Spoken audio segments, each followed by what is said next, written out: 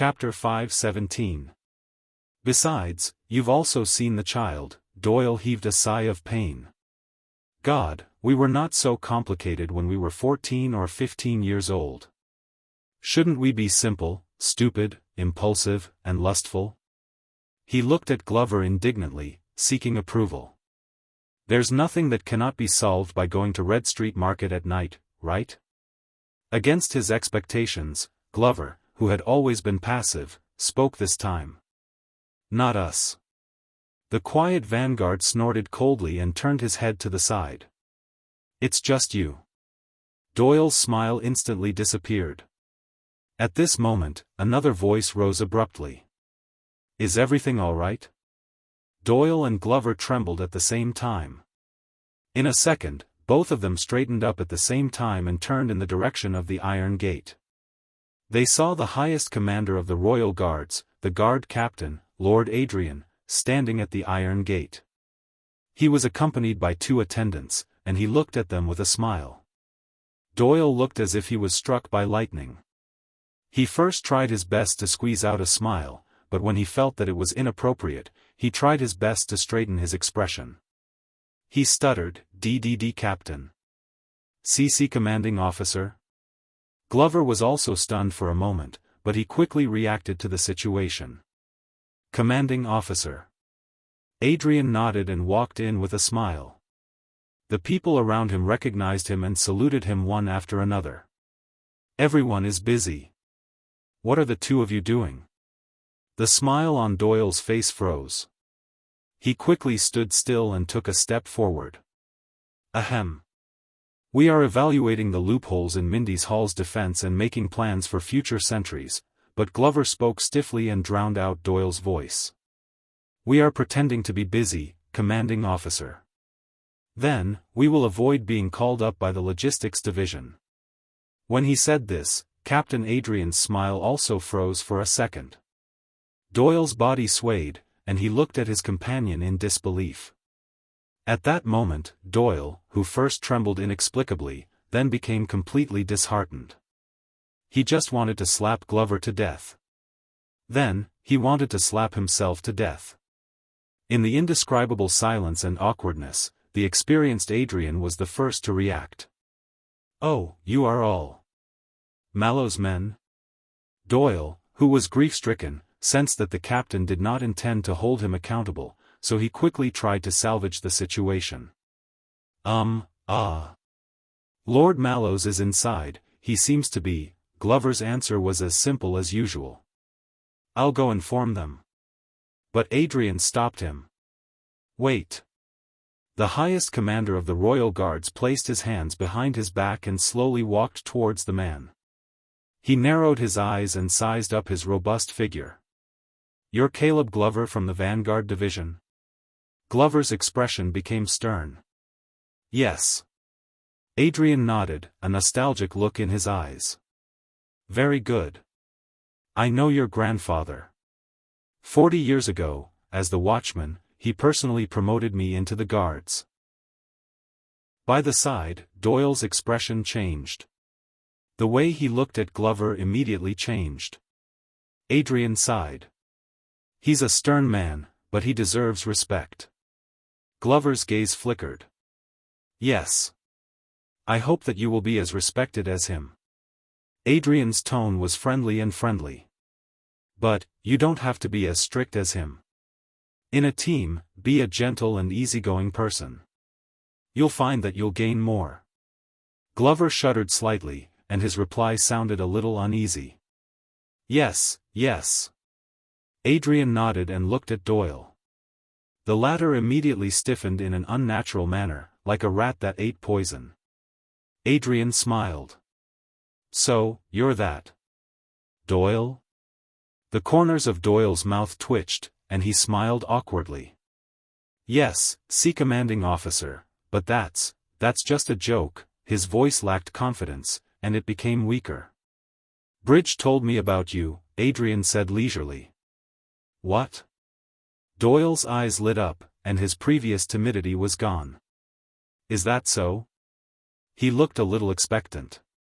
Then, what did the chief say about me? he said that you initially wanted to go to the Vanguard Division, Adrian said faintly. After you failed to get selected, you had no choice but to go to his Guard Division. Glover subconsciously glanced at Doyle. At that moment, Doyle's face flushed red. Commanding officer, but Adrian's expression became stern. It's not shameful to admit defeat. He said slowly, only those who can accept defeat are worthy of success. Just like how you need to be a good guard before you can be a vanguard. Adrian's sudden sternness made Doyle subconsciously tense up. Yes, commanding officer. Adrian nodded and looked at the two of them again. Both of you are very young. You are both important arms of Mallows, and also the kingdom's reliable swords. Adrian regained his friendliness from before. Work harder. Yes, commanding officer. This came from Doyle, who was as quiet as a cicada in winter. Yes, commanding officer. This came from Glover, who was still stiff. Adrian smiled faintly. Also, do not get caught by your master when you are slacking off. At this moment, Adrian suddenly turned his head and looked into the distance with a spirited gaze.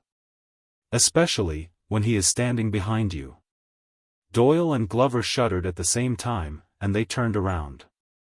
Thales, who was hiding behind the tree, was also shocked when he was suddenly discovered. He had to walk out from under the tree awkwardly under Doyle and Zombie's strange gazes.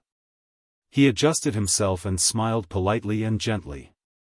Adrian bowed to him respectfully. Your Grace. Thales quickly nodded and returned the greeting. Lord Adrian. May I know? Adrian smiled and shook his head. Please do not be troubled. I am only here to hand over the official writ of conferring the title of Duke to you. He turned and handed a scroll to Glover. Doyle reached out to take it, but the scroll veered strangely towards Glover just as it was about to fall into his hand. I also want to see how the lads are preparing. The guard captain, who was more than 50 years old, smiled and looked at Doyle and Glover. The former immediately smiled awkwardly, and the latter stood even more stiffly. After all, this is the first time in many years that we have mobilized people from the Royal Guards to form a special unit. Thales looked at the writ in Glover's hands.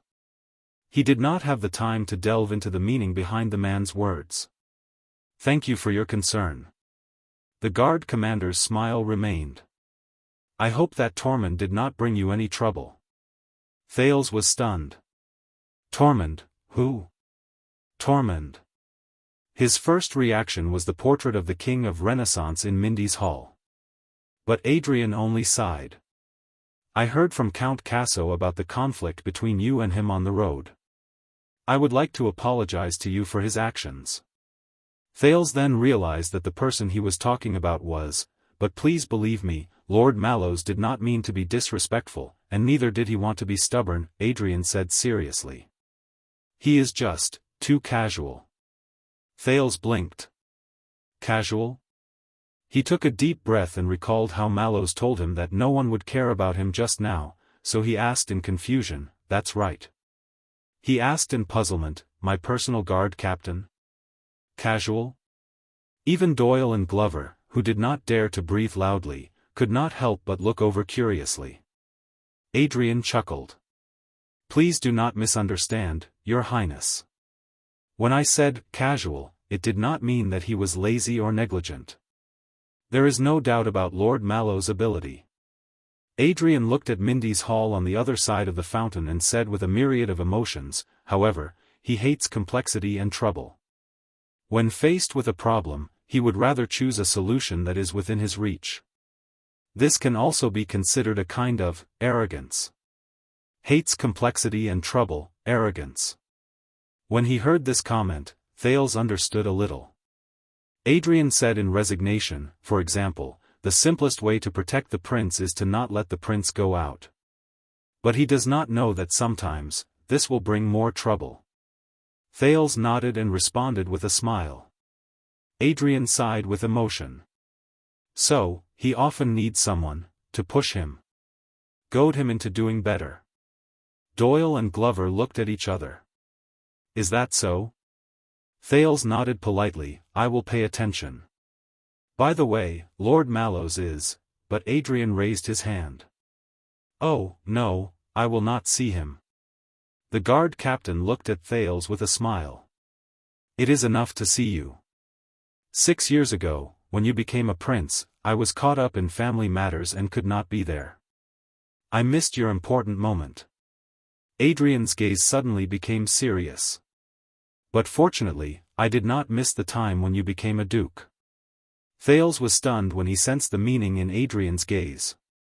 Your Highness. Adrian stared at him and said earnestly, don't worry. An excellent warrior can and must go through many trials and tribulations. A qualified noble can, and must, shoulder a heavy burden. The guard captain said faintly, it is the same for the king. In the next second, he added another sentence with a profound meaning. It is even more so for the king. Thales was stunned. Adrian bowed again, turned around, and left. Watching the guard captain's back disappear, Doyle took a deep breath, as if he had been holding it in for a lifetime. Wow, wow, wow. I can't believe it. The guard captain talked to me, Doyle said excitedly. I have been in the team for 7.5 years, and this is the second time I met Commander Adrian face to face and talked to him alone. The last time was 3 years ago. Yes, 3 years ago. That time was in the guard room.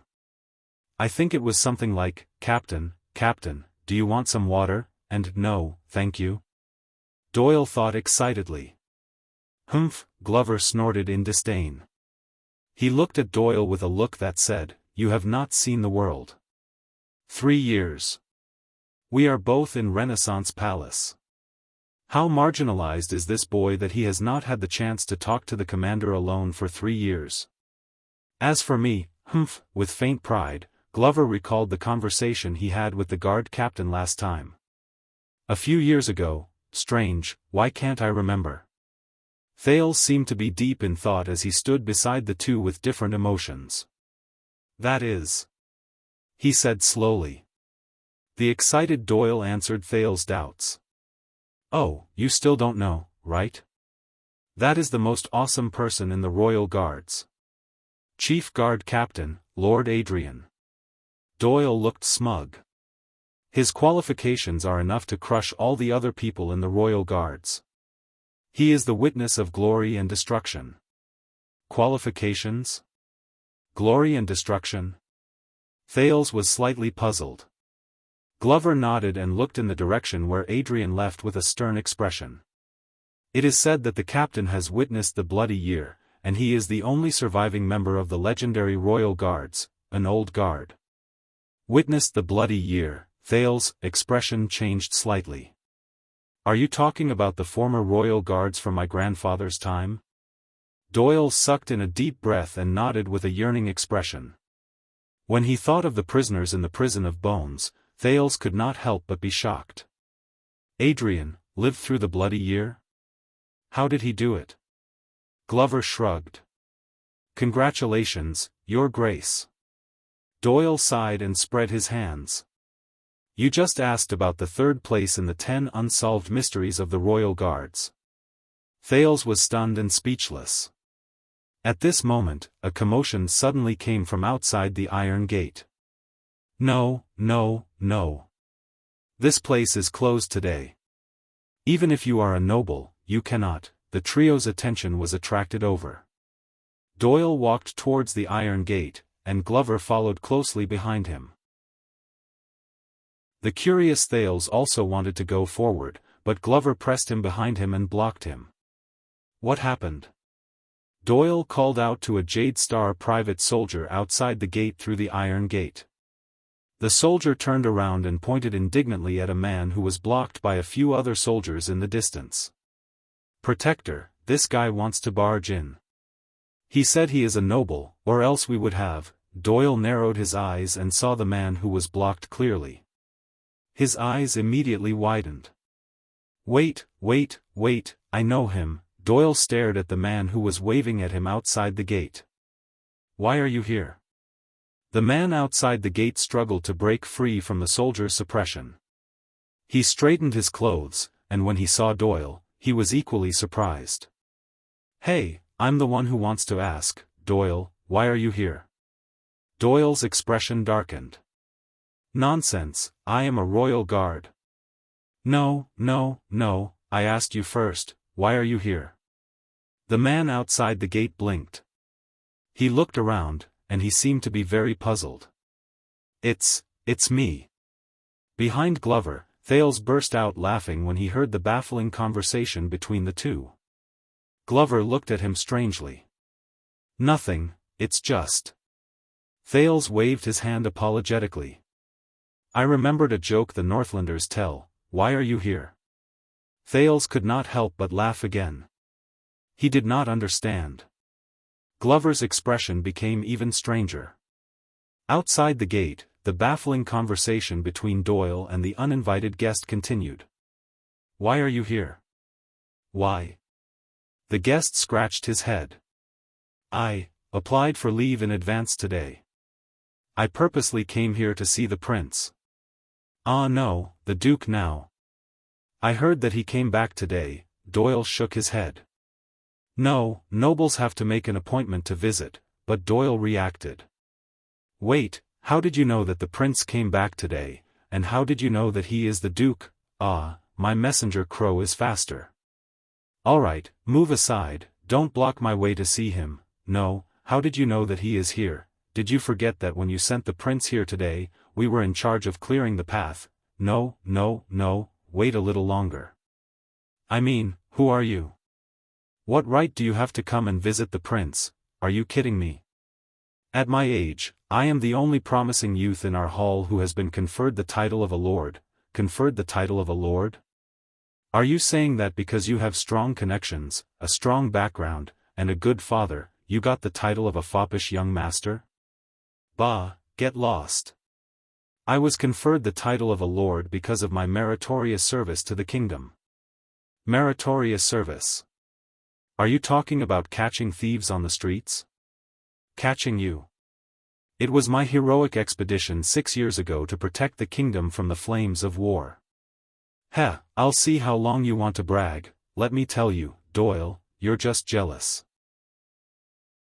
You're jealous because you can't make a name for yourself. Bah, you've been single for more than 20 years. Do you have any shame?" Behind the iron door, Glover pressed his hand on his head with a face full of shame. Obviously, Doyle's negotiation with the man outside the door would not end anytime soon. The Jade Star private soldiers who were tired of listening had already returned to their posts. But Thales heard something from it. "Doyle?" Ignoring Glover's expression, the Duke of Star Lake walked past him decisively and reminded him loudly, "Doyle." In front of the iron door, Doyle, who had been arguing endlessly, finally snapped out of his daze and remembered his duty. He quickly turned around and smiled apologetically. "My apologies, Your Highness, for disturbing you. Let me introduce, this is..." Doyle turned sideways and pointed at the uninvited guest outside the door. He awkwardly shouted a string of nouns. "My grandmother's brother-in-law's grandnephew." Glover sighed again and pressed his palm against his face. At that moment, Thales saw the guest outside the door clearly. He was stunned. The heir to a certain count's territory. He's working and on vacation in the capital." Doyle laughed dryly and said the person's name. "Cohen Caribbean." Thales stared at the man outside the door in a daze. Hey, Your Highness. Do you remember me? I'm the one who eats a lot of fruits and liver." Outside the iron door, the tall police officer Cohen looked at Thales, who had grown up quite a bit, in surprise. He then pointed at himself and revealed a mouthful of white teeth, revealing a silly smile that said, "It's me." Doyle looked at Cohen, who was trying his best to wave, in horror. He coughed awkwardly. "By the way, Your Highness." Doyle did not notice his master's strange behavior. He lowered his voice and moved his head close to Thales' ear. "The nobles in the capital are all talking about This guy, Doyle pointed at Cohen, who could not stop smiling and waving his hand. He nodded discreetly and whispered confidently, "There's something wrong with his brain." Chapter 5:18. Obviously, as the captain of the Duke of Star Lake's personal guards, Mallows was not happy to see Thales welcome guests on the first day he moved into his new residence. But under the watchful eyes of countless bureaucrats, servants, and guards, the insistence of the second prince, and the pressure from young Master Caribbean's family background, Cohen was politely invited into the freshly prepared guest hall. Of course, before that, the captain of the Duke's personal guards, Watchman Lord Mallows, did not forget to remind his master, he was the heir of the Caribbean family. And today was the prince's first day back in the capital. This must mean something. Hearing this reminder, Thales could only smile numbly.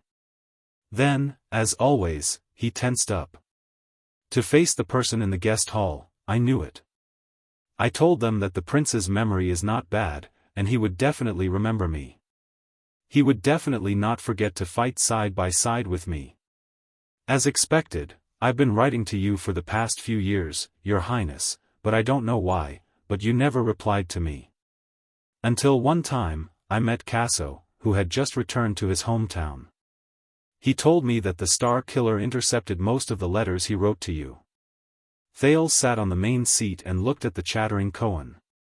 He glanced at the familiar guest hall and tried hard to suppress the emotions in his heart. Back then, I was here. Cohen paused. He looked at the absent-minded Thales and raised his palm to measure from his stomach to his chest. He said in surprise, "Hey, you've grown taller." Grown taller. Thales looked at the chair he was sitting on and remembered 6 years ago. Maybe. Back then, when I was sitting here, my feet could not even touch the ground. Thales was silent for a long time. It was so long that Cohen was at a loss. He subconsciously sat up straight in the chair. Yes. Thales finally spoke.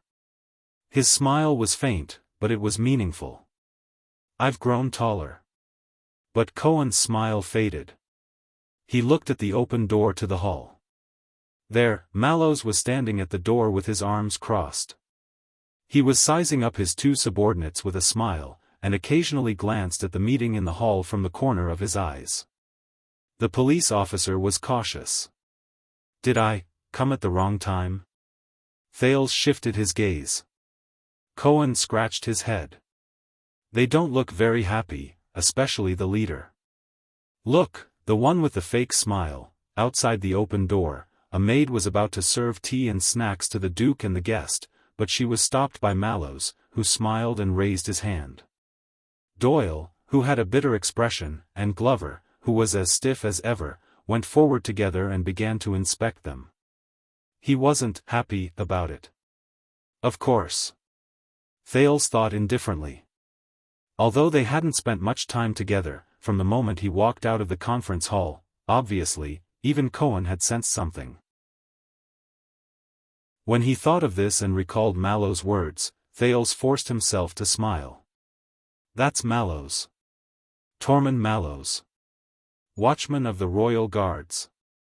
So that's how it is. Cohen had a look of realization, and he was filled with respect. It's the famous Mallows. Mallows, this name does sound a little familiar. Cohen struggled desperately with his memories. Where did I hear it coming from? Thales adjusted his emotions and smiled. Don't mind him, he's just a little stricter. After all, this is my first day back, and Mallows is my personal guard captain. Cohen quickly put the family name he could not recall to the back of his mind. Personal guard captain, wow, Your Highness. Cohen looked pleasantly surprised. He looked back and forth at the layout of the guest hall. Compared to Northland, it's a lot more upgraded, right? The police officer looked around excitedly and curiously. Mindy's Hall, I was only brought here once by the old man when I was very young. He said that this is a good place, and that it has an extraordinary meaning. Cohen happily patted his chair. Who knows, this seat of mine has sat on many important people. Yes, 6 years ago, Thales said, not without nostalgia. The Black Prophet sat on that chair of yours. Cohen, who was in high spirits, froze. Thales smiled faintly as he recalled the intense meeting that year. I wonder how I'll react when I face Murat Hansen again 6 years later. The prince unknowingly clenched his fists. 6 years ago, the Black Prophet was mysterious, terrifying, and creepy in his mind. But 6 years later, he knew that the Black Prophet was not that terrifying, was he? At least, the Black Prophet had his legs broken before. In front of him, Cohen moved parallel to him and changed his seat without batting an eyelid. You might not believe it, but the time the old man brought me here, he was summoned by the Crown Prince. I suddenly needed to pee, but my servant disappeared. I couldn't find the place, but I suddenly found a vase in the corridor, cough, cough. Doyle, who was coughing loudly, walked over with tea and snacks, interrupting Cohen's unconscious narration. Doyle's tone was normal, but he glared at the guest from an angle that Thales could not see. This is His Highness's palace, and thanks to His Highness' generosity, you can be the first to visit this place. Mind your manners. Cohen snorted and did not care. He looked like he was very familiar with the prince as he watched Doyle leave. Then, he picked up his teacup and downed it in a show of force. In the next second, the police officer's expression changed, and he spat the tea back into the teacup. F asterisk CK, F asterisk CK, F asterisk CK, F asterisk CK, Cohen stuck out his scalded tongue and fanned himself in a disheveled manner. Thales watched the interaction between Cohen and Doyle in surprise. He picked up his own teacup and tested it.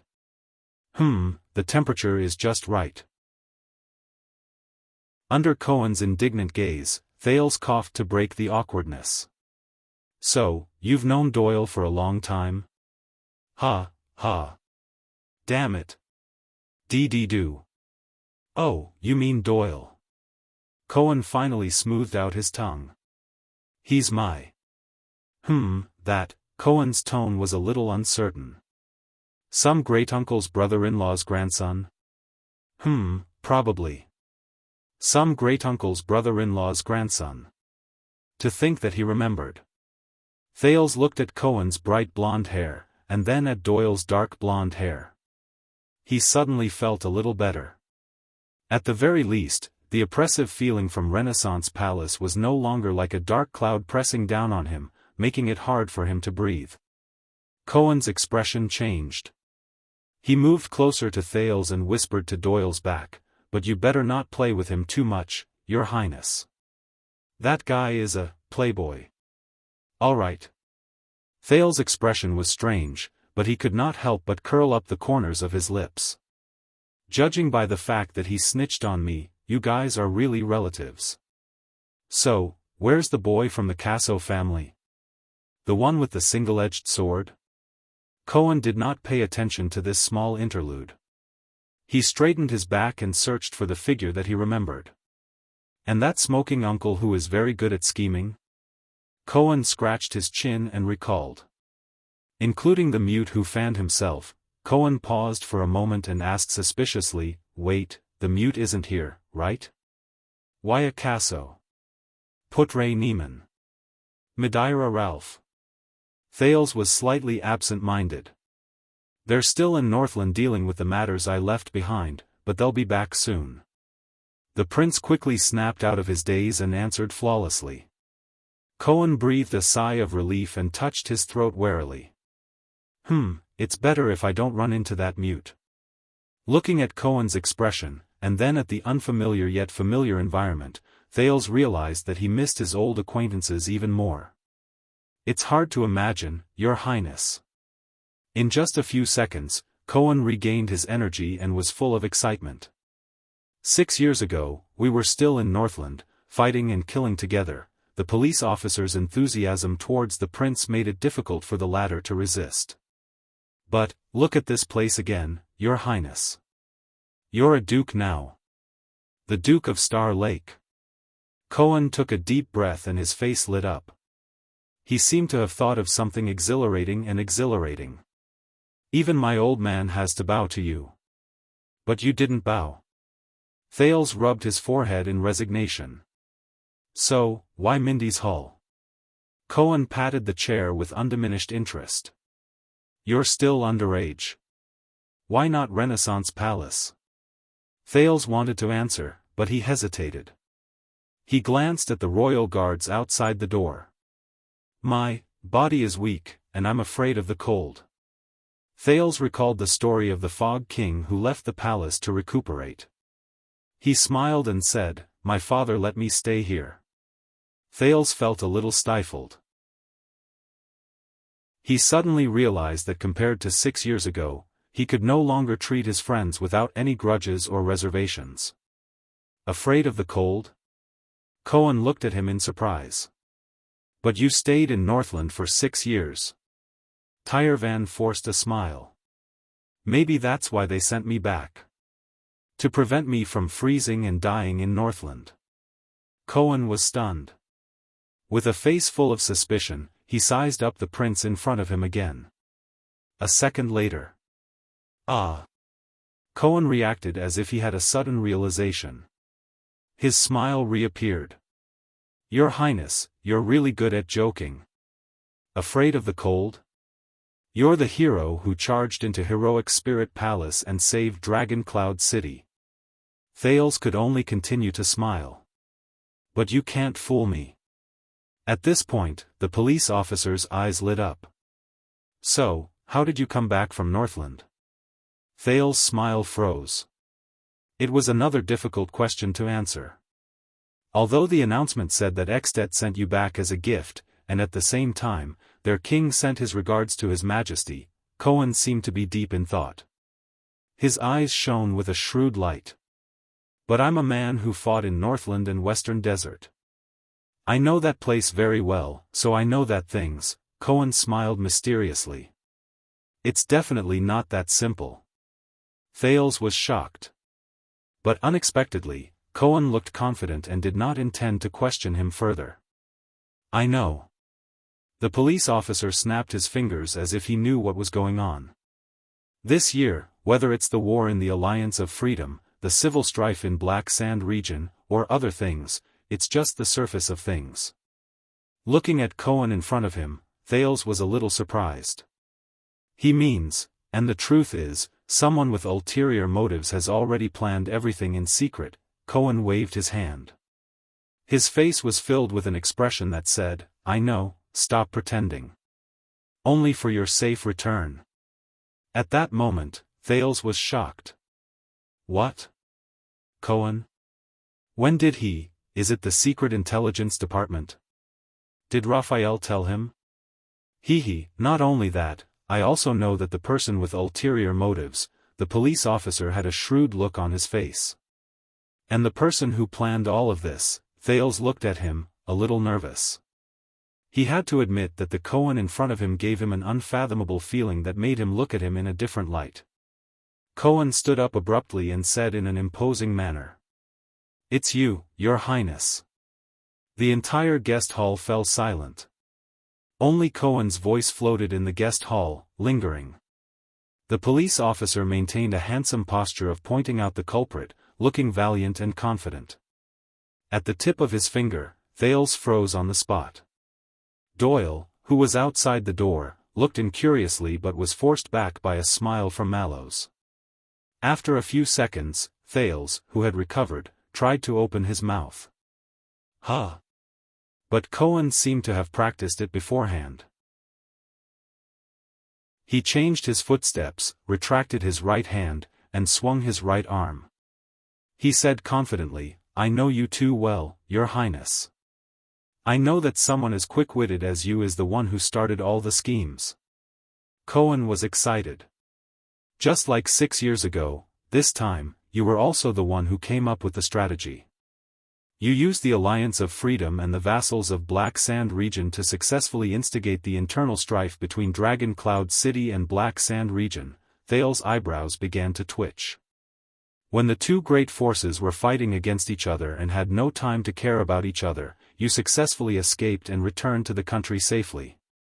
And you severely weakened Xdet's strength. Cohen's posture did not diminish. He knew that at that moment, his eyes were shining with wisdom. He waited for the person in front of him to respond.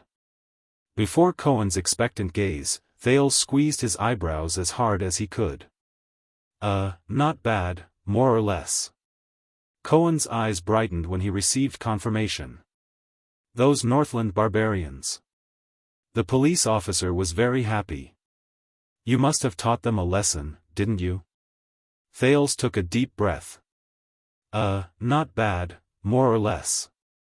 Cohen became even more excited. That's why you, who contributed to the country, were conferred the title of Duke the moment you came back. When he heard this, Thales answered numbly, not bad, more or less. When he heard the prince admit it, Cohen retracted his arms and clenched his fists. Yeah.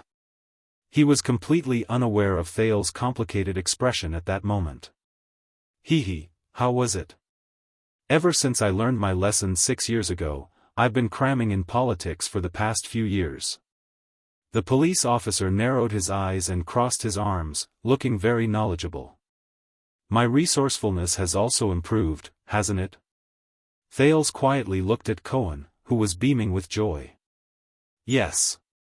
A few seconds later, Thales broke into an awkward smile. Yes. Cohen instantly beamed like a squirrel that had found a pine cone. So, how have the Northlanders treated you over the years? Thales had yet to recover from the shock of Cohen's intelligence. He sighed. How should I say this? But Cohen, who was brimming with confidence, waved his hand and interrupted him. Oh, I get it. Cohen looked up and empathized. When I was in the Tower of Eradication, my teacher was a Northlander. Strictly speaking, Miranda is also a Northlander. Oh my, Cohen seemed to have remembered something and shuddered. The police officer was halfway through his disgusted expression when he suddenly turned around and narrowed his eyes at Thales. You get it? Thales stared at him blankly. Facing Cohen's expectant and longing gaze, the prince could only try his best to smile. Yes, I get it. See? Cohen slapped his thigh excitedly. I knew you would get it. Thales tried hard to suppress the twitching of his lips. Cohen sighed. Unfortunately, no one else gets it. But he immediately perked up. He looked at the confused prince eagerly, as if he was looking at his own younger brother. But it's okay, it's enough that we get it. Thales could only follow Cohen's lead. He smiled foolishly and nodded, suppressing that terrifying question. What do I get? For the first time in this fruitful conversation, the Duke of Star Lake felt that his intelligence level was slightly lacking. Just as Thales was immersed in the sadness of his damaged intelligence, Cohen suddenly stood up and slapped his thigh. All right, I should go. Thales was instantly stunned. Go? Now? The police officer said with a smile, Your Highness, take care. Thales looked at the happy Cohen and asked doubtfully, That's it? Cohen blinked, as if he did not quite understand. Yes. Thales was stunned for a few seconds before he said, Don't you have anything else to do? Yes. Cohen's eyes darted around, and his mood became dejected. I have to go to the office in the afternoon to sign in, or else the director will deduct. Wait. That's it? As the heir of one of the 13 distinguished families, on the first day the second prince returned to the capital, no probing, no roping, no ulterior motives, no flattery, no threats, no temptations, no conspiracies. There's nothing Mallows reminded me of, everything. The Duke stared blankly at the dejected Cohen before him. For the first time since returning to Constellation, Thales felt a little out of sorts. Thales snapped out of his daze and shook his head. No, the prince hesitated for a moment. He looked at Cohen with a somewhat solemn gaze. How is your father? Thales still spoke, with a hint of discomfort and guilt. Walla Hills. Count Caribbean? Cohen was also stunned. Him? I don't know. He should be quite well. It's been a long time since I wrote to him. The young Duke was a little surprised. But you came all the way here today just to spend a few minutes, chatting with me? Cohen paused for a moment and sank into deep thought. A few seconds later, he shrugged after thinking hard but to no avail. Yes, I just came to see you. The police officer scratched his head. He looked confused. What else? This time, it was Thales' turn to be stunned. At that moment, the legendary wing, Norb from the Secret Intelligence Department, the Duke of Western Desert, Derek Chroma, the Count of Black Lion, Watchman Mallows, Gilbert, Guard Captain Adrian. The faces of many people he had met since he returned to the kingdom flashed in Thales' mind. But, compared to the person before me, Thales looked at the silly Cohen in front of him with mixed feelings. The large police officer also stared at him in puzzlement and blinked. After a long while, the Duke, who had a lot of emotions, snapped out of his daze and took a deep breath. Cohen. You are the eldest son, right? The Caribbean family of the Sword of the Twin Towers? The moment he heard the word, eldest son, Cohen looked like a frosted eggplant. He became listless. Yes? Cohen said listlessly. Thales quietly stared at the young master of the Caribbean family, the legitimate heir of Walla Hill. So, after you graduated from the Tower of Eradication, you went straight to Western Desert? You went to Lightning Raven? The police officer waved his hand. Yes. Your father didn't stop you? Thales gently rubbed the teacup in his hand. You know, you are the heir to the family's territory and title. Speaking of this, Cohen tried hard to pull himself together and face these headache-inducing matters. My old man, he. Wait, how did you know that I served in Western Desert and went to Lightning Raven? The police officer looked at him suspiciously. However, Thales' expression did not change. Everyone knows. Cohen thought about it seriously and came to a realization. That's right, everyone knows. As for my father, of course, he stopped me. He didn't want me to join the army, and he didn't want me to go to Western Desert. What I mean is, Cohen answered thoughtfully, but his tone gradually became gloomy. At least he tried to stop me. Thales stared deeply at Cohen. For the first time, he felt that he saw something different in this big man. But you still went.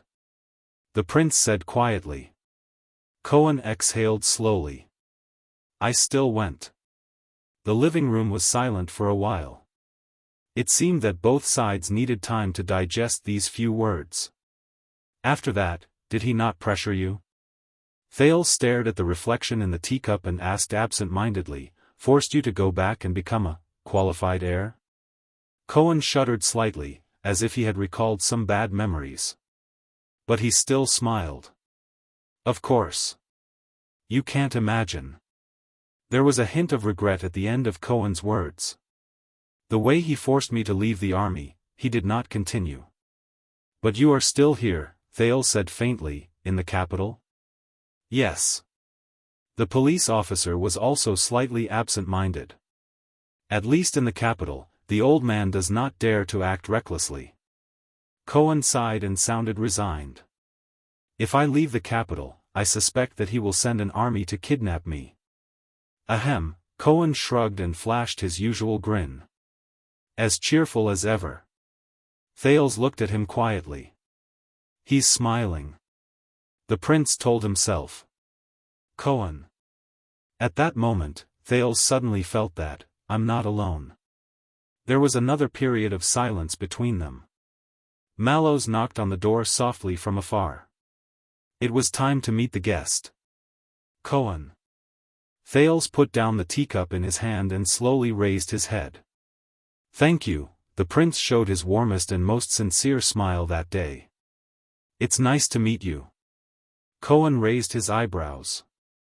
Yes, I'm also, but the police officer was interrupted.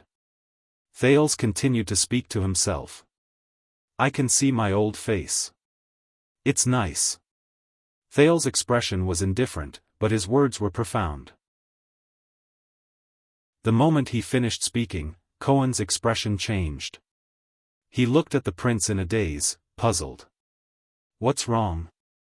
Thales smiled. Cohen narrowed his eyes, as if he wanted to carefully size up the master of Mindy's Hall. You're different. Thales could not help but laugh. Is that so? You think so too? Cohen nodded in all seriousness. Yes, you've changed. He tried his best to scan the Duke of Star Lake in front of him. In the end, Cohen, who could not think of an adjective for a long time, could only force out one sentence. Changed. Bigger. Thales snickered. Looking at the prince's smile, Cohen frowned. He turned his head and remembered the child he held under his armpit in the tunnel all those years ago. Yes, he was cuter when he was young. A thought flashed in Thales' mind, and he remembered something. Right, do you remember Ralph? Cohen's thoughts were in a mess. He said blankly, Ralph what? My subordinate, the one with the mask, you mean? Cohen thought deeply at first, then came to a realization. Mute. Looking at Cohen's happy expression, Thales sighed. This might be a bad idea. But, Cohen. Thales paused for a moment, but still looked up. This time, the prince's expression was extremely serious.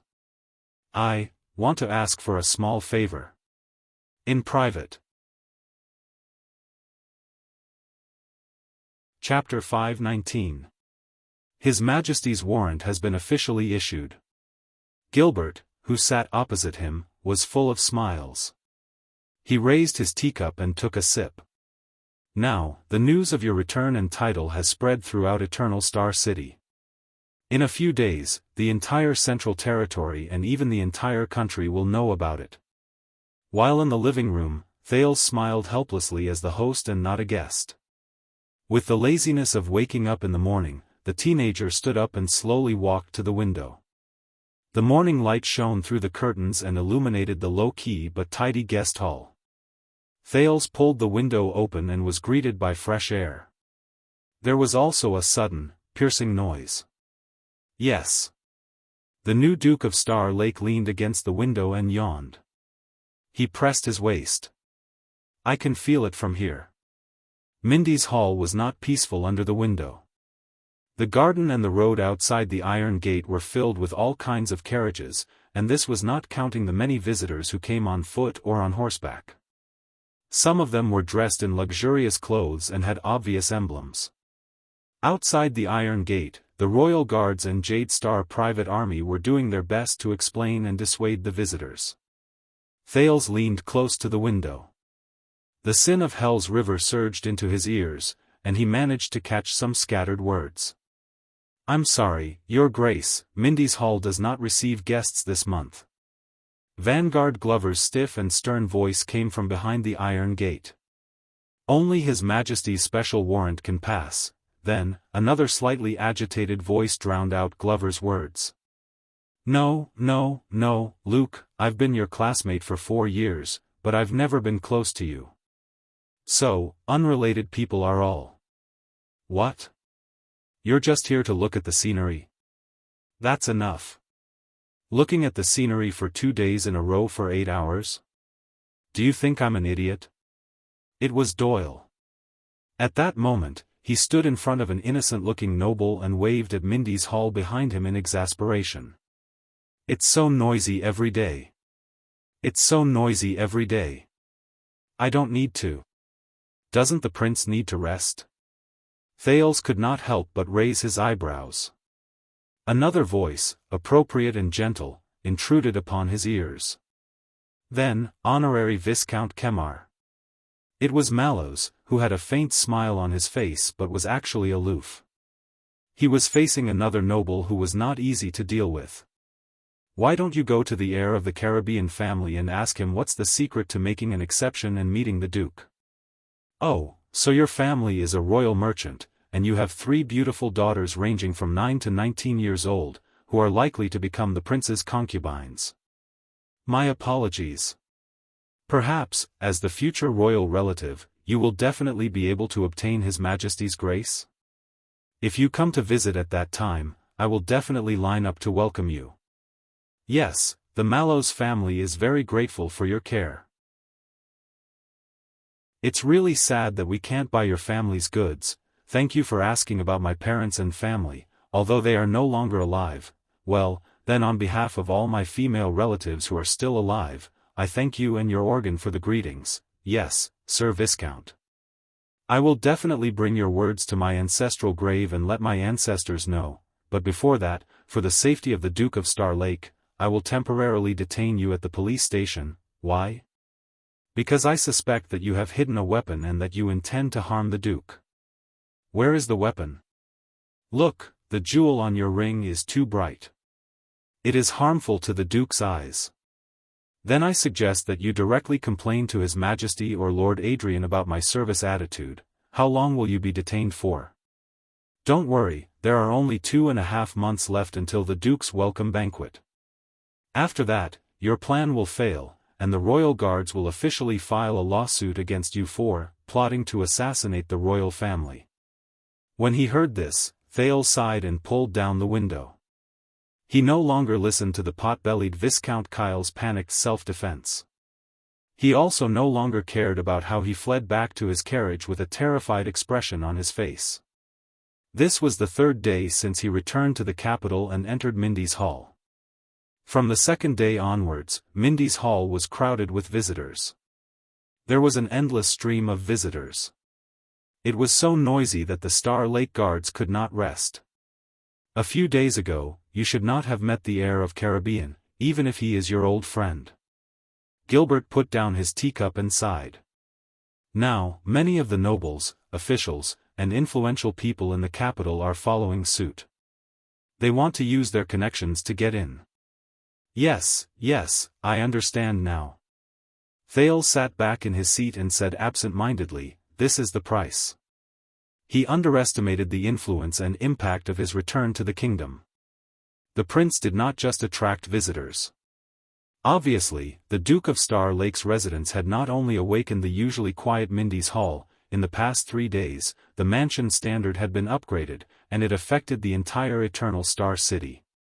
The City Hall issued 6 emergency orders to repair the greenery, change the lights, clean all the streets in Twilight District that the prince could see, and decorate them magnificently. Not a single refugee was allowed to enter, and not a single beggar could be seen. The city's appearance was greatly improved, and to a certain extent, it was even better than Eastern City District, where the nobles gathered. The police station rearranged their patrol schedule and manpower arrangements. The 3 police stations in Twilight District and the 2 adjacent districts, who were originally at odds with each other, became united, friendly, and worked together sincerely.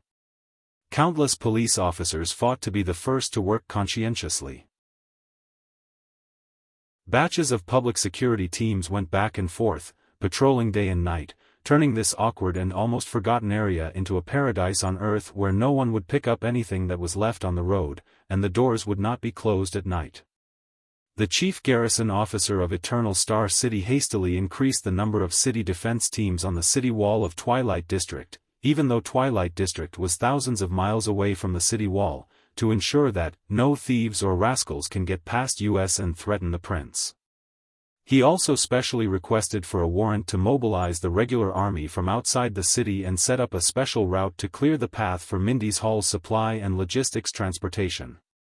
According to a certain soldier, even the prince's poop that is transported out is not allowed to be tainted by others. Thales pressed his forehead listlessly. Gilbert smiled in resignation. I can already imagine when I return home. I have probably never been so popular in my life. As His Majesty's most trusted vassal, you have always been popular. Thales exhaled.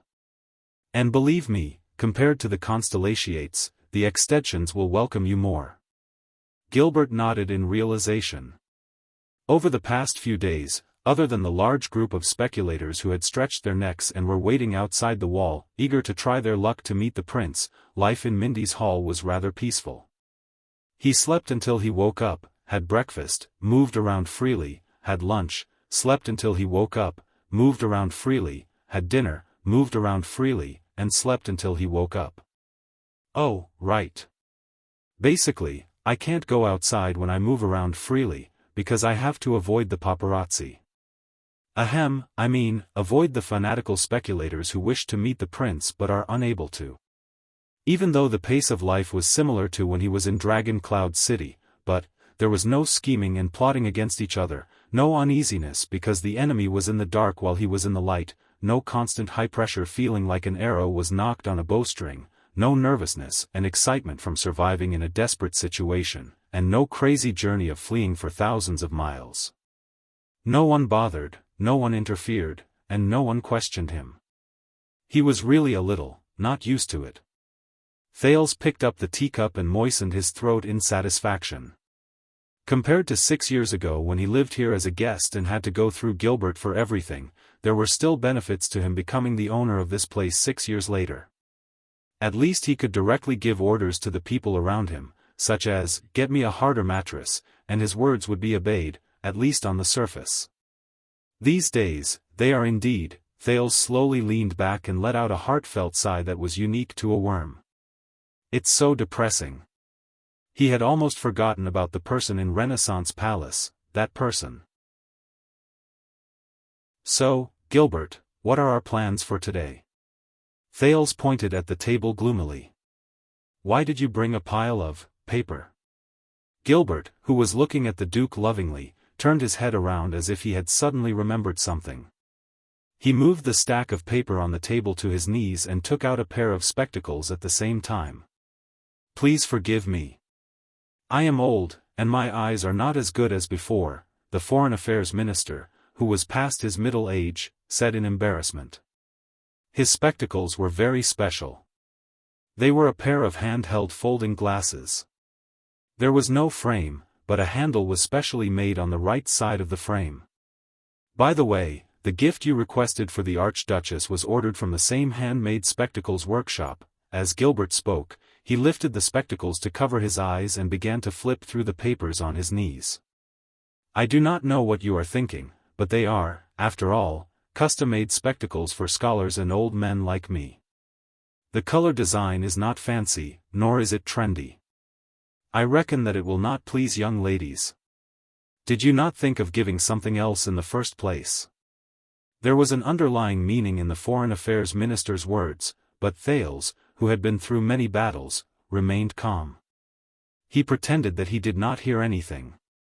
Then, first of all, Gilbert did not know whether it was because he saw that the prince had no reaction, or because he had finally found the target on the paper, but he still sighed softly and said, "Your welcome banquet is initially set to be held 2 months later. The new Duke of Star Lake will be officially introduced to the entire kingdom, or at least all of Eternal Star City." The Foreign Affairs Minister still had his head lowered, but he glanced at Thales from the top of his spectacles. Introduced to the entire kingdom. Thales felt a chill in his heart. He took a deep breath and sat up straight in his chair. The laziness and comfort he had felt over the past few days were instantly swept away. It's about time. He sighed and told himself. Wake up, Thales. Other than the noble master of shit-shoveling, how can there be a happy worm in the world? Thales pulled himself together. And what about the past 2 months? Gilbert lifted his eyes from the paper. It is time for you to rest, adapt, and adjust. That long? Gilbert shook his head and denied it. No, it is not long at all. In fact, it is a little too short. After all, you have stayed in Northland for 6 years. The Foreign Affairs Minister sized Thales up. He looked at Thales' habitual posture, which made him seem undisciplined, but in reality, he was sitting with his elbows propped up, and he could roll to the ground at any moment. His gaze was sharp and direct, and he did not avoid Thales' gaze at all. He also wore casual clothes that were convenient for him to move around, but were not very dignified. He frowned in a barely noticeable manner. From the way of speech, mannerisms, habits, etiquette, and knowledge, there are too many things we need to correct. This time, it was Thales's turn to frown. Correct? Speech, mannerisms, habits? Gilbert noticed that he had made a slip of the tongue. I am sorry, I did not mean to be disrespectful, but what I meant was that there are too many things we need to prepare. The Foreign Affairs Minister glanced at Thales. His tone was respectful and cautious. Forgive me for being straightforward. Even though you made a stunning appearance during the national conference, that was 6 years ago. During these 6 years, aside from bits and pieces of news, no one understands you. Now, they only know that Prince Thales has just returned from the boorish, barbaric, dangerous, and bitter Northland. He grew up under the influence and education of those unreasonable boorish Northlanders. Gilbert performed a standard salute and said sincerely, and what we need to show them is, Thales leaned against the back of his chair and pressed his head in resignation. I understand now. You could have told me directly. The young Duke of Star Lake sighed deeply. Everyone from the top to the bottom of the kingdom is suspecting whether the second prince's thoughts have been distorted by the barbaric and perverted Northland barbarians. His personality has been corrupted, his brain has been beaten silly, and his sexual orientation has been changed. After all, in their eyes, all extensions are illiterate. So, they might even suspect whether the heir who returned to the kingdom is only a prince of constellation on the outside, but a boorish illiterate from Northland on the inside. After he finished speaking, Thales exhaled in annoyance. Trapped me for 6 years. 6 years. Are you satisfied? All right, Chapman. You've won a chess piece, I guess. Thales thought in a bored manner. I did not say that. Gilbert smiled cheerfully, but his expression immediately became stern. But sexual orientation. You're joking, right? Thales could not be bothered to end this small tease.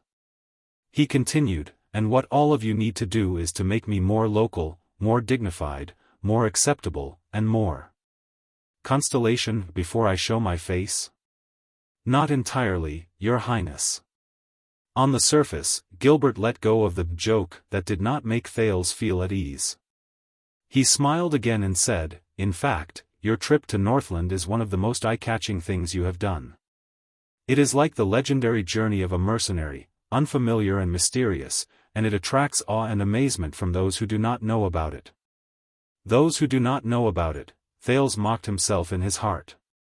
But when Gilbert mentioned mercenaries, he suddenly thought of Quick Rope, and then the mysterious and terrifying Ricky. So, we might as well keep some of the marks that Dragon Cloud City left for you. Thales snapped out of his daze. Marks? Gilbert smiled and nodded. Let the others know the advantage of being on both sides of the border, Duke Thales. You are the only one in this era who has received the inheritance of the Empire and Constellation, and has also been honed by the Northern Wind and the Great Dragon. You can debate with the officials in Renaissance Palace, and you can also survive in a desperate situation in Heroic Spirit Palace, God's favored one. The air was quiet for a second. Thales lowered his head and subconsciously rubbed his face in front of the Foreign Affairs Minister, whose eyes shone brightly. Damn it! As expected of someone in the field of diplomacy. Compared to packaging the country bumpkin Thales, these words were rather pretty. The cunning fox of Constellation's power has not diminished, Thales thought with a sigh. Just a few appropriate and harmless words were enough to dispel the unhappiness in his heart. In this regard, he was as different as the clouds and mud from Putray, that gloomy little old man who spoiled his mood. Perhaps this was the reason why one of the two people who worked together in the Foreign Affairs Department could rise to become the king's trusted aide and become famous in the Western Peninsula. The other person was constantly on the move and worked hard every day. No matter how many merits he had, no one knew about it. Thales thought to himself quietly.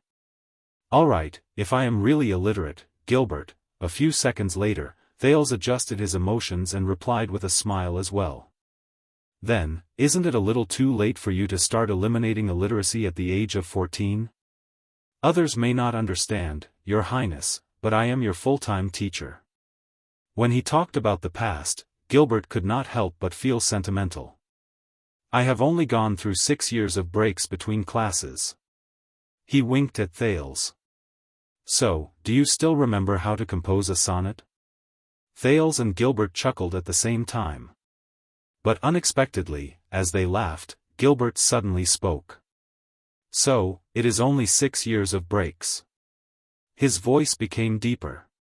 Your Highness. 6 years. Thales stopped smiling and looked at the Foreign Affairs Minister strangely. Do not be discouraged, child. Gilbert did not look at him. He only spoke slowly. You have to know. Sometimes, fathers make mistakes. Thales was stunned. Give him time, Your Highness, Gilbert said airily. Give him time. He choked a little. The temperature and light in the reception room seemed to have sunk at that moment. Thales was silent as he pondered deeply. Gilbert did not speak either. The two of them just sat opposite each other in silence. After a long while, finally, Thales took a deep breath and smiled. Gilbert. The prince looked at the middle-aged man who once taught him how to read, who was once in the prime of his life, but now had gray hair and looked exhausted. Thank you. Gilbert forced himself to smile and reined in his emotions. For what? Thales lowered his head. After a while, the corners of his lips curled up. For everything. There was silence. For a moment, there was only the faint noise outside the window. No, Your Highness. Everything, Gilbert sighed. It is all for you. Thales did not speak. Your Highness. Gilbert swept his gaze over the familiar Mindy's hall before him. He finally revealed a haggard but relaxed smile. Welcome home. At that moment, the prince's heart surged with a warmth that originated from 6 years ago. The gloom of the past was swept away. It was like the estrangement when he first returned to Constellation. It was just a fleeting moment. It was not worth mentioning. Chapter 520. Gilbert coughed and quickly regained his composure. So, according to usual practice, as a prince who has yet to reach adulthood, you will have a professional teaching team to ensure that you will benefit from your lessons in grammar, etiquette, and more, 1 or 2 attendants, a certain number of personal protectors. Thales took a sip of tea and used it to tidy up his emotions. It sounds very familiar. Gilbert nodded. He seemed to be a little sentimental. Of course, 6 years ago, due to the urgency of the situation, everything was simplified. We were unable to provide you with the best and most suitable personnel. Later, the development of the situation disrupted our plans. When you were in the north, it was difficult for us to send you the manpower that Exted accepted. I am deeply sorry for this. Gilbert's words were filled with deep regret. Not entirely. Thales shook his head and subconsciously curled up his lips. As a teacher, Putre might have disappeared for a few years and was unforgiving with his words, but he was indeed knowledgeable and had a unique way of thinking. He helped me along the way and taught me a lot. It was hard to imagine that the sinister little old man who smoked his pipe in the corner, occasionally made you choke on your words, and always jumped out when you least expected it. He was actually good friends with the dignified, courteous, thorough, and reliable Gilbert. He was even a classmate who was taught by a home tutor. As for the attendant, Wuxia was loyal, hard-working, and responsible over the past 6 years. He was a prince's attendant that was hard to come by. Thales keenly noticed that when Wuxia was mentioned, Gilbert's expression darkened again. The prince could not help but feel sentimental. 6 years ago, when he met Wuxia, he thought that he was a little rigid and stern, but now, Thales discreetly glanced at the expressionless Star Lake guards around him. He sighed slightly in his heart. There were some things that one should not care about when one was blessed. Then there was the protector. Yes, Ida, Thales suddenly felt a headache coming on. As the prince's protector, he sighed and said awkwardly, very lively. As the prince narrated, Gilbert seemed to have sunk into his memories. His gaze moved slightly. Besides, Thales snapped out of his daze and said with a smile, didn't you invite Old Crow for me in the last year? When this nickname was mentioned, Gilbert's expression brightened, and he beamed with joy. And I hope Mr. Hicks can be of some help to you. Phew, of course he does. Thales shrugged. He thought of that special teacher, the stubborn veteran in Shield District who was physically and mentally disabled, but had a strong will. He also thought of the bond between them and his mysterious mother. And the help he gave me, you can't imagine. There was a moment of silence in the living room. Neither of them spoke. During this time, the servants served tea and snacks under the company of the royal guards. I promise you, Your Highness. Gilbert looked at Thales again. His tone was gentle. Since you have returned to Eternal Star City and have been promoted to a duke, you should have received a noble and effective education. The knowledgeable people appointed by His Majesty and I will do our best for your learning. We will start with setting up your daily schedule and planning your daily life, his daily routine. Thales could not help but scratch his head when he heard this. In truth, I have been used to studying by myself for the past 6 years. You know, there is a huge library in Heroic Spirit Palace, but Gilbert shook his finger, as if he was prepared for this. Being forced to study by yourself behind closed doors due to limited conditions and having resources but not using them are two different things. Also, Gilbert changed the topic, and he became stern and serious. If you know anything about learning, Your Highness, then you will know. Aside from memorizing things by rote and accumulating knowledge effortlessly, nothing can be learned by oneself. Thales stared at him in a daze. Gilbert raised his fingers and tried to persuade Thales earnestly with good intentions. You need someone to guide you, discuss with you, ask for your advice, supervise you, stimulate you, encourage you, help you, and respond to your learning results. These are things that cold, hard books cannot give you. All right, I understand, Thales interrupted him, feeling a headache coming on. He gestured with his finger, as if he had given up on himself. Learning, lessons, and all that. All right, come on. Forget it. Besides, it's just a lesson. Aside from ghosts and crabs, I have never been afraid of anything in my life. Gilbert nodded with a smile. Very well. That is why I want to discuss with you today and sort out your learning schedule from now on. Constellation's cunning fox raised his glasses again. At the same time, he picked up a pen with his right hand and wrote something on a piece of paper on his knees. Thales, who could not fight for a free life as a worm, stared at him in boredom. Then, grammar, etiquette, history, military affairs. Gilbert narrowed his eyes and looked up. Among these 4, what did you learn in Extet? Thales raised his head and thought. The days in Heroic Spirit Palace and Saroma's study room. Grammar, etiquette, history, military affairs. They did not categorize things this way, but let us skip grammar and etiquette first, Thales said, feeling a headache coming on. First, history. Thales tapped his fingers as he recalled.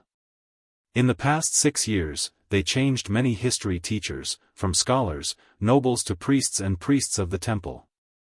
Count Leespan even personally taught them when he was free. Seal Leespan. I remember that Lord Dragon's eye. Gilbert's eyes focused. 18 years ago, during the peace talks at the fortress, he was a difficult opponent. When he remembered Regent Lispan's eyes, which seemed to be able to see through his thoughts, Thales nodded with lingering fear. Rather than calling it history, the Northlanders, especially the nobles, should be called a traditional lesson. Gilbert's gaze flickered. Traditional? Thales nodded.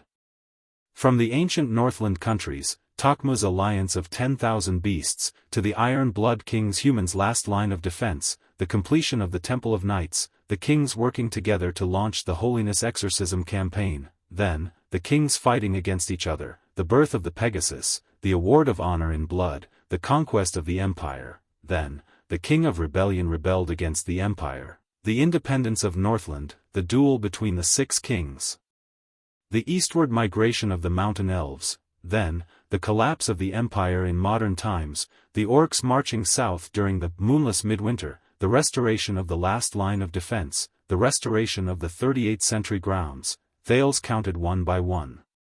Gilbert also scribbled something down on a piece of paper. The Duke sighed. I'm just short of saying that the entire ancient empire was built because of the invincible Northland Knights, and then it was overthrown by them. In the end, we still have to rely on them to protect the human world. There was resignation in Thales' tone. But, until Rikaru overturned Cold Wind and the 10 knights stood side by side in Extet, if you listen to it more, you will realize, the Duke's gaze gradually became serious. Rather than saying that they remember history, it would be more accurate to say that they want to remember the unique traditions of the Northland: survival, blood and iron, joint rule, duel, war, and glory. Gilbert thought deeply for a while before he continued. Or perhaps it is their laws and orthodoxy. Thales narrowed his eyes and nodded. Or to sum it up in one sentence: eat, sleep, fight orcs.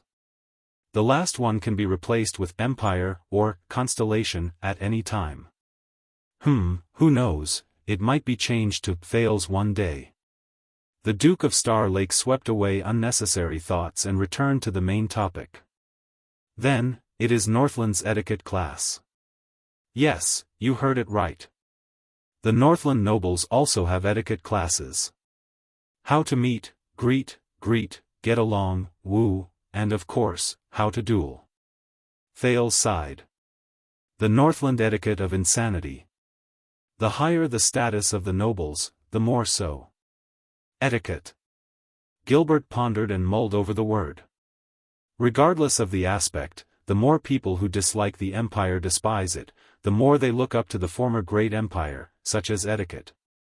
Thales recalled some past events and sneered.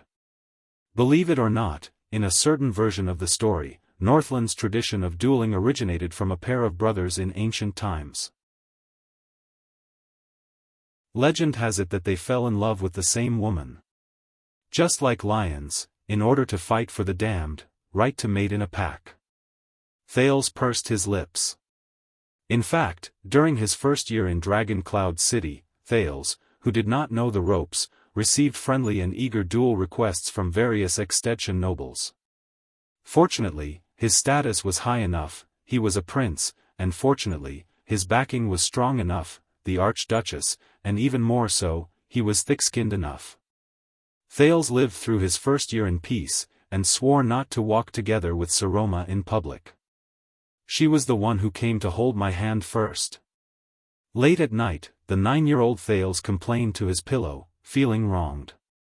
Apart from that, they would also explain religion and beliefs during etiquette classes. Thales recalled. From the worship of ancestors in ancient times, to the belief in the mountains in modern times, to the Church of Holy Sun in modern times, to the bright moon and the setting sun today, to the throne and the great dragon after the Battle of Eradication, Northland's etiquette and beliefs are inseparable.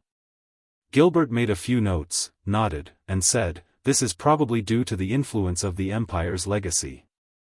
A few hundred years ago, when the Church of Holy Sun was still the Empire's state religion, almost all the secretaries and scholars under the nobles of the Empire came from the Church's school. Almost every noble family had their own priests, and the belief in the Holy Sun was a compulsory lesson, second only to loyalty to the minister.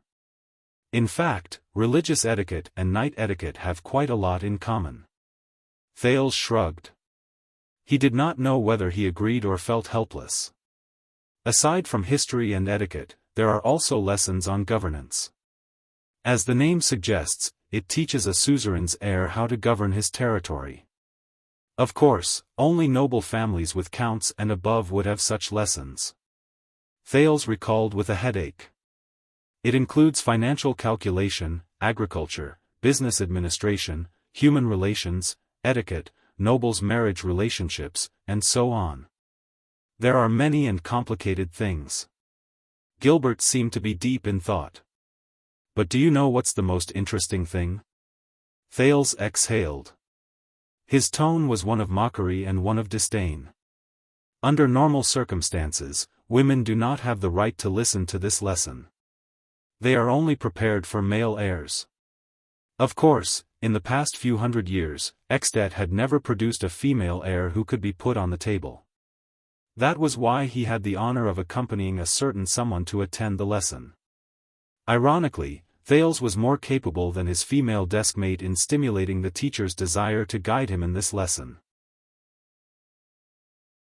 But in fact, the contents of the Northland governance lesson, whether it be the measurement of income and expenditure, the management of household affairs, the analysis of human relations, the arrangement of banquets, or the arrangement of marriages according to etiquette, especially the parts related to numbers and marriage alliances, are all managed by the mistress after marriage. This is especially so for some nobles who only know how to drink and hunt, but are not very good at arithmetic. Thales tilted his head and thought for a while. He thought of Nicholas. In fact, there are quite a lot of men like this in Northland. So, among the many lessons that the Archduchess and I have to attend, the inexplicable governance lesson is actually the one that the nobles in Dragon Cloud City will not dispute the most. Because she is a girl, after all. She will have to learn these things after she gets married, but I am a man. It is useless for me to learn these things. The prince said in disdain. Gilbert smiled at him. During the chaotic era of multiple kings, wives and daughters were only the ties that connected families to families, and cities to cities. They had no status to speak of. Only since the fall of the empire did intelligent women have their own stage. A good girl can become a good wife to her future husband, sharing the responsibilities of the man's shoulders, instead of being a beauty in a portrait. From this, it can be seen that the advancement of the status of the noble ladies depends on the maturity of the external conditions and environment. Only when the chaos of war is gone, the granaries are full, production is restored, the rule is stable, the warhorses are useless, the weapons are ownerless, the physical work is reduced, and there are more mental tasks, will the disadvantages of women's bodies be reduced, and their intellect can be put to use. Gilbert added another sentence with a seemingly profound meaning. If the world has not reached that day, then it will be futile for you to stand up for your schoolmates in Dragon Cloud City. However, Thales' interest was piqued. So, if the external conditions are never ripe, such as production is not developed, the economy is backward, the political situation is unstable, and wars are frequent, if the world will never reach that day, such as people still relying on their physical strength and strength to work, then should women be subservient and continue living like this forever? Gilbert raised the spectacles in his hands. It is a pity, but this is an obvious and objective fact. We are powerless to do anything about it. Thales stared at him and suddenly smiled. Reality and ought to be. Gilbert was taken aback. What?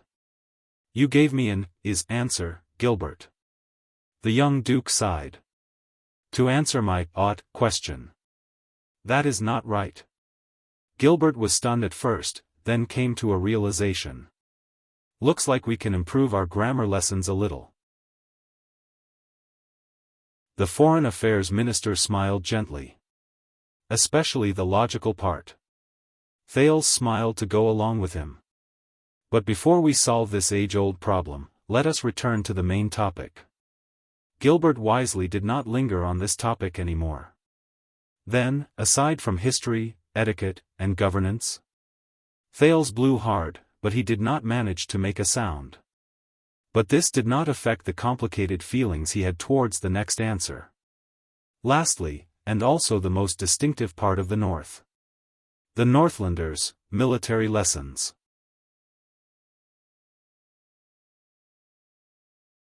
Chapter 521.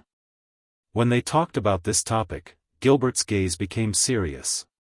You can't imagine how the Northlanders, especially the nobles who are above the rank of count, understand military lessons, and how they arrange them. When he said this, Thales's expression became solemn as well. Military lessons are divided into two parts: outdoors and indoors.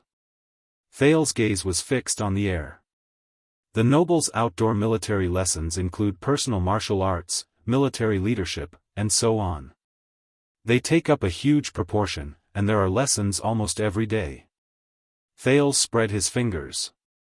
Getting beaten up, riding, charging, archery, hunting, patrolling the military camp, military drills. Of course, the Prince of Constellation usually does not have a part in the last few parts. Gilbert narrowed his eyes. Getting beaten up? Thales sighed and chased away the dead face in his mind. Don't mind these details. The Duke snapped out of his daze. As for the nobles' indoor military lessons, I was also shocked when I first saw them. Thales looked at the Foreign Affairs Minister and said sternly, "It's grammar, arithmetic, geometry, astronomy." Gilbert's pen stopped moving. "Yes, you heard it right." Thales frowned.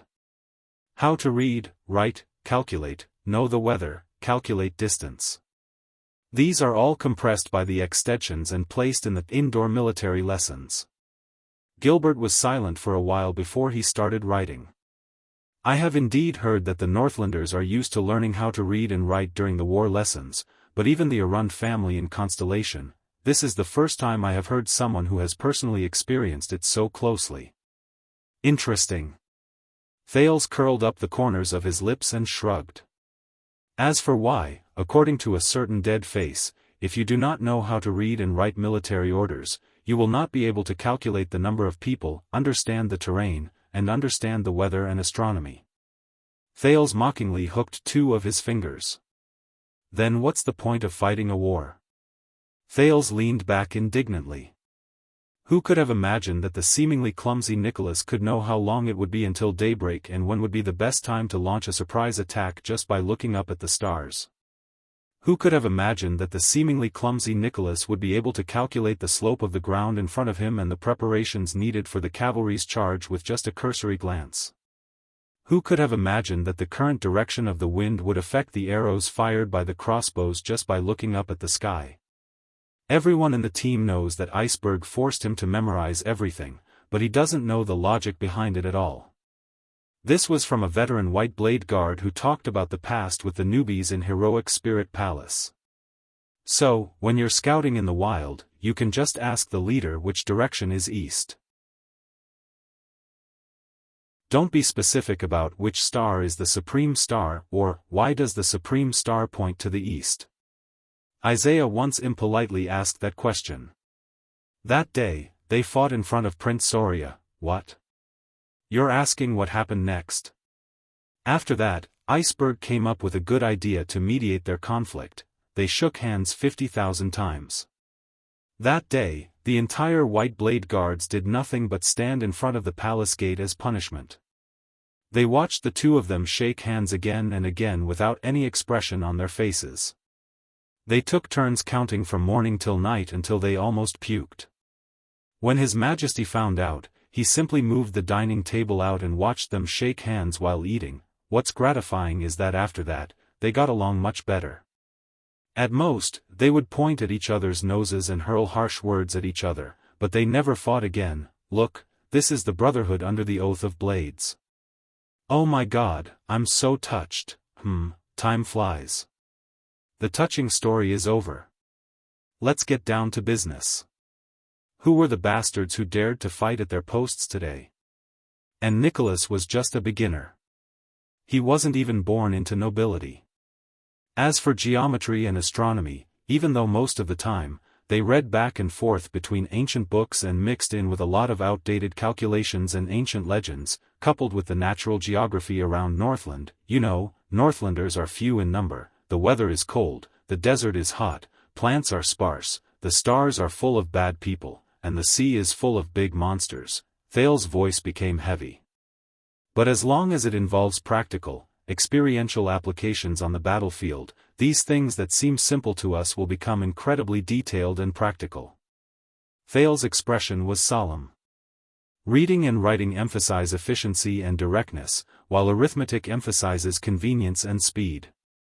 As for geometry and astronomy, for example, the calculation of the distance of a charge, the measurement of the slope and firing range, the statistics of the team, the estimation of the battle-loss ratio, the direction of the stars, the prediction of the weather, the observation of the terrain.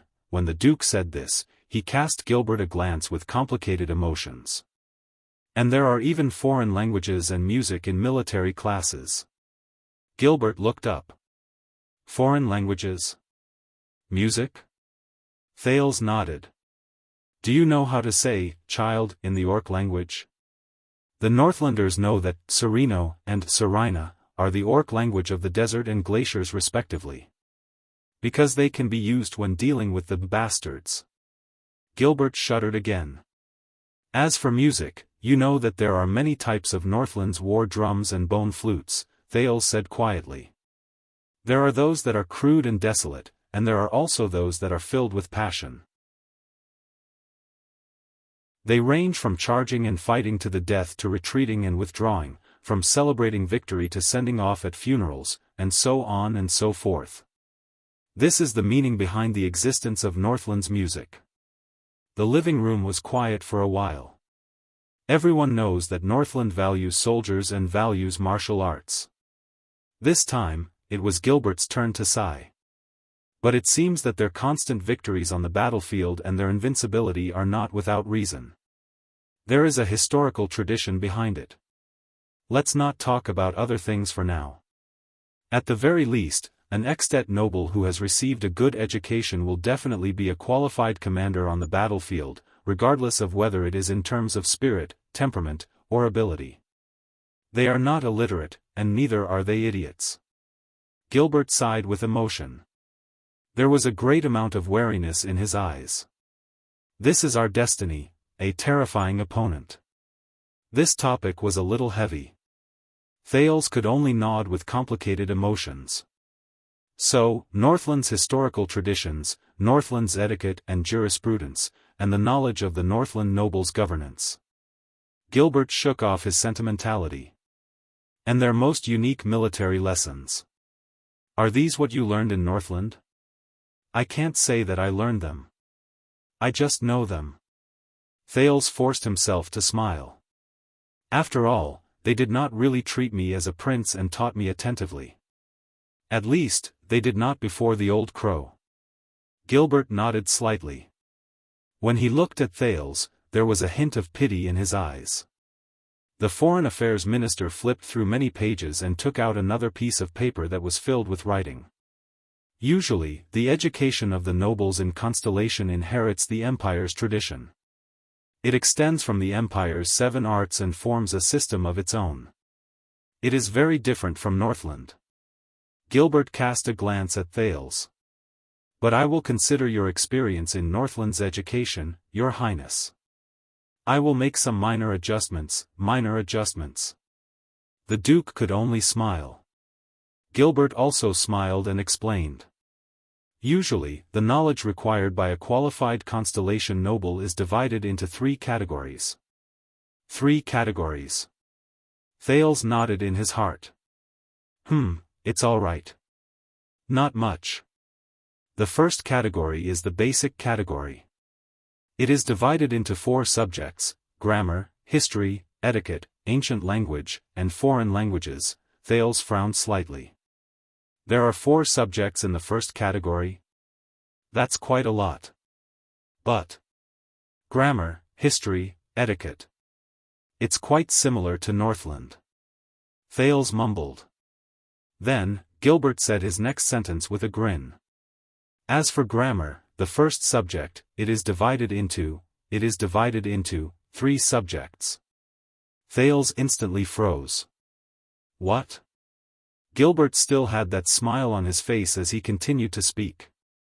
Grammar, logic, and rhetoric. Thales quickly stopped him. Wait, it sounds a little familiar. The prince did not comment on the total number of subjects, 3 times 4 times 3. Instead, he recalled another memory. Although it was only for a few months, Thales scratched his chin and pondered. But based on the situation in Northland, the old crow rearranged our curriculum. I mean, he rearranged my curriculum. Gilbert gestured for him to continue. Grammar is the subject that Northlanders look down on the most, Thales said tentatively. But the old crow did the exact opposite. He deliberately removed it from the indoors military lessons and emphasized that we need to learn 3 things in grammar. Gilbert smiled. Let me guess, he was referring to grammar, logic, and rhetoric. Thales nodded. Yes, but it's not that detailed. Northlanders don't like it. Usually, the old crow will give us a poem or a short essay. He will ask us to study its grammar, explain the author's thoughts clearly, and summarize its logical structure. Then, he will ask us to rewrite it rhetorically. Gilbert seemed to have remembered something. He nodded with a nostalgic expression. Dragon Kiss Academy has a long history, and dragon-kissed land is rarely affected by the flames of war. Over the centuries, it has been a place where the Western Peninsula's people gather. Their culture is deeply influenced by the Empire, and they retain a lot of the Empire's civilization. To a certain extent, they are even more so than us. He nodded in approval and gratification. Thank you, Mr. Hicks. He saved us a lot of trouble. But this time, it was Thales' turn to frown. So, the so-called tradition of the Empire has to be learned in such detail in a grammar class in Constellation? There are 3 main categories. The first category has 4 subjects, and the first subject has 3 subjects, so, 3 times 4, and then 3 times, no way. He thought of something, and his expression darkened. Gilbert laughed. You may not have noticed, Your Highness, but 6 years ago, what I taught you here was the component parts of the grammar class, the grammar understanding of the ancient language of the Empire and ancient poetry, and the logic and rhetoric of sonnets. Thales came to a sudden realization. But since you said so, I will make changes according to my discretion during grammar class. Mr. Hicks handled it very appropriately. Gilbert lifted his glasses again, lowered his head, and marked the first row of the schedule on the paper. Then, let us set aside 6 mornings every week for grammar class. Thales' expression changed. Wait a minute. 6 days? The prince's expression turned bitter.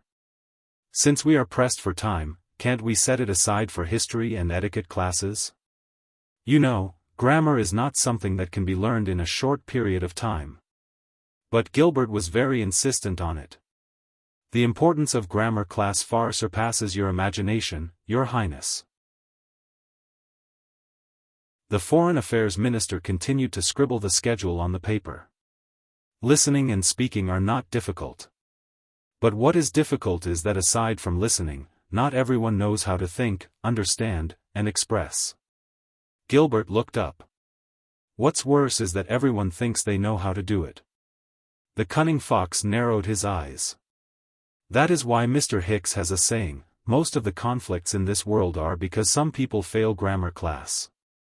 This is why aside from listening and speaking, we also need to read and write. This is not as simple as learning how to read. Thales was speechless. All right.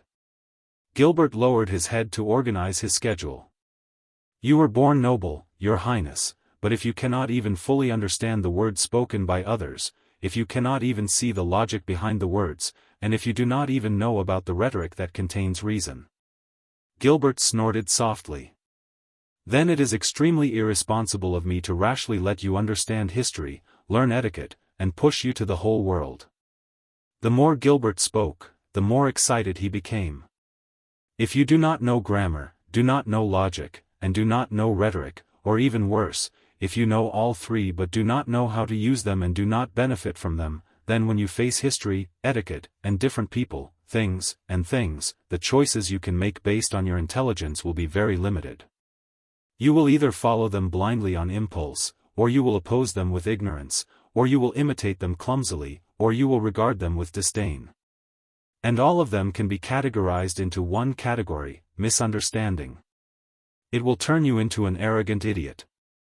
Thales raised an eyebrow. I'm just asking a question, why do I feel like I'm being taught a lesson? And, Thales could not help but think. At this moment, Gilbert is really like the old crow himself. Gilbert continued to speak.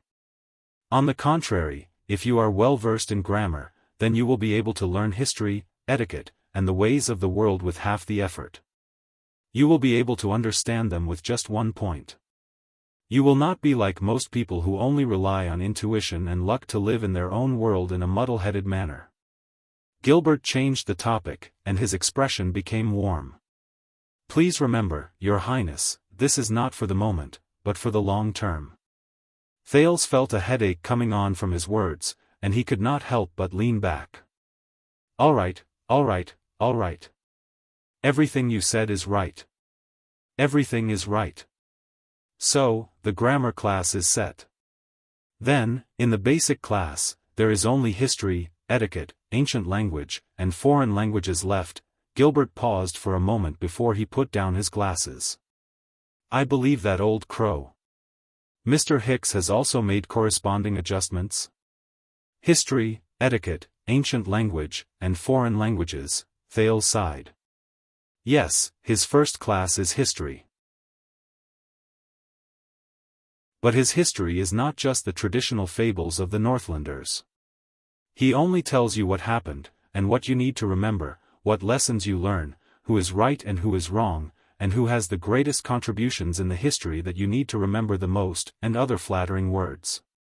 As Thales spoke, he was gradually reminded of the past. On the contrary, every part of history that the old crow explains will lead to a theme. Then, he will stop there and come back to force you to think. The more he spoke, the more engrossed he became. The formation of laws, the foundation of beliefs, the boundaries of governance, the meaning of victory and defeat. All these things that you cannot see or think of when you only read narratives, only read heroic hymns, and only read predetermined conclusions. Perhaps it was out of respect for his teacher, or perhaps it was because he had spoken too much just now, but this time, Gilbert did not say anything else. Very well, then we will have 3 history lessons a week for 3 nights. We only need to adjust the main points of history. Why don't we start from the 208 emperors of the empire and the 39 kings of constellation? Gilbert happily ticked off 3 boxes on the schedule. Wait. How many? Thales' face instantly darkened. Indeed, he had read about the deeds of many emperors of the empire, but 208? As he looked at Gilbert's smiling expression, Thales exhaled weakly. The etiquette class is taught by Gings. Count Leespan will also appear when he is free. It is said that he often invites some highly respected old nobles and noblewomen. Thales said listlessly, originally, I often skipped these classes and went out to read and study by myself. At the same time, I would avoid being noticed and test heroic spirit palaces' loopholes. I would fight against the Star Killer with my wits and courage.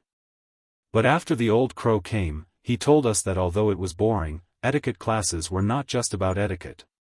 At least, it was not just about teaching you how to greet others, nod, and bow. Thales' spirits were lifted. This includes ethics, morals, rules of nobility, and religious traditions. It is the true Northland way. From this point of view, even the etiquette classes of Northlanders are not boring anymore, because it reflects the things that Northlanders value. They tell you that as a Northland suzerain, when you want to kill, when you can be pardoned, when you have to fight, and when you need peace. So, in his eyes, etiquette is not just about etiquette, it is something that has been established and is self-evident. It is the old and new laws of Ekstedt, the rules of the nobles, the responsibilities and obligations of the suzerains, and the rights and freedom of the vassals. For example, Thales' eyes focused. Raikaru's joint ruling pledge.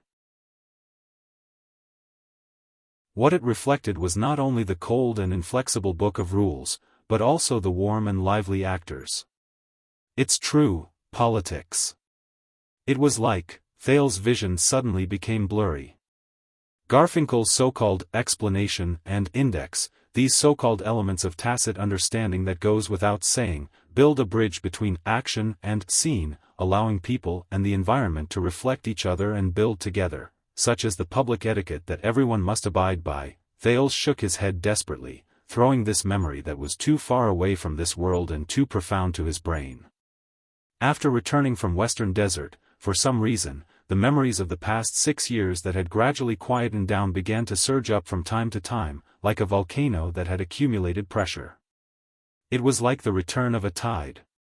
Thales pressed against his forehead. While dispelling the dizziness from earlier, he was also puzzled. It's like this after returning to Constellation. This is it a coincidence? Frowny face bookmark for easier reading.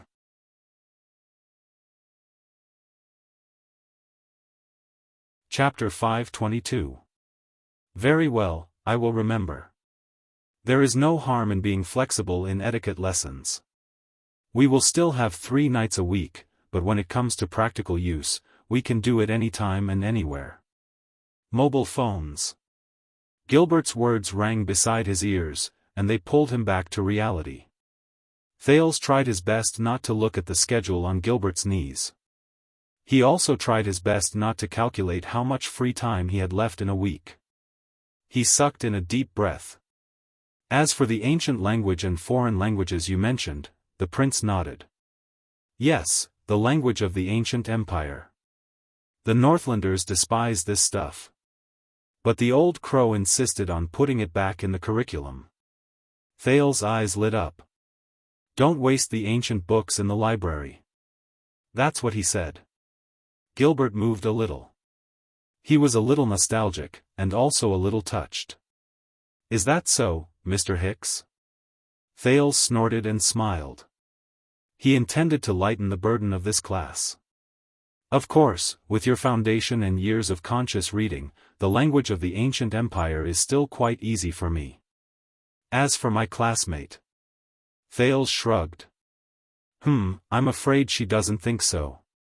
When he recalled how Saroma was staring blankly at a book titled Poems of Political Satire from the Era of Kings and City-States, written in the ancient language of the ancient empire, biting her nails and looking around.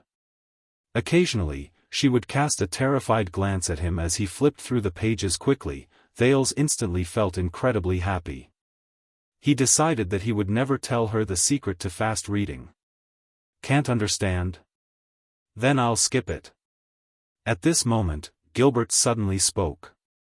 So, Mr. Hicks, are you teaching the language of the ancient empire or the modern language of the empire? Thales was stunned and hesitated. Let me think. However, Gilbert nodded without hesitation and began to write in rustling sounds again. I understand. You will need additional guidance for both languages of the empire. 2 languages. Thales suddenly felt a sense of sorrow, as if he had shot himself in the foot. The Foreign Affairs Minister looked up. And foreign languages? The prince looked at the increasingly fewer empty spaces on the schedule. He said with a bitter expression, does the Orc language count? Gilbert raised his eyebrows. With a look of understanding, he lowered his head and wrote, filling up the few remaining empty spaces. So, you still need guidance for 3 languages, Ancient Cia, Ancient Reen, and the common language of the elves. Huh? Thales lifted his head in fear. I was just joking, Your Highness. Gilbert raised his head and laughed loudly. Except for the elves themselves and linguists, no one can speak the first 2 languages. Don't worry, you only need to learn the common elven language. As he watched her cross out a few more boxes, Thales wisely swallowed the question, so, does Ida know how to speak? Very good. Then, grammar, history, etiquette, and language will be done with the basic classes in your curriculum, Gilbert said in satisfaction. Next is the second category. What? There's more? Thales felt another wave of heartache. The first category was enough to make him suffer. However, Gilbert's next sentence attracted his attention. Philosophy. At that moment, Thales was stunned again. A few seconds later, Thales could no longer care about the pressure from his studies. Je what? Gilbert raised his head seriously and enunciated each word clearly. Philosophy is an ancient name.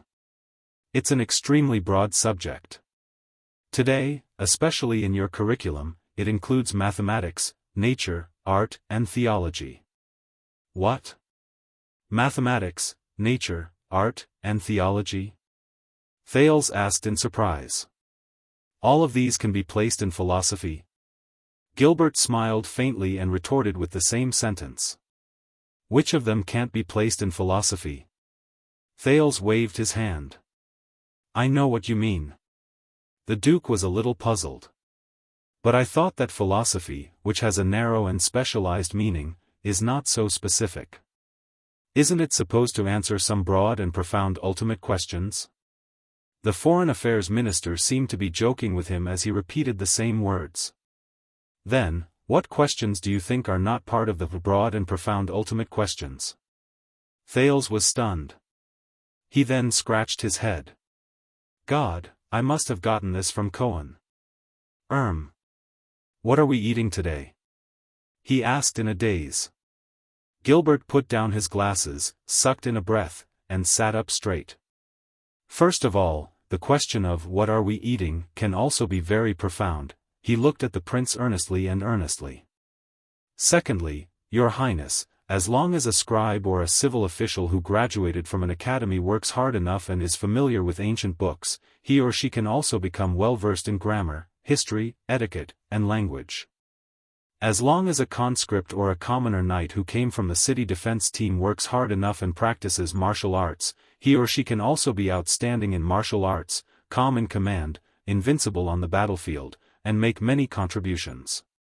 All of them have the chance to be conferred the title of nobility one day. Gilbert's gaze sharpened. But how do you differentiate between the fact that you are a true noble with a long history and extraordinary significance, and the fact that they are not? Thales gave him an awkward smile in return. I don't really know. After all, it's my first time as well, being a noble, after all. Fortunately, he tried his best to suppress the words that he had been ridiculed countless times, glittering golden blood, into his throat. Gilbert smiled mysteriously. If you are not used to it, Your Highness, then just treat it as a nice name, philosophy. Gilbert looked outside the window, and there was a yearning look in his eyes. You must know that long before the age of the Empire, philosophy encompassed everything. It was once known as the study of all laws, and it was a compulsory course for the nobles. At that time, the knights controlled their armies on horseback and talked about philosophy when they dismounted. As a noble, it did not matter whether they learned philosophy or not. Study of all laws? Compared to the seat of all laws that Asda mentioned, Thales paid attention to it quietly. But the content it contains, mathematics, nature, art, and theology, seems to be a little. The prince struggled to find an adjective, but he failed in the end. Gilbert only looked at him from afar with a smile on his lips. He did not answer. Thales, who could not find the right words, could only exhale. You know, you remind me of the old crow again. The Duke of Star Lake recalled the past. Arithmetic, geometry, astronomy, and geography. Even though the education of the nobles in Northland included them in military lessons without thinking, the old crow separated them and explained each of the 4 subjects separately. And the old crow did not just talk about simple arithmetic, but, Gilbert suddenly took over the conversation. Algebra? Thales' eyes lit up. Did he teach you that too? Gilbert chuckled. This is a compulsory course in Dragon Kiss Academy. It can be considered as an old tradition from a long time ago. Teacher Hicks brought some of it to his home class. The Foreign Affairs Minister said airily, at the very least, all the students in Dragon Kiss Academy must learn how to solve general algebra, such as the principles and formulas of a quartic equation. What? Quartic equation? And it's a compulsory course? Thales laughed dryly. Why? Why not just learn the quintic equation, the sixfold equation, and the sevenfold equation. What he did not expect was that Gilbert began to recall in an exceptionally serious manner. Mr. Hicks said that no one has found a way to solve the quintic equation. It is said that there were some methods during the age of the Empire. Some people found them, but they were lost after the Battle of Eradication. It is said that some scholars who have devoted their entire lives to research even more deeply. Their algebra is no longer limited to referring to simple numbers, but to some objects beyond reality and beyond imagination. They can even find ways to accurately refer to direction and space, as well as motion and change. For this reason, their arithmetic paper can be spread out on several floors. Gilbert, you can stop here. Thales started to feel a headache coming on. He made a gesture to stop Gilbert. You know, in the Northlanders' indoor military classes, I personally prefer astronomy and geography, even though my classmates prefer it the other way around. Sorry, my interest in mathematics can't compare to a little girl in Northland. Thales thought in a half-mocking and half-resigned manner. You really bring shame to the traditions of the Empire. Gilbert lowered his head and continued to fill in the blanks. Apart from mathematics, geography broadens one's knowledge and broadens one's horizons. Art includes music, painting, sculpture, dance, poetry, and drama. It cultivates one's body and mind, and cultivates one's temperament. As for theology, it is more abstruse. You will come to know about it. The weekly schedule required for them to be added together. Let me see. Thales became more and more tired as he listened. Gilbert furrowed his eyebrows and picked up the draft of the schedule. Oh, it seems like the schedule can't fit all of them. It's all right. I will go back and arrange the proportion of basic courses and philosophy courses so that they can be mixed together. Thales closed his eyes, resigned to his bad luck. But he remembered something. He immediately opened his eyes and asked, "Wait a minute, Gilbert. Didn't you just say that there are 3 main categories?" Gilbert looked at him and revealed an expression that said that Thales was worth teaching. Yes, the third main category is practical. I will have to report this to His Majesty to make a decision. What else? Thales asked, not without sorrow. Practical? Gilbert cleared his throat and continued to write notes on the piece of paper that predicted Thales' future fate. Let me give you an example. Practical governing. This is especially needed by the big families with the title of Count and above.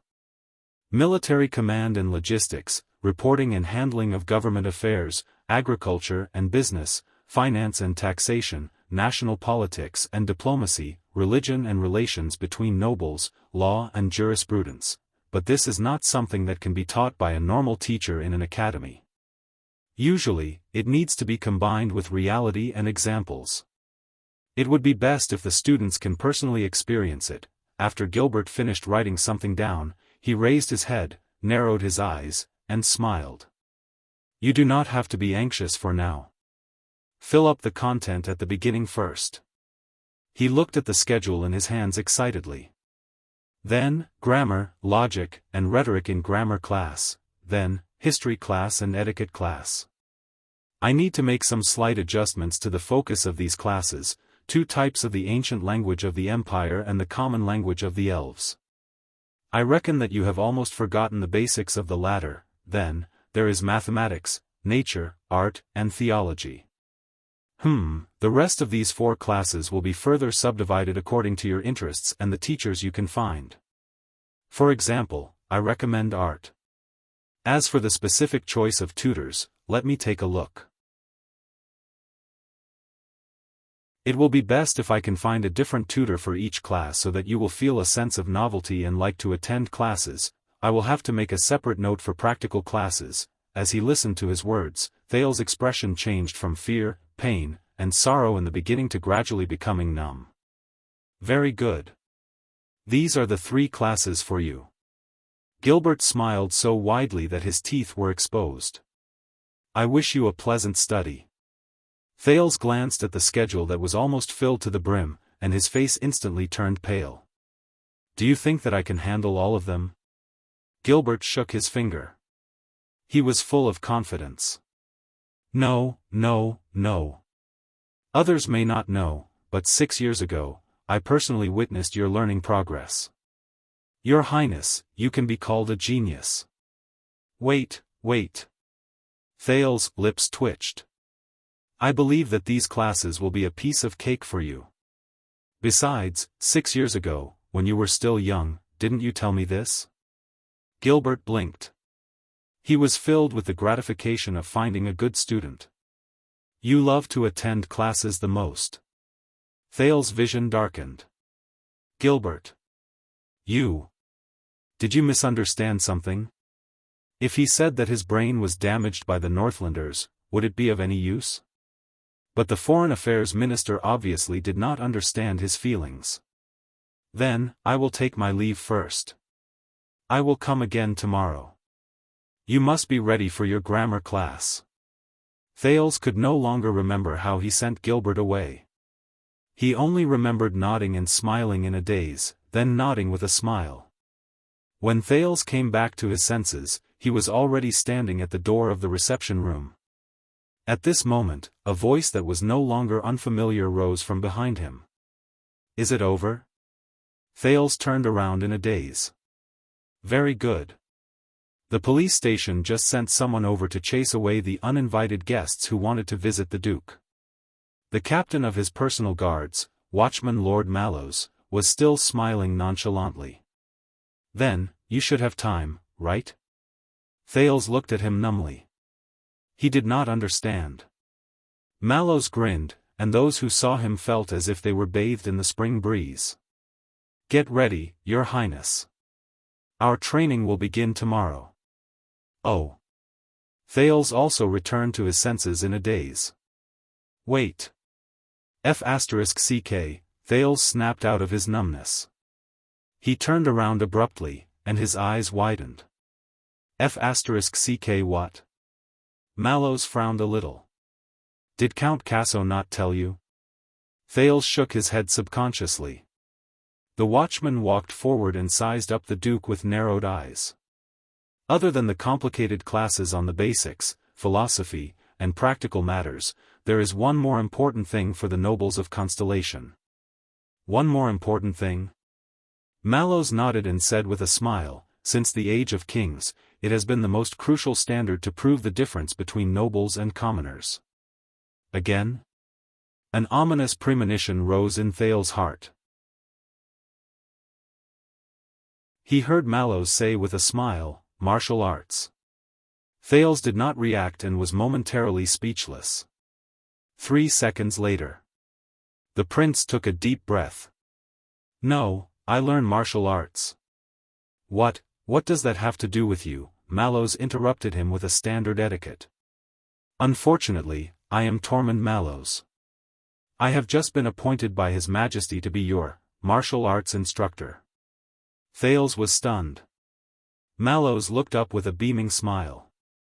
So, for 7 days a week, I need you to devote 7 mornings and 7 afternoons. Starting tomorrow, please move to the training field in the backyard punctually at 6 in the morning and 5 in the afternoon. Follow me and train well. He said the last few words with great delight. Thales stared at him blankly, unable to say a word. Mallows patted his shoulder and flashed a friendly smile. Don't be hasty, Your Highness. We still have a long way to go. Thales sucked in a breath and walked forward numbly, completely ignoring the amused gazes behind him. But Mallows stopped him. Your Highness. You may train moderately, but swords are blind. His smile was gentle and magnanimous, but in Thales's eyes, it looked extremely evil. If you bump into anything, please bear with me. Mallows bowed appropriately, smiled, and turned to leave. The prince was left alone in the morning light. At this moment, Thales felt complicated. His mind was gloomy. After a long while, he walked out of the guest hall with a haggard face. He was ready to enjoy his life as a parasite for the last time. The prince suddenly understood. So, when I was in Northland, it was just this world's 9 years of compulsory education. Thales exhaled in pain. Now, I'm finally 14 years old, Thales thought in despair. High school. Watching the Duke walk past with a numb expression, Doyle shook his head in the distance. Unfortunately, this child came when Mallows was being threatened by a fat noble and was in a bad mood. But, Doyle sized up Thales' despondent look. Oh, our second prince, the Duke of Star Lake, can't take it anymore? His eyes darted around and he scratched his chin. After all, the female officials in the palace, they're still waiting to give him a lesson on gender. Royal bloodline, royal bloodline.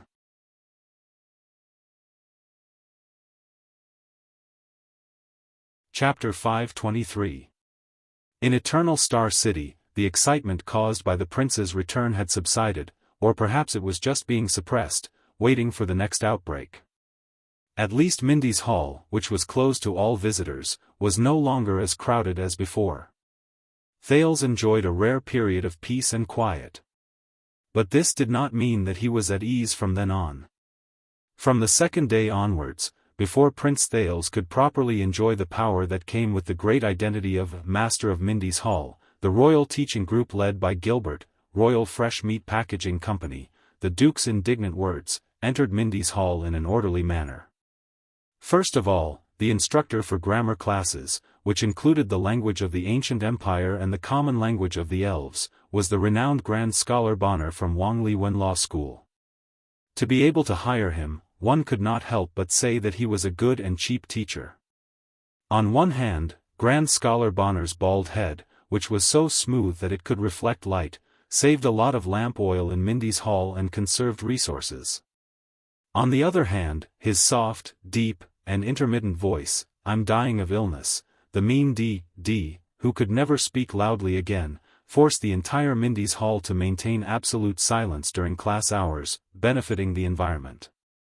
Third, his profound knowledge and wide range of fields almost compressed the prince's 5 subjects, grammar, logic, rhetoric, the language of the ancient empire, and the language of the elves, into one, allowing Thales to understand the answers to the following questions. How much would the language, which even has a completely different word order from the common language such as the troublesome language of the ancient empire and the damned common language of the elves, bring about changes to grammar?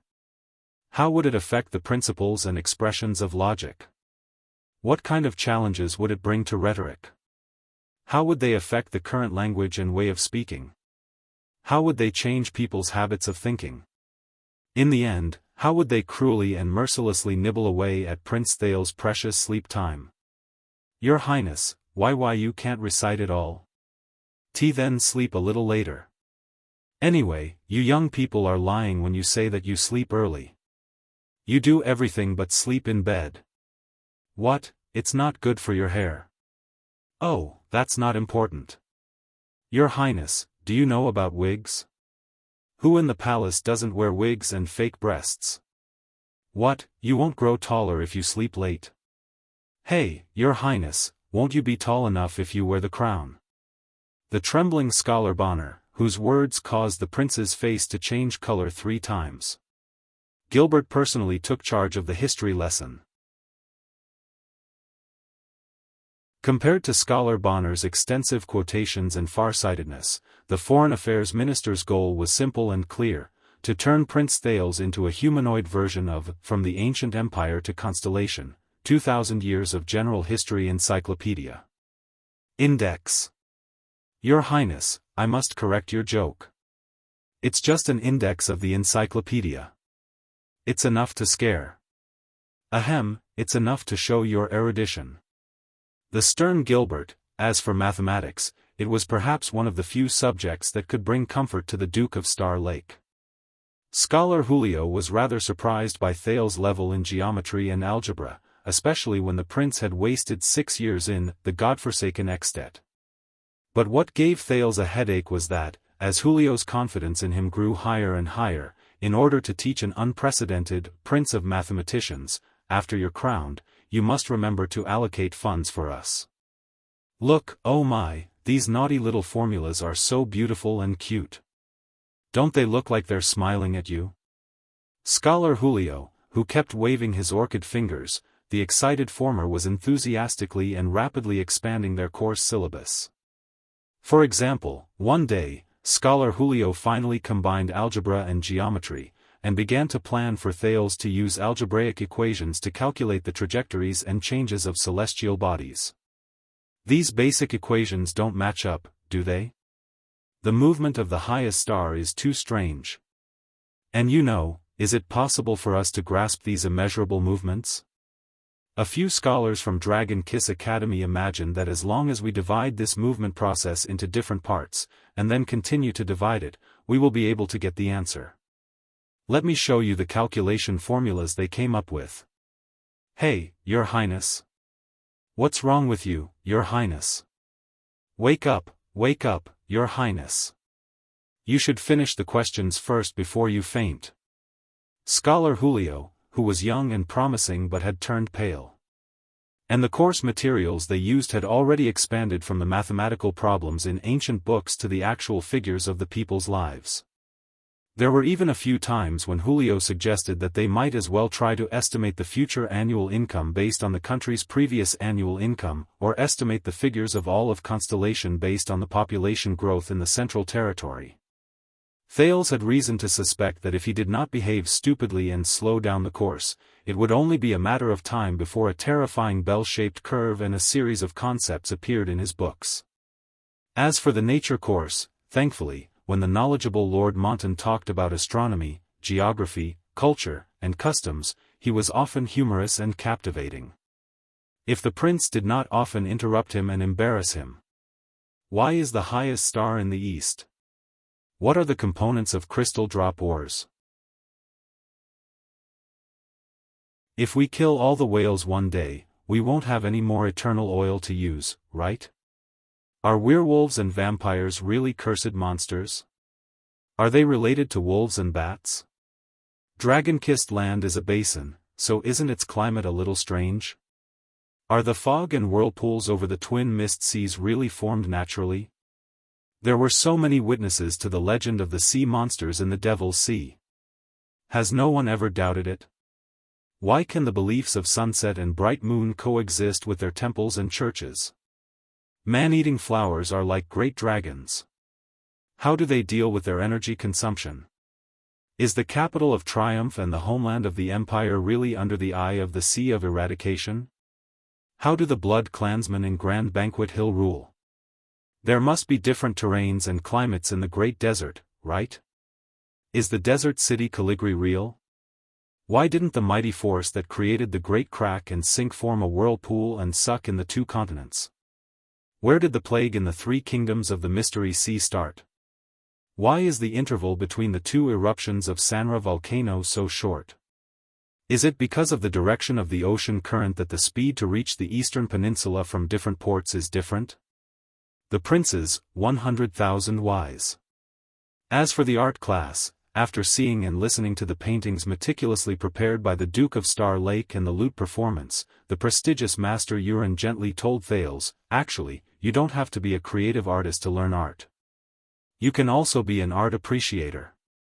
I think, the Duke is very suitable to be an art appreciator who will leave his name in history, very, very suitable. In short, this week of the Prince's refresher course made Thales miss his former life in Heroic Spirit Palace even more, except for the dead face. Why didn't I kidnap little rascal and bring him to class in the first place? Thales, who felt like his body was being hollowed out every day, silently wept as he thought. It would have been better for him to go back to the desert.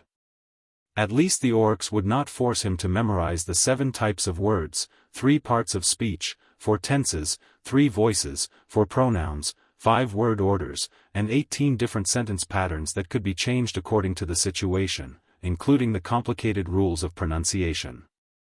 In comparison, the language of the modern empire of that nuisance of a general in the black track was too simple. Or the 22 variations of the common pronunciation and intonation of the Elven language. God, that was practically a vocal music class. In Mindy's hall, the pressure Thales felt was so great that he even forgot about the banquet 2 months later, not to mention the power whirlpool in Renaissance Palace. Even some of the special classes that were supposed to be slightly easier were the same. Like now. Do you feel it, Prince Thales?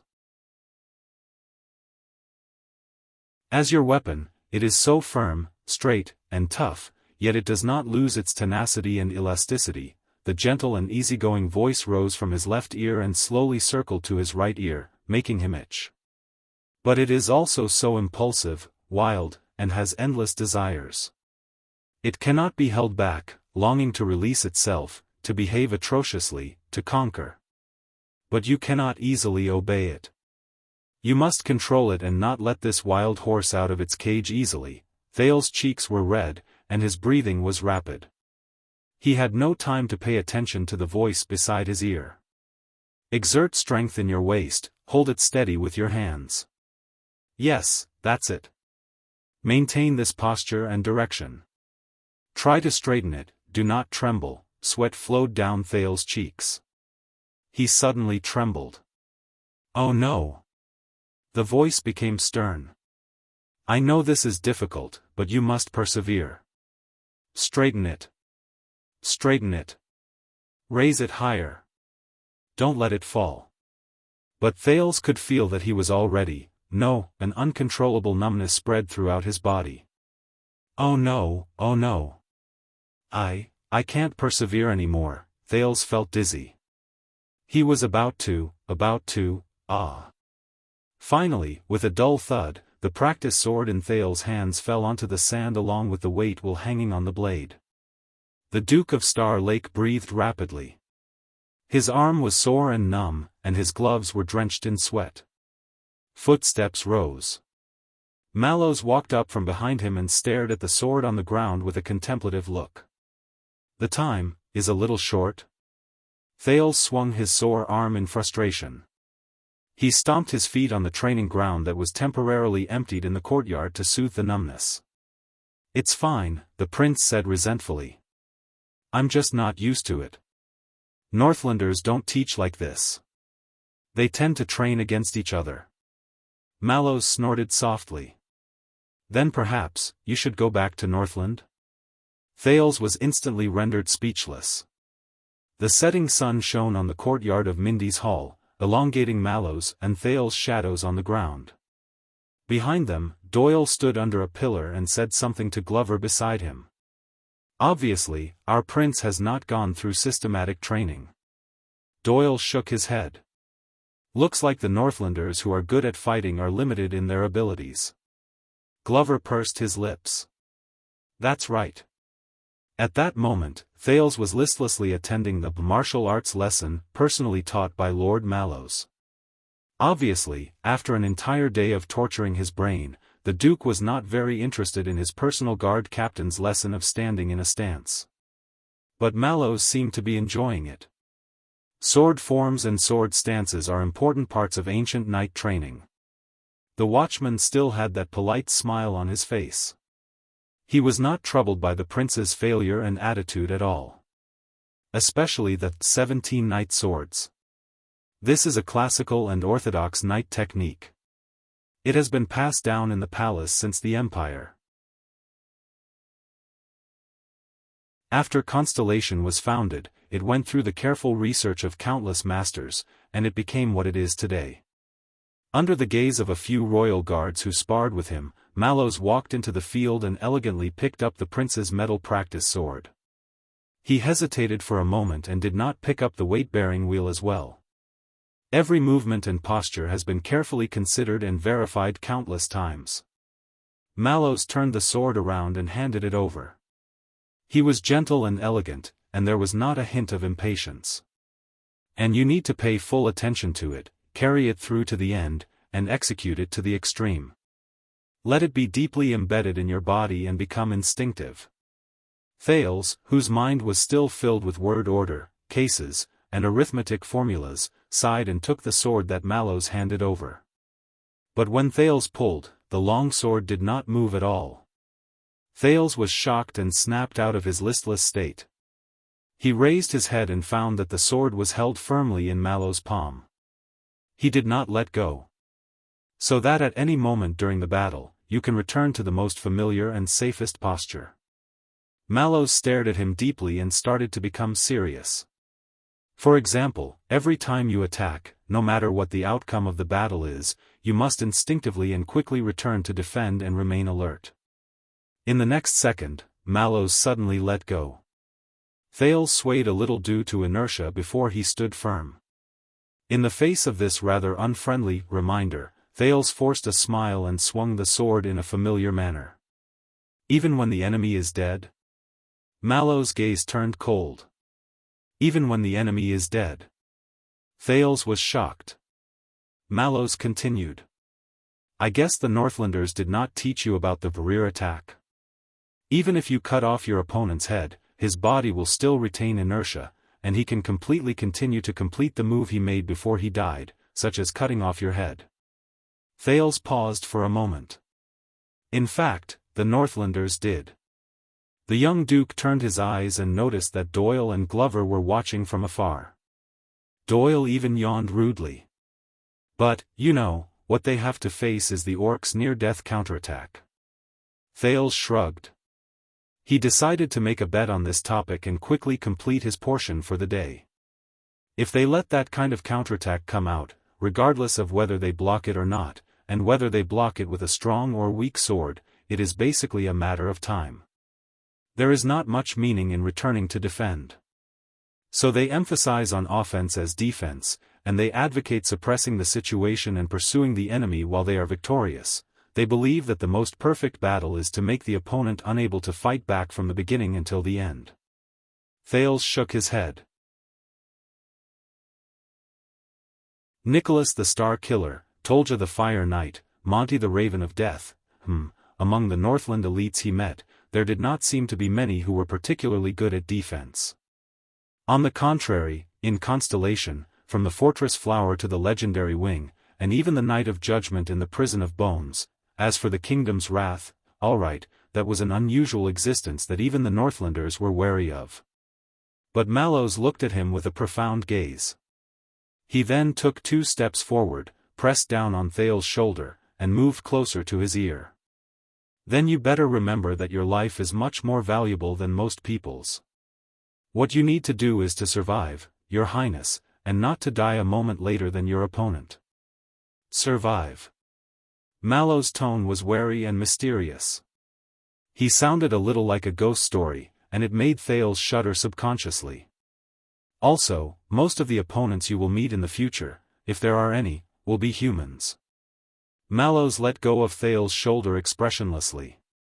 When you face their attack from behind, it is very important to be able to return to defense in time and intelligently. Mallows' smile had long since disappeared. After all, what you learned is sword fighting, not suicide fighting. Thales frowned. He could sense Mallows' displeasure. It seems that my carelessness just now has offended him. Mallows walked out of the arena and said coldly, "Return to the posture you were in when you received the sword and put on the weights. Try to persevere for another half an hour and let your body get used to it." Half an hour? Thales' face instantly turned sour. He had only experienced 12 hours of training since 6 in the morning. Does he still want to eat dinner? Mallows did not even turn his head around. I know that this process is very boring, empty, and tiring. There is no opponent, and there is no goal. Only you. The watchman's words contained a hint of coldness. There is only loneliness, desolation, forbearance, perseverance, and no helpers or enemies. Thales exhaled. In truth, your greatest enemy is living in your own will. Mallows turned around abruptly. His tone was incredibly firm. Kill it. Take back your will. Thales could not help but raise his eyebrows again. Really? Why did the lines in this training session sound so much like an inspirational story? But even though he criticized in his heart, Thales could only do as he was told. He pulled out the standard knight's posture for receiving the sword and tried his best to make his body meet the requirements. It's just that my mind is a little adrift. Thales thought in resignation.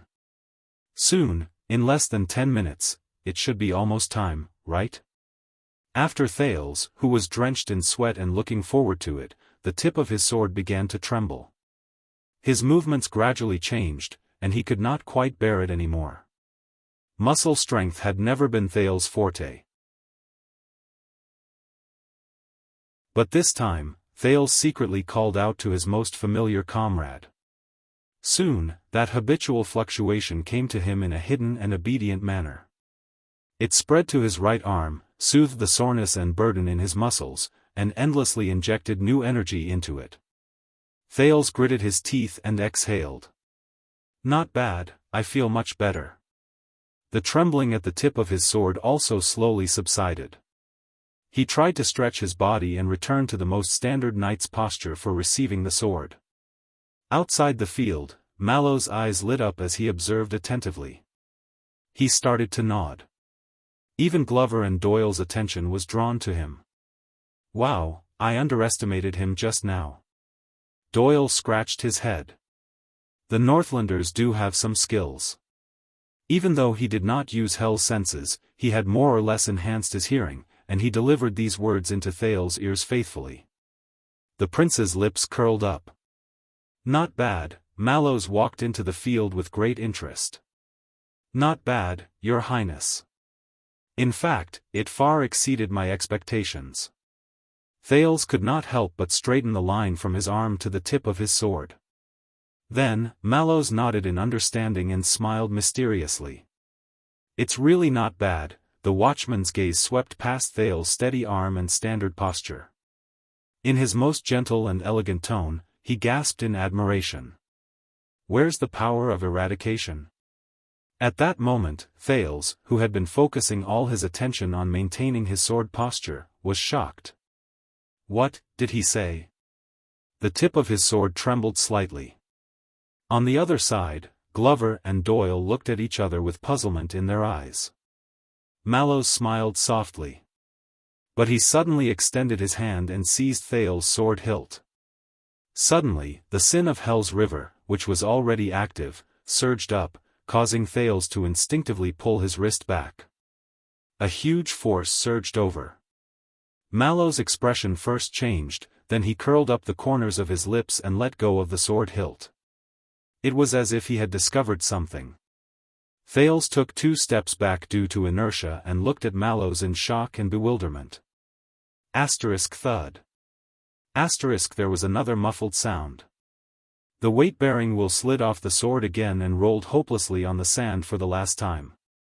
The captain of Thales' personal guards exercised his hands calmly and nodded slowly, as if he was still reminiscing about the contest of strength with the prince just now. But his expression calmed down, as if he had understood the truth. Thales understood something and found it increasingly hard to believe. Since 6 years ago, since the first time the strange power known as the Sin of Hell's River awakened in his body, other than Black Sword, whose power came from the same source, no one had ever taken the initiative to discover his secret in the past 6 years. It did not matter whether it was his enemies in Northland and the desert, or his old friends in Constellation.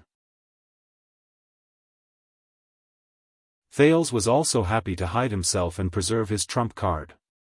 Whether it was against the Star Killer, the Raven of Death, or against Shadow Shield, this trump card that he revealed at the very last moment had a pretty good effect. But, Thales stared at Mallows in a daze. Today, the Sin of Hell's River, finally, he was discovered.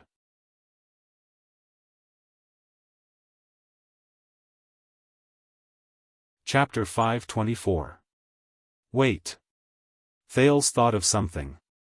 6 years later, one of his old friends in Constellation did discover his power of eradication.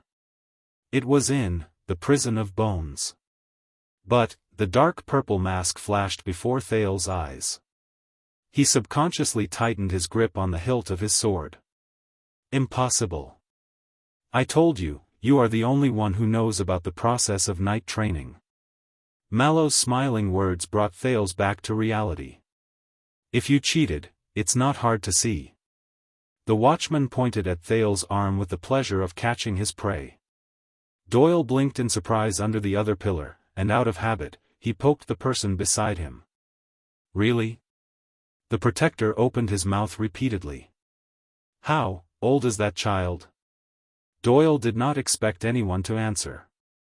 But unexpectedly, this time, Glover's deep voice could be heard, "Don't worry about it." According to the records, 14 years old, the Vanguard, nicknamed Zombie, narrowed his eyes. 128 days. Doyle was shocked. Damn, he's almost catching up to the youngest awakening record. Wait. But Doyle immediately noticed something. He looked at Glover strangely. How do you remember it so clearly? Glover ignored him. He just tightened his grip on his arm. His eyes were fixed on the field. While Thales tried hard to adjust his breathing and thought about what was going on at this moment, the consequences, and how he should deal with it, Mallows spoke again. The briefing about you did not mention this, so, Mallows rubbed his hands and said in a nonchalant tone, when did you awaken your power of eradication? Thales was shocked again. The sin of Hell's River, it seemed unimportant, but in fact, this power accompanied him through the birch tree forest, overcame the ugly-faced woman's conspiracy, survived the disaster in Dragon Cloud City, helped him escape into the desert, and brought him safely back to Constellation. It's related to the secrets, the things I experienced, be it what Black Sword told me or what Ricky said, it's a little, too much. No.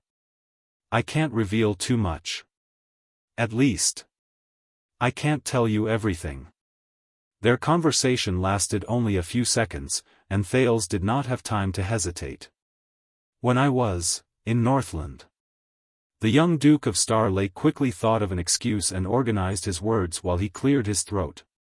Heroic Spirit Palace is full of danger. I have to hide myself and keep my trump card. The more he spoke, the more fluent he became. A timely look of worry and vigilance appeared on his face. As for you, Lord Mallows, where did you get your brief? Mallows did not answer immediately but stared at him for a while. The man's gaze made Thales extremely uncomfortable. A few seconds later, Mallows put on a strange smile, but he changed the subject to another question. What power of eradication do you have, Your Highness? It was an equally fatal problem. Thales furrowed his eyebrows at just the right time. He pretended to think about it and then put on a resigned expression. I don't know either. Mallows was silent for a while before he continued to ask. What characteristics does it have? How has it changed you? The sin of Hell's River. What characteristics? What changes? Hell's senses. Thales remembered the night vision in the tunnel and the dungeon. Rapid healing? He remembered the agony of recovery on the battlefield. Damn 4D effects. Thales tried hard to push his experience in the black track out of his head. Or perhaps, the urge to fight like a beast. When he thought of this, Thales shook his head. He looked innocent and lost. This time, it was Mallows' turn to frown, who had been staring at his expression. So it just popped out without warning? And you don't have a clue? Thales nodded pitifully and smiled awkwardly. Something like that. Mallows looked at him, his expression becoming more and more solemn. Both of them were silent for a while. The watchman seemed to need some time to think. If I remember correctly, you only learned the Northland military sword style for building your foundation? Mallows spoke again, and his tone became cautious. Yes. Thales flashed an ugly smile. Was this also in the brief? Mallows' gaze shifted. He did not answer him, but only stared at his nominal master with a burning gaze. So what ability did you obtain? Thales subconsciously repeated, what ability? Mallows narrowed his eyes. He looked at Thales as if he was looking at a rookie. He gritted his teeth and said, I mean, when you awakened your power of eradication, did you obtain extraordinary observation skills, a sense of balance, and a sense of rhythm? I remember this as Pegasus music. Thales shook his head. No. Then, was it the thawing of glaciers, greatly increased endurance and control over force? Or willpower and spirit? Thales continued to shake his head. Then, greater strength, speed, and offensive advantages? Mallows was a little unsure. Glory of the stars? Thales was still shaking his head, his gaze innocent. Mallows' expression became more and more solemn. Could it be an instantaneous burst of power that was activated in a single breath? Please don't be that. Fortunately, Thales shook his head for the fourth time. This made Mallows' brows furrow even more. Yes, not this, not that, Thales mumbled in his heart as he evaluated the effect of this lie. But the power of Eradication's version of Sharingan? Does this count? Finally, Mallows let out a long sigh and hugged his arms tightly. Alright, let's assume that you did not possess any of the above four. Then, did the extensions teach you some additional combat skills that affected the awakening of your power of eradication? Thales twitched the corner of his mouth. Extensions? I don't know. They've just been. Thales shrugged and smiled awkwardly. He tried his best to suppress the urge to beat me up in his throat, and at the same time, he uttered a few more decent words. Confrontation training? Mallows' expression became unpleasant again. He stared at Thales as if he was staring at a cunning fox that he could not catch no matter what. Finally, the watchman raised his head. Very impressive. Indeed, to be able to awaken your power of eradication at your age. Mallows spoke words of praise, but his tone did not sound like he was praising him at all. But in truth, awakening your power of eradication too early is not a good thing. Shortcuts often make people lazy and careless. The watchman smiled faintly. Especially, when you still know nothing about it. As he stared at the man's elegant and calm smile, Thales suddenly felt a little panicked. The prince tried his best to calm himself down. At least it saved me many times, especially during this journey back to the kingdom. This shouldn't be a bad thing. Once again, Mallows gave him a smile that made people uneasy. Rest for a while, Your Highness. Hydrate yourself and relax your muscles. The previous stage of training has come to an end. Thales relaxed and secretly exhaled. But Mallows turned around and called out to one of the guards who followed him. Toledo. Other than those who cannot leave their posts, call everyone over. Thales' ears twitched while he sat down to drink water. The soldier named Toledo frowned a little. Everyone? Mallows nodded and resumed his indifferent smile. Yes. Everyone from the Royal Guards or Star Lake Guards, ask them to come to the training field. His Grace will need all of their help. As Mallows said this, he slowly narrowed his eyes. Thales' hand, which was holding the water bottle, instantly froze. Toledo was obviously used to Mallows' orders. He only hesitated for a moment before he turned around and gave the order. You too, Glover, Doyle. Mallows looked into the distance with his sharp eyes. Just because you have a title does not mean that you can slack off. Glover and Doyle looked at each other at a loss. They could only walk closer. But the one who replied to the first Mallows was the prince himself. Help? Everyone in the Royal Guards? Thales looked at Mallows in puzzlement and looked around the training field. What? What are you doing? Mallows turned his head around and revealed a strange and evil smile that was not as indifferent and elegant as he used to be. As you wish, Your Highness. Your lessons have entered a new field. What we are going to do next is, Mallows grinned, but it made Thales feel a chill in his heart. Confrontation training. Right, confrontation. Thales was stunned for a few tenths of a second before he reacted. Why? Thales pointed at the sword on the ground and found it hard to understand. Wasn't it still? But this time, Mallows interrupted him. Do you still not understand?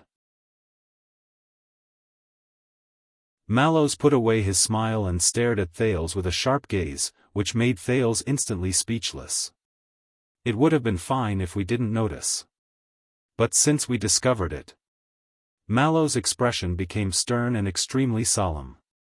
Then from now on, our only goal for today's training is to understand the power in your body. Mallows' expression turned cold. The truth.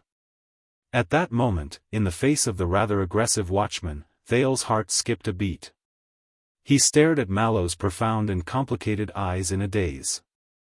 He was surprised and did not understand what was going on. What's going on? On the other side of the training field, Doyle walked over slowly and said to Glover in surprise, "Wait. Wait, it's already so soon. Isn't it a little too early? The people in the Royal Guards." He did not manage to finish his sentence. Because in the next moment, footsteps came from all around him. 1, 2, 3, under the setting sun, the Royal Guards who were in charge of protecting the Duke surged over from all directions in Mindy's hall. Most of their gazes shone with the murderous intent of a warrior, and they looked at the two people in the middle of the training field with puzzled gazes. Glover shook his head and did not answer Doyle. "Pay attention, Your Highness. The Royal Guards are carefully selected." In the training field, Mallows watched as his subordinates came in a line. Among them, there are veterans who fought their way up from the battlefield in the army, and there are also talented knights who were born nobles and have been educated since young. Mallows turned to Thales, and his eyes sparkled. "Do not underestimate them." Thales tried hard to control his expression and combed through his chaotic emotions. "Is he, doing what?" The watchman smiled faintly. "But as I said," Mallows sighed slowly and stared at Thales' right arm, which was trying to snatch the sword from him. "It's inevitable that there will be some conflicts." At the moment Mallows looked at him, Thales felt the sin of Hell's river in his body start to circulate restlessly. It was like a beast that was provoked. The prince took a deep breath and tried his best to suppress the abnormality in his body. "Is there a need for this? I am already very tired. You do not understand your power of eradication, Your Highness." Mallows moved his gaze away. He calmly returned his greeting to his subordinate while he answered casually. "And this is very dangerous, just like a knight who does not understand the sword in his hand or the warhorse beneath him." Mallows turned his head around slowly. "Understand yourself, Your Highness. Know yourself." His expression became serious. His gaze was so sharp that it seemed as if it wanted to pierce through Thales' armor. "Only after that will it be convenient for us to tailor the training you need. Trust me, Your Highness. This is for your own good." Mallows stared at Thales and said faintly, "And I thought. His Majesty is also concerned about your body, isn't he?" When he heard that form of address, Thales froze. Even the sin of Hell's river seemed to have stopped for a moment. Let's not let him worry when he reads Mindy's hall's briefing. Mallows' face was expressionless. "Isn't it better to understand your strength here and report the good news to him?" Under Mallows' scrutinizing and skeptical gaze, Thales was speechless for a long time. The Royal Guards were indistinct. They were already standing around him. They were quiet, solemn, and uniform. They were only waiting for their superior's orders. Thales lowered his head and took a deep breath. He suddenly thought of an absurd possibility. Maybe. Thales thought quietly. Maybe from the beginning, Mallows' goal in giving me martial arts lessons. Was it not for training? All right, Praka. Mallows turned around and called out to a subordinate in the queue, "Warm up and pick a practice sword that suits you." Under the Royal Guard's expressions, the watchman casually walked out of the field and showed his back to Thales. "Accompany the Duke, let's spar."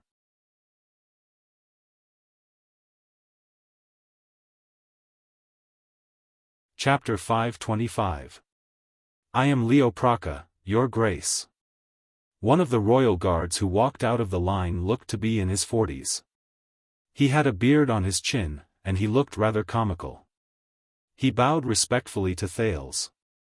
"In your guards, I am a lowly and ordinary logistics officer. It is my honor to serve you as your sparring partner."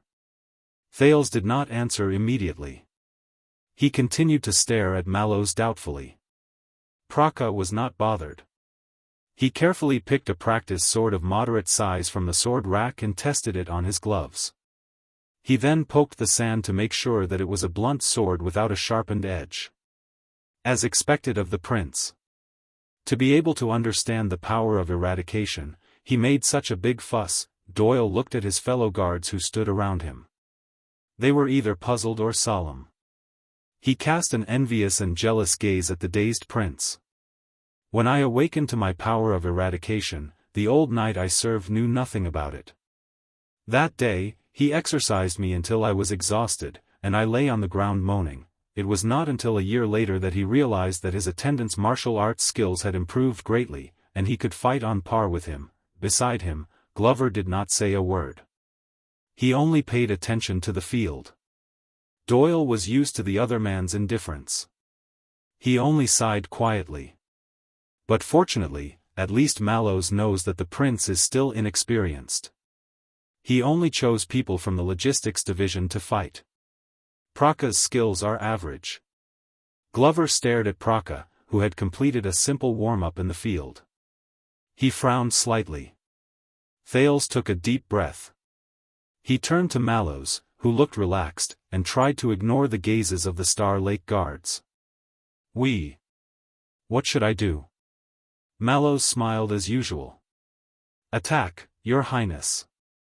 Use your full strength, especially the power of eradication that you do not understand, regardless of whether it is activated on its own or in response to the situation. That way, we will have a chance to understand its type and general situation. Let us see your strength as well so that we can arrange to protect you in the future." "Use my full strength?" Thales exhaled. He felt very reluctant. Could he refuse? But the royal guards watching the battle had different gazes. All of them were focused on him. A long time ago, Black Sword had told him that it was best not to use the sin of Hell's River again. They could not bear the price of death every time. When he was in Blade Fang's camp, Ricky told him to increase the sin of Hell's River, and he looked forward to him reaching a height to push open that door. Who is right and who is wrong? What was the secret behind the sin of Hell's River? Most importantly, would the kingdom's secret intelligence department or even that person in Renaissance Palace be interested in this secret? How does it compare to Mana and Calamity? Thales could not help but gulp when he recalled how Zacriel chased after him. No. Thales made up his mind.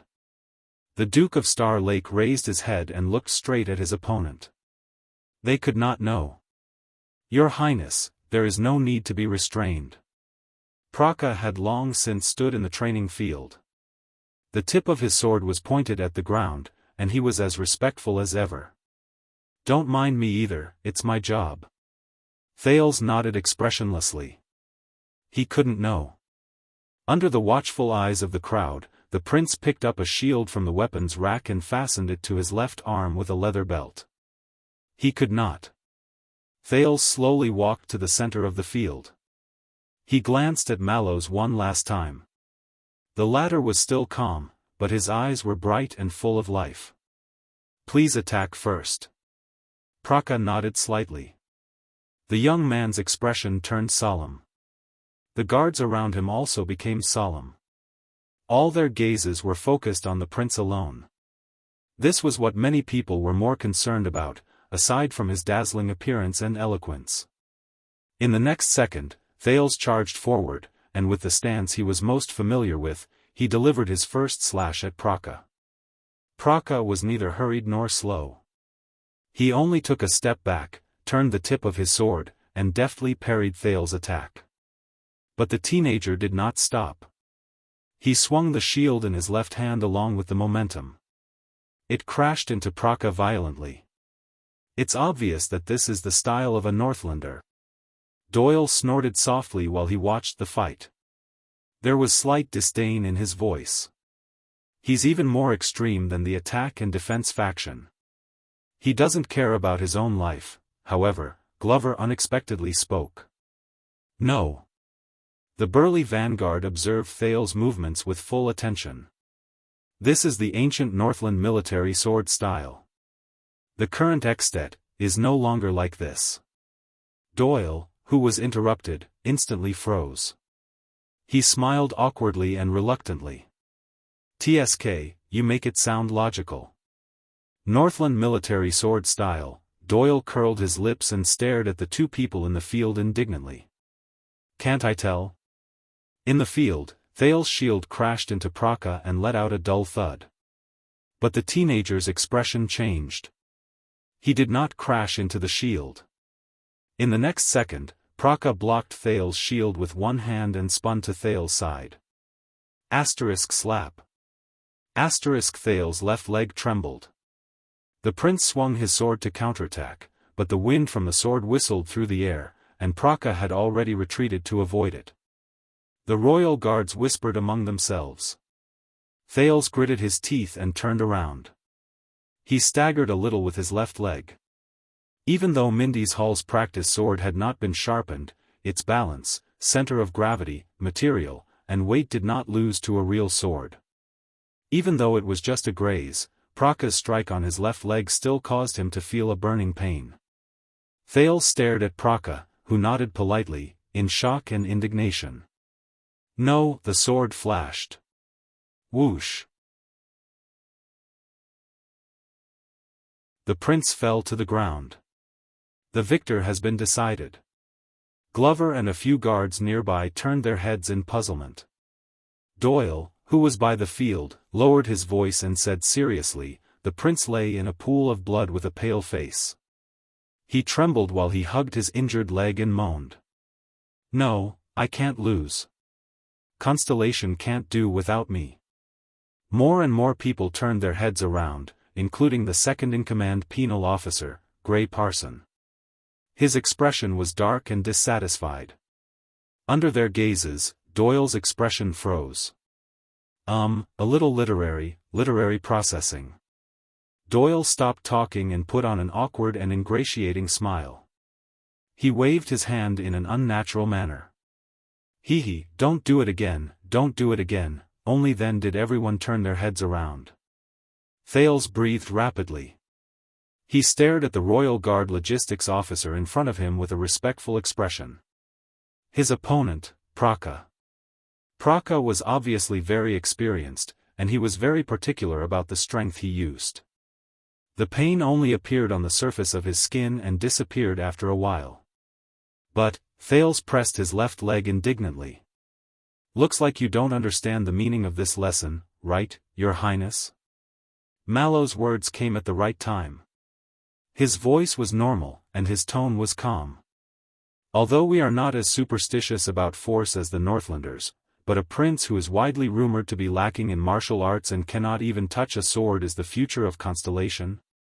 Thales could not help but tighten his grip on the hilt of his sword. Damn it. This is not good, Your Highness.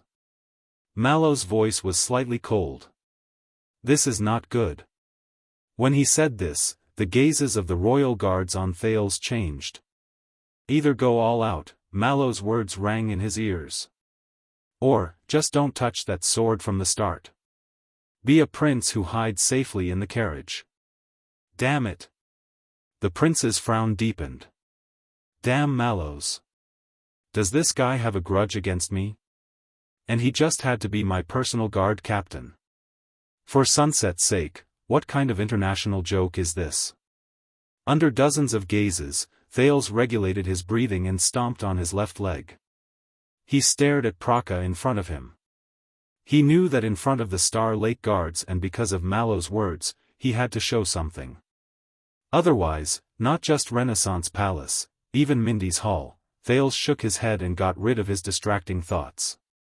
He shifted his attention to the opponent in front of him. Praka moved very quickly and wielded his sword very nimbly. He had his own way of dealing with head-on attacks. Then, as its master called, the sin of Hell's river rose from his body. Thales stared at Praka and felt power slowly fill his body. Should I use the twist of fate to lure him out of position and deliver a decisive blow? Or should I use the Fire Knight's power of eradication to strengthen the contact between our bodies and the hardness of our attacks? If that doesn't work, I'll try to use Zakriel's style and his chaotic army to observe Praka's movements and turn that into my advantage. Thales thought hard. No, Thales. The prince shook his head at himself in his heart. I can't be too obvious. Otherwise, how should I explain the twist of fate, the chaotic army, and the Fire Knight's powers of eradication that emitted sparks? Have I been infected by them? Besides, sometimes, the sin of Hell's river, Thales remembered the training sessions in Heroic Spirit Palace. Sometimes, I can't control it. Thales took a deep breath and made up his mind. He only needed the most ordinary enhancement to his physique. It would be best if it did not have any hint of power of eradication. The sin of Hell's river spread to his legs, arms, and fingers in an orderly manner. Thales closed his eyes and let the power slowly cover his entire body. Praka narrowed his eyes and stared at the prince in confusion. As the royal guards whispered among themselves, the expression of Mallows, who had been paying attention to Thales, changed slightly. The sin of Hell's river in Thales' body was like a beast that had not been released from its cage for a long time. With a low growl, it strode forward. All I need is some power, some speed, some accuracy, some control. The prince tried his best to suppress the fighting spirit and impulse that rose along with it. At the same time, he stabilized his mind and body. All I need is something that will not arouse suspicion. The sin of Hell's river pounded against his body fiercely and discontentedly, like a wild beast scratching at its cage. But the will of the cage's master was so firm that the wild beast could only follow Thales' call and walk towards where it should go. Be more even, balanced, and well-rounded. Just let him. Thales opened his eyes slightly.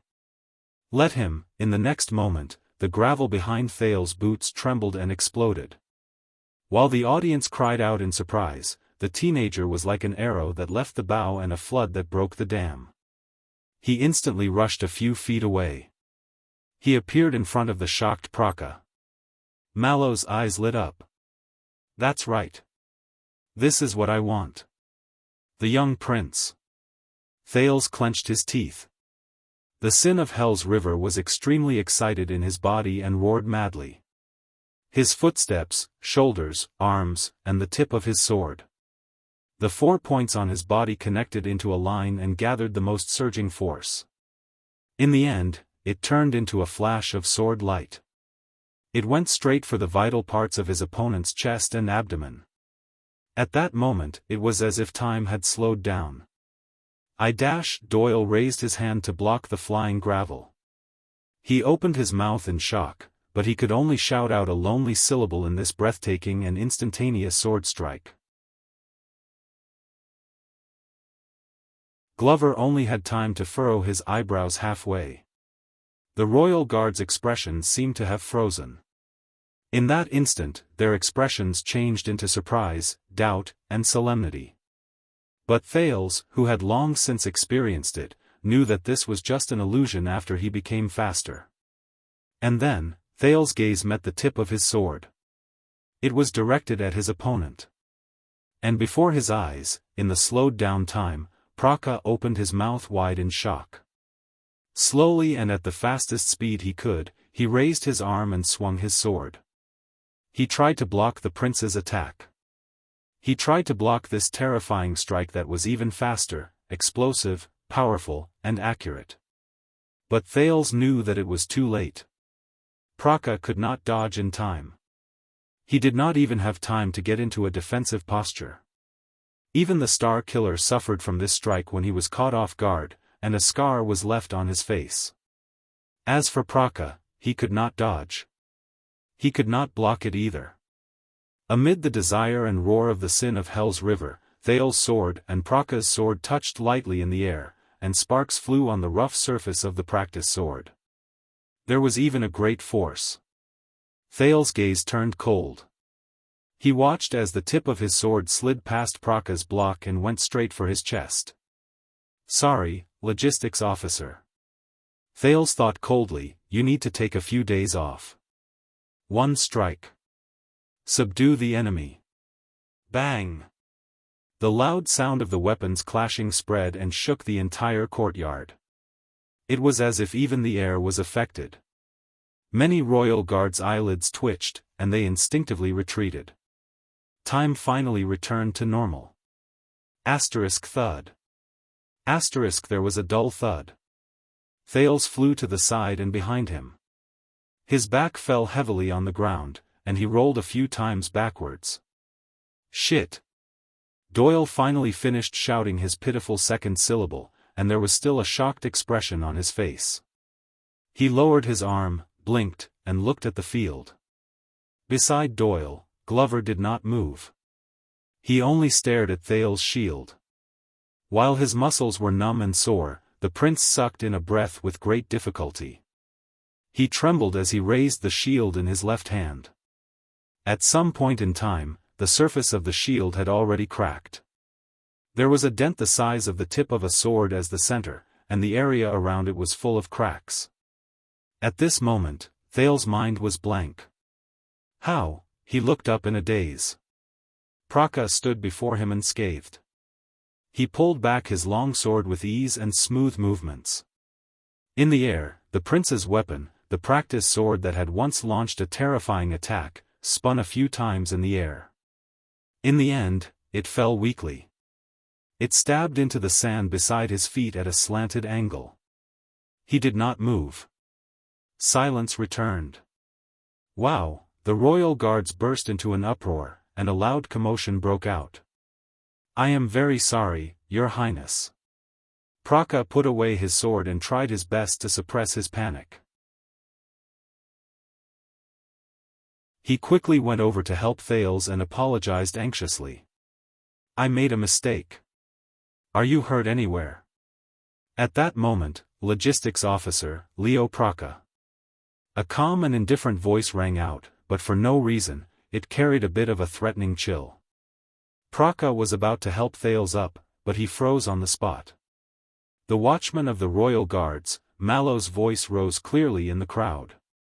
As a royal guard, even if I have to work for a long time, even if I am just a sparring partner, Mallows still had his arms crossed over his chest as he sized up Praka from the corner of his eyes. Your skills. Mallows did not even spare a glance at Thales, who lay on the ground in a pathetic state while panting in a daze. He only stared coldly at Praka, who looked ashamed. You have also regressed too much. His words were stern, and his tone was cold. The royal guards quieted down. Praka was stunned for a moment, and he looked ashamed. He looked at the prince anxiously, then at his commanding officer. He wanted to say something, but he did not. He did not know what to do. Thales still lay on the ground and breathed in a daze. How, the sin of hell's river, I was already, how could I still? He sensed his left arm gradually recovering from its numbness. He also sensed the quiet gazes directed at him from all around him, and he had mixed feelings in his heart. The entire training field fell silent. The royal guards exchanged glances, and they occasionally discussed in low voices. Doyle tugged at Glover's sleeve, but the latter seemed to be deep in thought and did not react. As for you, respected Prince Thales. Mallows spoke again. The royal guards quieted down, and Praka, who wanted to help the prince up, also stopped in his tracks. The watchman slowly turned around and looked at Thales, who was on the ground, with an indifferent expression. After seeing your performance, I believe that you already know what the power of eradication is. Mallows chuckled, and there was contempt in his eyes. But fighting? It is far more than just the power of eradication. In the next second, the watchman did not even look at the noble prince. He just turned around. All right, everyone, the performance is over. Mallows took a step forward and said lightly, dismissed. As they stared at Mallow's back, the royal guards looked at each other. A few seconds later, the dozens of people dispersed. Did you see what the prince's power of eradication is? Doyle stole a glance at Thales, who was panting in a daze with a gloomy expression on his face. He pitied the poor prince for a second before he turned around and said, "I can't see it. I think it's a little too weak, no." Glover frowned. "It's not weak, hey, zombie, how many times has it been? Can't you just agree with me for once?" At this moment, an exceptionally different, weak, and hoarse voice rose. "Wait a minute." The scattered royal guards fell silent at the same time and turned around one after another. At the center of the training field, the disheveled teenager pushed himself up with his hands on the sand. He staggered but resolutely climbed up. Mallows stopped in his tracks. "He just hit my..." The teenager lowered his head and raised his left arm with a trembling hand. He tried his best to breathe to relieve the tightness in his chest. "Shield." Doyle's eyes slowly widened. Glover's gaze became sharper. As his sparring partner, Praka stood in the field. He was shocked and did not know how to respond. "It's not a vital part." Thales sucked in a deep breath. He endured the stiffness and pain in his muscles after he suffered a heavy blow. He touched the binding straps behind his shield. In his body, the sin of Hell's River, which had been defeated, surged out of silence again. With a fierce unwillingness, like a beast licking its wound, it climbed up step by step and let out muffled, explosive sounds. Thales pulled out his right hand with trembling hands and loosened the binding straps. He let the shattered arm shield fall to the ground.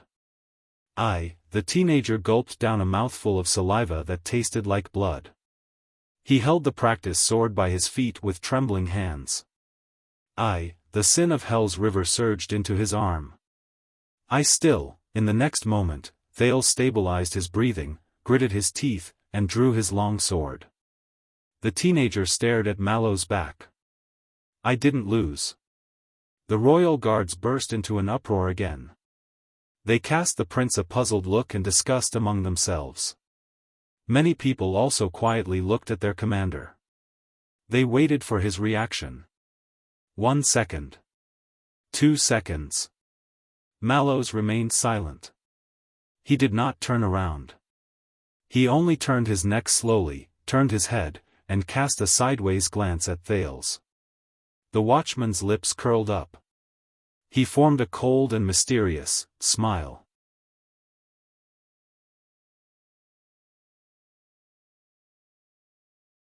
Chapter 526. Your Grace, are you sure you don't need to rest? I mean, maybe you can get a new shield, Praka said hesitantly. In front of him stood Thales, who had just stood up in a disheveled manner. He was covered in dust, his face was covered in sand, and his clothes were torn and dirty. No. But thank you, Logistics Officer Praka. Thales took a deep breath, turned his wrist, and felt the balance and center of gravity of the practice sword. Your attitude is much better than the instructors of Extet. Of course, it's also much better than some constellations. Praka forced a smile. Around the training field, the royal guards who had gathered again were a little impatient, but Mallow's silence made them all quiet, and they did not have any objections. The pressure was on the training field again. Thales clenched his left fist.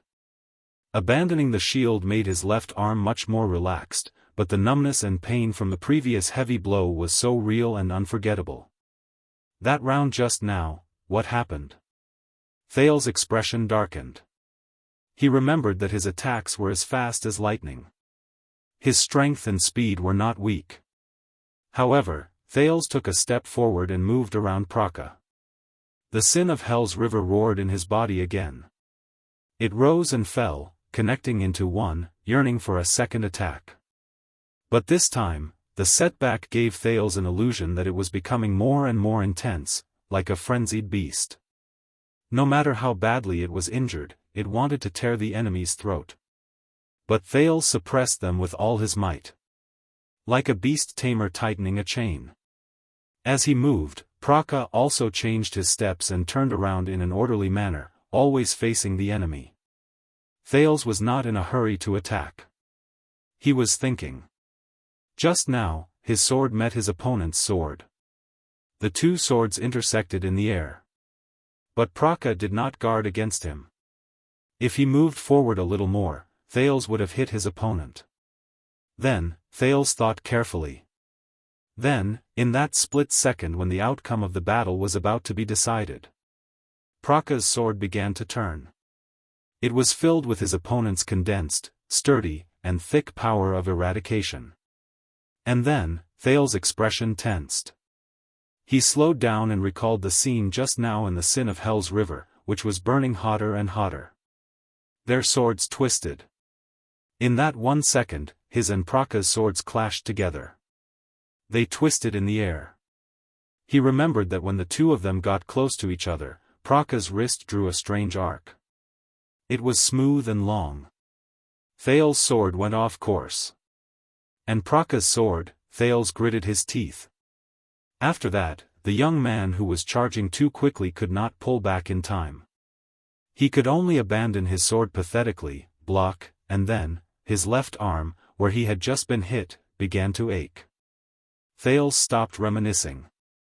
This time, he didn't pace around. In the eyes of the royal guards, the prince stepped forward. As the Sin of Hell's river surged into his right arm, he thrust his sword again. Dang! As the sound of metal clashing rose, Praka calmly blocked Thales' sword. Then, Thales' pupils quivered. He saw, and felt in his hand, that Praka's sword began to move again. At the same time, Kiran's power of eradication also came. The teenager did not hesitate. Thales stopped in his tracks. He withdrew the sword, which did not have much strength to begin with, and quickly retreated. Dang! There was another crisp sound. With the agility he gained after he abandoned his shield, he managed to block Praka's counterattack, and he took 2 steps back in a slightly disheveled manner. Thales panted violently. He stared in disbelief at Praka, who was still unscathed. The Sin of Hell's river roared indignantly in his body when it failed to attack. After the round ended, the royal guards began to discuss among themselves again. Oh, another futile attack. Doyle looked gloomy and could not bear to watch the scene unfold. He clicked his tongue and said, "If you ask me, no matter how much Mallows dislikes him, it's still a little too much." In front of so many people, but Glover interrupted him. "No, that's not it." Doyle was puzzled. "Not what?" At that moment, a familiar voice rose in the crowd, and it made the guards quiet down again.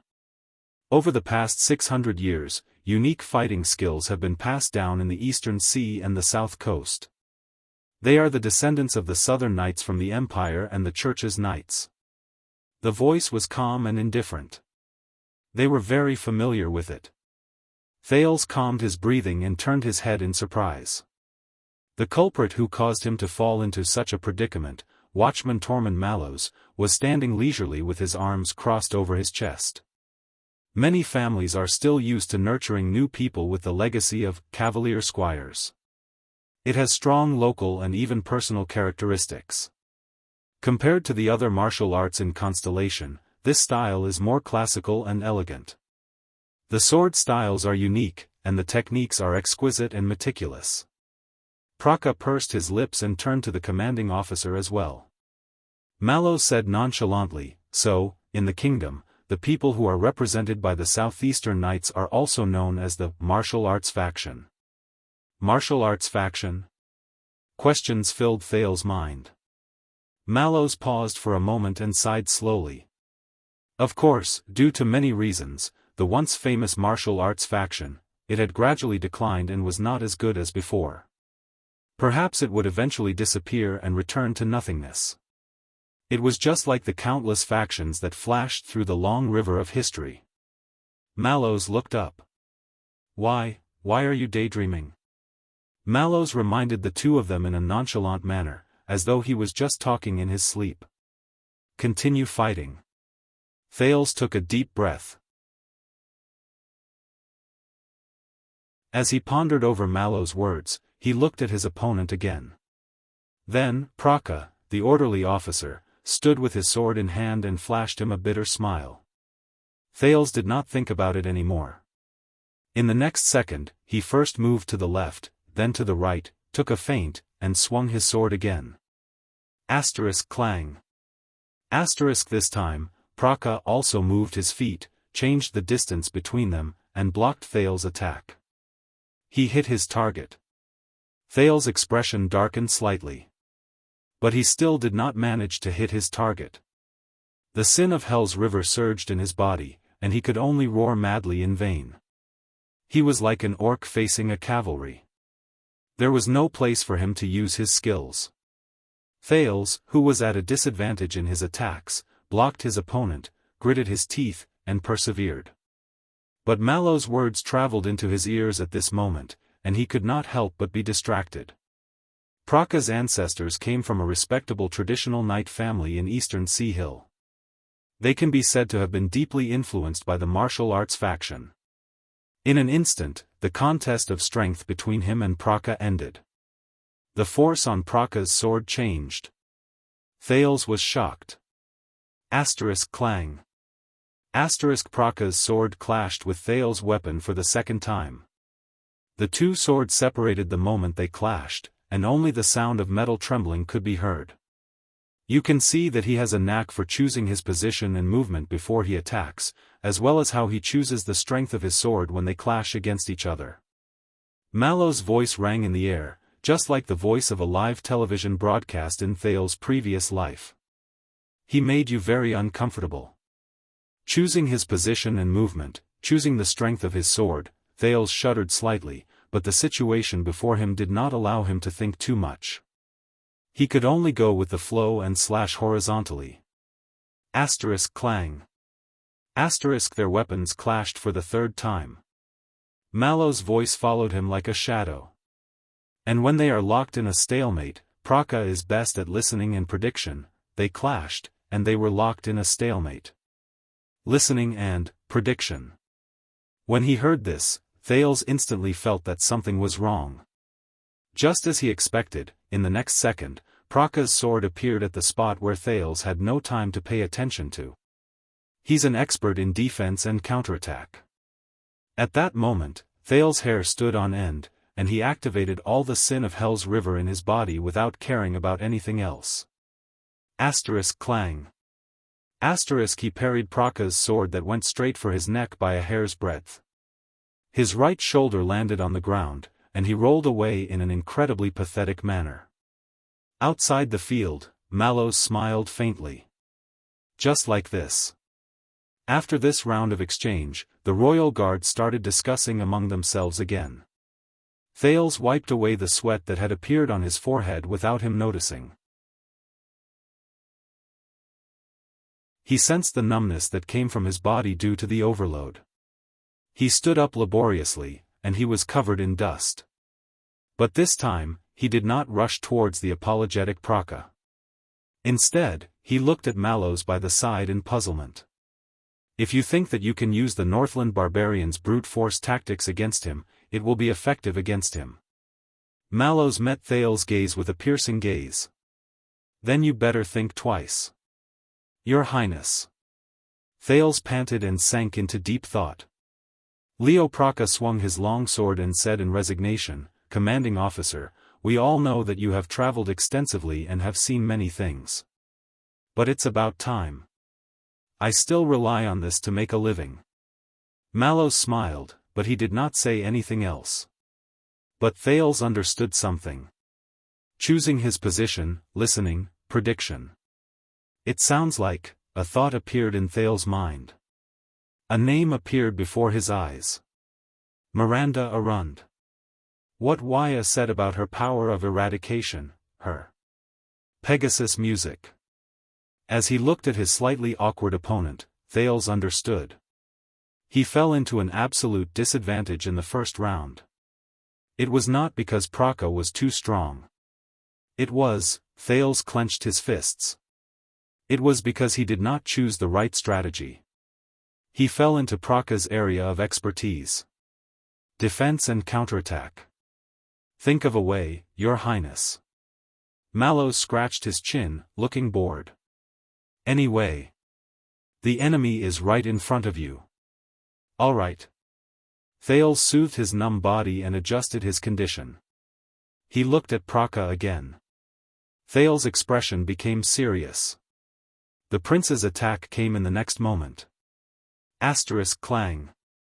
Praka parried Thales' sword slash again, but when he was about to counterattack, he was a little puzzled. This time, the Duke of Star Lake's strength, it was very small. Swoosh.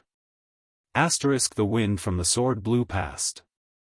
Thales took a step back and avoided his opponent's counterattack. The two of them separated again. Leo Praka. Thales thought calmly. His ancestor was a knight from Eastern Sea Hill.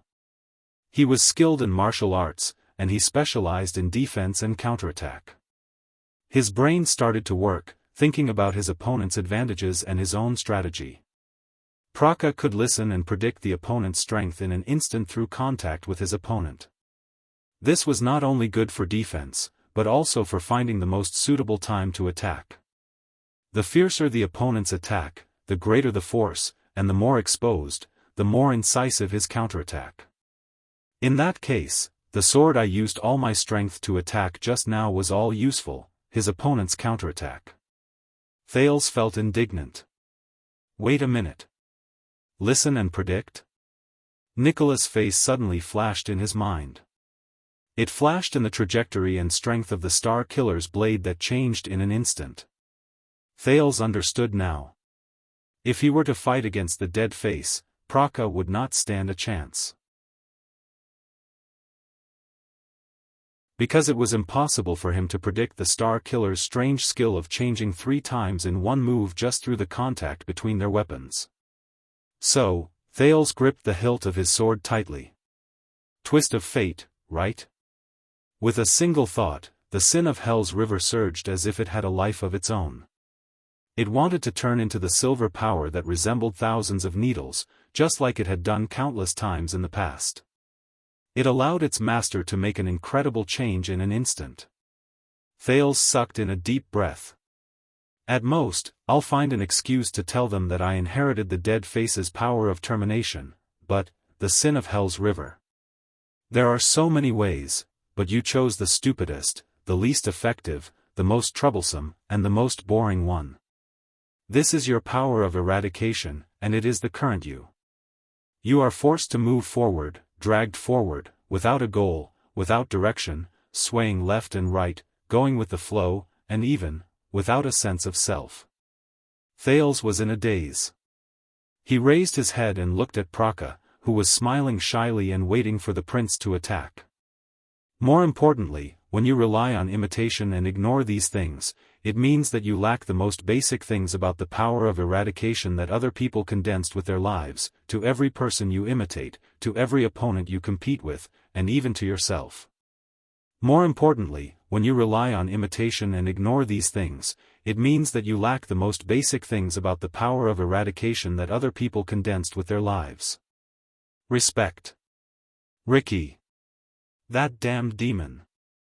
Thales frowned fiercely. In the next moment, the sin of Hell's river receded like the tide, leaving behind only a bit of power with waning interest, as if it still carried a bit of nostalgia. It was like a lover who came in high spirits but left disappointed. No, this is not a martial arts lesson. This is not a simple test of the power of eradication. It is more thorough and purer, battle. Sensing the gazes of the people around him, Thales bit his lip and closed his eyes. No, if I still need to rely on Nicholas' power to survive. If I can't even get past this stage, remember, the important thing is how you are, not how strong your opponent is. How much you gain, not how much you imitate. No, if I really want to get past this stage, if I really want to get rid of this paranoid situation, Thales lowered his head. He sighed slowly in his heart. Damn it, Ricky. F***CKU. In the distance, Mallows, who had been observing Thales, had his pupils move slightly. A few seconds later, Thales raised his head. But, yes. If I don't dare to try now, how much longer do I have to wait? The next time I'm in danger? At that moment, Thales threw all unnecessary worries to the back of his mind, hiding his strength, hiding the sin of Hell's River, Renaissance Palace, the Royal Guard's judgment. At least, for now, he wanted to try to be a pure warrior. He wanted to be clear of all distracting thoughts. The advantage of the sin of Hell's River's endless transformations is not that you can disguise yourself as all your opponents. But it allows you to calmly and fearlessly face all your opponents. The sin of Hell's River burned again, but it was much more docile than before. He did not know whether it was because it had used up too much energy, or because it had failed too many times. It was as if that crazy beast had turned into a calm hound, licking its wounds in the corner. It only glanced at him coldly from time to time. It bared its sharp teeth at the enemies outside the cage, harboring malicious intentions. This is the real, the omnipotent power of eradication. Thales opened his eyes slowly. The sin of Hell's River did not surge through his entire body like before. Instead, it focused on his eyes and ears, filling his senses. At that moment, the teenager entered a state he was familiar with. Hell's senses. Thales' eyes started to become unfocused, as if he had lost his focus. But only he knew. At that moment, the world before his eyes became colorful. He could see it. The power of eradication in Praka's body was thick and solid. It surrounded his arms and center of gravity as it circulated slowly. Thales suddenly realized that the countless times he used Hell's senses and the way he did it, all of them were somewhat useless. He either imitated the power, used his night vision to scout ahead, or eavesdropped through the walls, or, hell with it. But, the time when I should really use Hell's senses, Mallows' expression froze as he watched the battle from outside the field. Time seemed to have slowed down, and Thales inhaled slowly. He attacked abruptly. At that moment, it was as if someone had struck a war drum. The still scene moved along with the sound of an explosion. The sin of Hell's River surged again. The wind from the sword whistled and sliced through the air. Clang. Thales held the sword with both hands and swung it down with great force. It hit the longsword that Praka had placed horizontally in front of him. The experienced Praka's expression did not change because of the sudden force from the sword. He did not panic. He faced the attack calmly and used his footwork and movement to block the attack perfectly. Then, thud. Thales' heart skipped a beat. With Hell's senses, the color of Praka's figure changed back and forth. It gathered into a clear line. A shiver erupted from Thales' neck and spread to his entire body. The meaning of imitating is understanding. Understanding your opponent. In a fraction of a second, the sin of Hell's River surged up in an orderly manner. Arm. Right leg. Thales, whose eyes looked as if they had lost focus, smoothly lifted his sword and retreated. Clang. At that moment, he barely parried Praka's attack. The royal guards who were watching the battle gasped. Strange. Doyle was very puzzled. His movements seemed to be faster, but also slower. No, it's not his movements. Glover said coldly. Doyle was a little displeased. Why do you especially like to refute me today? In the crowd, Mallows was still silent. Thales took 2 steps back and saw that the color of Praka's body had returned to normal. The sin of Hell's River surged back like a receding tide. The sword hilt in his hand was still trembling slightly. The effects of Hell's senses were still amazing. They gave him new information at the same time. Thales took a deep breath. Yes. He could clearly feel the thick power of eradication in Praka's body, as well as its direction, shape, and habits. It seemed quiet and harmless. But once it was stimulated, it would immediately pour into Praka's hands and automatically surge towards the enemy's weakest point. He delivered a fatal strike. How amazing! At that moment, the sin of Hell's river exploded in Thales's body. It sounded like dissatisfaction, but also like a sneer. They began to strengthen Thales's body again to support the consumption of Hell's senses. Thales did not care, but he understood something in his heart. Praka's power is the thawing of glaciers? No, it's more than that. It seems to be a little like the Pegasus music that Waya mentioned? Or something in between. There were even some traces of the chaotic army. Thales began to understand what more than one person had told him before. In different people, even if they had the same power of eradication, they would have different characteristics. That was because the power of eradication was the warrior himself. The battle was not over yet. Thales raised his sword again as he thought of Ricky's words. A swordsman who was inclined towards defense and counterattack had a power of eradication that was good at listening and predicting. And then? Observe. Thales, observe. Think again. Asterisk clang. Asterisk another round. Another exchange of blows. Thales made a light slash to the side, and in exchange, Praka turned his sword around and thrust it at the prince's backhand. The teenager dodged agilely. But this time, Thales sensed it. Some hazy, but crucial clues. Technique. With Hell's senses, Thales thought expressionlessly with a dazed look in his eyes. Technique. Praka. His opponent was too passive, too reliant on defense, and too reliant on these techniques for counterattacks. He was too reliant on, and too concerned about his enemy's actions. Thales' eyes were dazed, but his heart was clear. He asked himself, am I like my old self? I only focused on my enemy's moves, and only knew how to imitate my enemy's strengths? So. Thales closed his eyes gently. Hell's senses slowly faded away. When Thales opened his eyes again, they were clear. The power of eradication was the warrior himself. He remembered Mallow's words, though he did not quite understand it. But the battle itself was far more than just the power of eradication. Thales swung his sword in a daze, and it went straight for his opponent's waist. Praka swung his sword in an ingenious manner. The swords touched and separated again.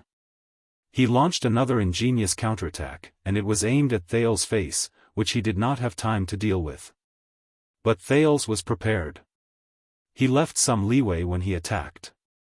Hence, the sin of Hell's river flowed into Thales' waist with ease, supporting him to lean backwards and dodge the sword.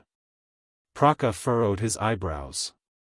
After 2 to 3 rounds, he suddenly realized that the prince's attacks were mostly probing attacks, and his own counterattacks were no longer effective. At the moment he dodged, Thales' mind became clear. It was as if the fog had dispersed, and his blurry vision became clear. So, Praka. He gave up the initiative in the battle and gave up control. In exchange for a chance for his enemy to reveal an opening.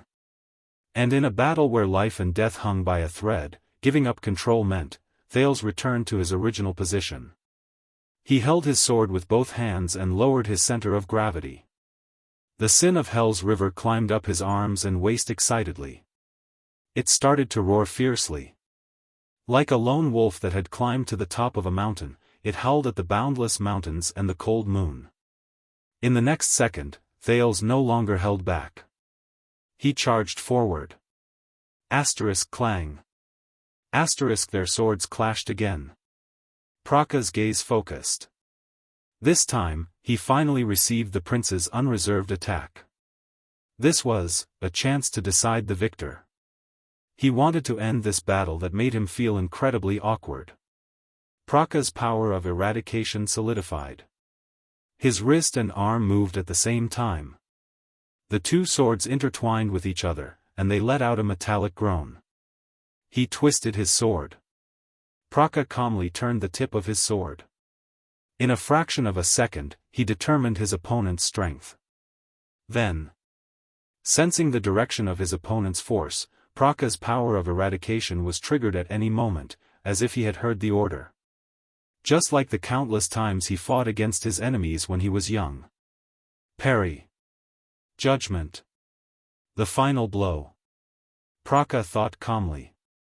He did not stop moving his hands.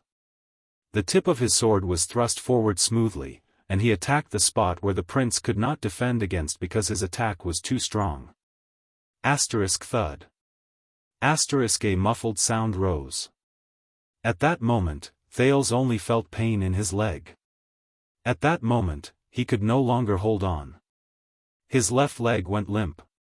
Thud. Another muffled sound rose, and it was much louder than the previous one. Finally, Thales' left knee landed on the ground, and he knelt down in pain. He panted violently, enduring the soreness and numbness. The round ended. The training field quietened down. Looking at the prince kneeling before him, Praka's lips curled up. It was as expected. His sword hit the prince's left leg. At that moment, the logistics officer thought in a relaxed manner. Right, I can't go overboard. I have to leave some leeway so that the prince doesn't lose too badly, and also make the commander feel that I'm not being perfunctory, because he offended too many people when he was young. After he was injured, his future became extremely difficult. Unfortunately, the boy and his family had reached the age of marriage. But he had no other choice. He was almost 50 years old, and he had to force a smile and respond humbly. He had to lower his head and fawn over these nobles who were in their 20s or even teens, but whose status was much higher than his. Praka's expression changed. He sensed something. How? The logistics officer took a deep breath. He lowered his head slowly. When he saw what was before him clearly, Praka's pupils suddenly trembled. At some point in time, Thales' sword had moved from bottom to top. He blocked it firmly. Praka's chest. And the hilt of the sword was in Thales' hand, who was kneeling on one knee.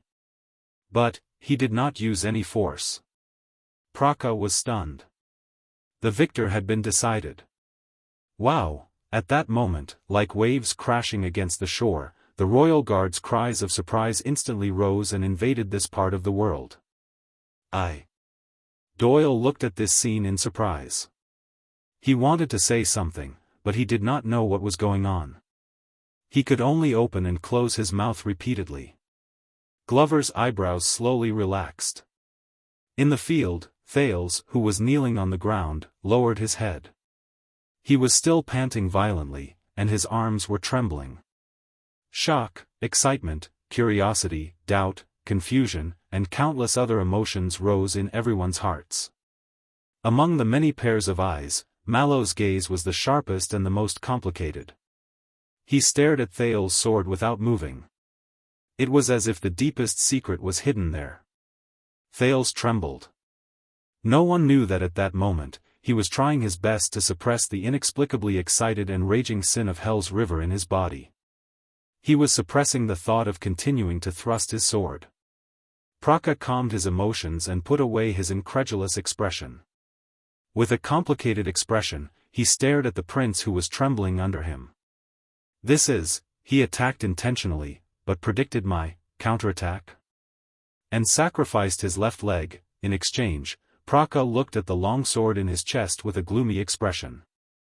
A few seconds later, the logistics officer sighed. You won, Your Grace. You were full of tricks, and your response was appropriate. Praka flashed a bitter smile. He threw down the practice sword and admitted defeat. I was not his opponent. The discussions among the royal guards became even louder. Old Praka went easy on him, right? Against that child, Doyle whispered to the person beside him in puzzlement. He casually defeated him just a moment ago, and in the next moment, he casually defeated him again. Even a knight would not dare to write such a thing. Shut up. Glover finally seemed to be unable to hold it in any longer. He said coldly, "Do you think that fighting is like doing arithmetic and comparing who is stronger or weaker? That you only need to know how to add and subtract?" Doyle was rendered speechless, and he cast Glover a resentful gaze. There were many more conversations like this. But Mallows only looked at the two people in the field without saying a word.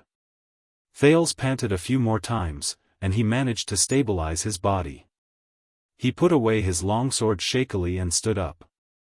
Praka bowed resentfully, turned around, and prepared to leave the field. But Thales called out to him. "No, Logistics Officer Leo Praka." The prince looked a little disheveled. His sweaty face had a smile on it. "I know. You went easy on me." Thales also threw down his long sword and extended his right hand gently. "You have taught me a lot. Thank you." Praka was stunned for a second, and then he smiled in a reserved manner. He hesitated for a while, but in the end, he still held the prince's hand gently. Thales nodded. "I am honored to have you in my guards." The logistics officer was expressionless, but he took 2 steps back, pressed his hand on his left chest, and bowed. But compared to the first bow, he was much more respectful. "I knew I went easy on him." Doyle showed an envious expression by the side of the field. "TSK, TSK, TSK, this veteran. That flatterer really knows how to behave." Glover glanced at him and did not say anything. The guards were still discussing among themselves, but the way they looked at the prince gradually changed. Thales picked up his water skin and started to drink to replenish himself. But as he drank, he raised his head and looked at Mallows. He threw him an unfriendly gaze. Mallows also looked back at him faintly. The emotions in his eyes were unclear. "Praka?" Mallows did not turn his head. There was a questioning tone in his voice. "Please forgive me, commanding officer." Praka's tone was a little tired and resigned. "I'm old, and the Duke," the logistics officer glanced at Thales with a complicated gaze. "Not bad." Mallows was silent for a few seconds. But his expression was no longer as calm and indifferent as before. "Enough." A few seconds later, Mallows' slightly gloomy voice rose, and he silenced the royal guard's increasingly loud discussions. The watchman walked forward and looked at the disheveled prince, who looked like an oil painting made of sweat, dust, and wounds. He was cleaning up his mess. "Are you ready to fight against your next opponent?" "What?" Thales paused in the act of drinking water. The Duke of Star Lake put down his water skin and asked in surprise. "Again? Isn't one fight enough?" The 20 or so royal guards around them looked at each other at a loss. Mallows smiled faintly. "We have not completed our assessment. And it's still early. The martial arts lesson just. Did you fight for 2 minutes?" Thales' words came to a halt. "How many minutes, was it?" Mallows' smile grew brighter, but in Thales' eyes, it was incredibly detestable. "Of course, we can understand that you might have had a hard time. After all, everyone's endurance is different, so, you can choose to give up, Your Highness." Mallows' voice became deep, and his eyes shone with an unfathomable light. "As your humble servant, I do not dare, nor do I have the right to stop you from giving up." "That is your right."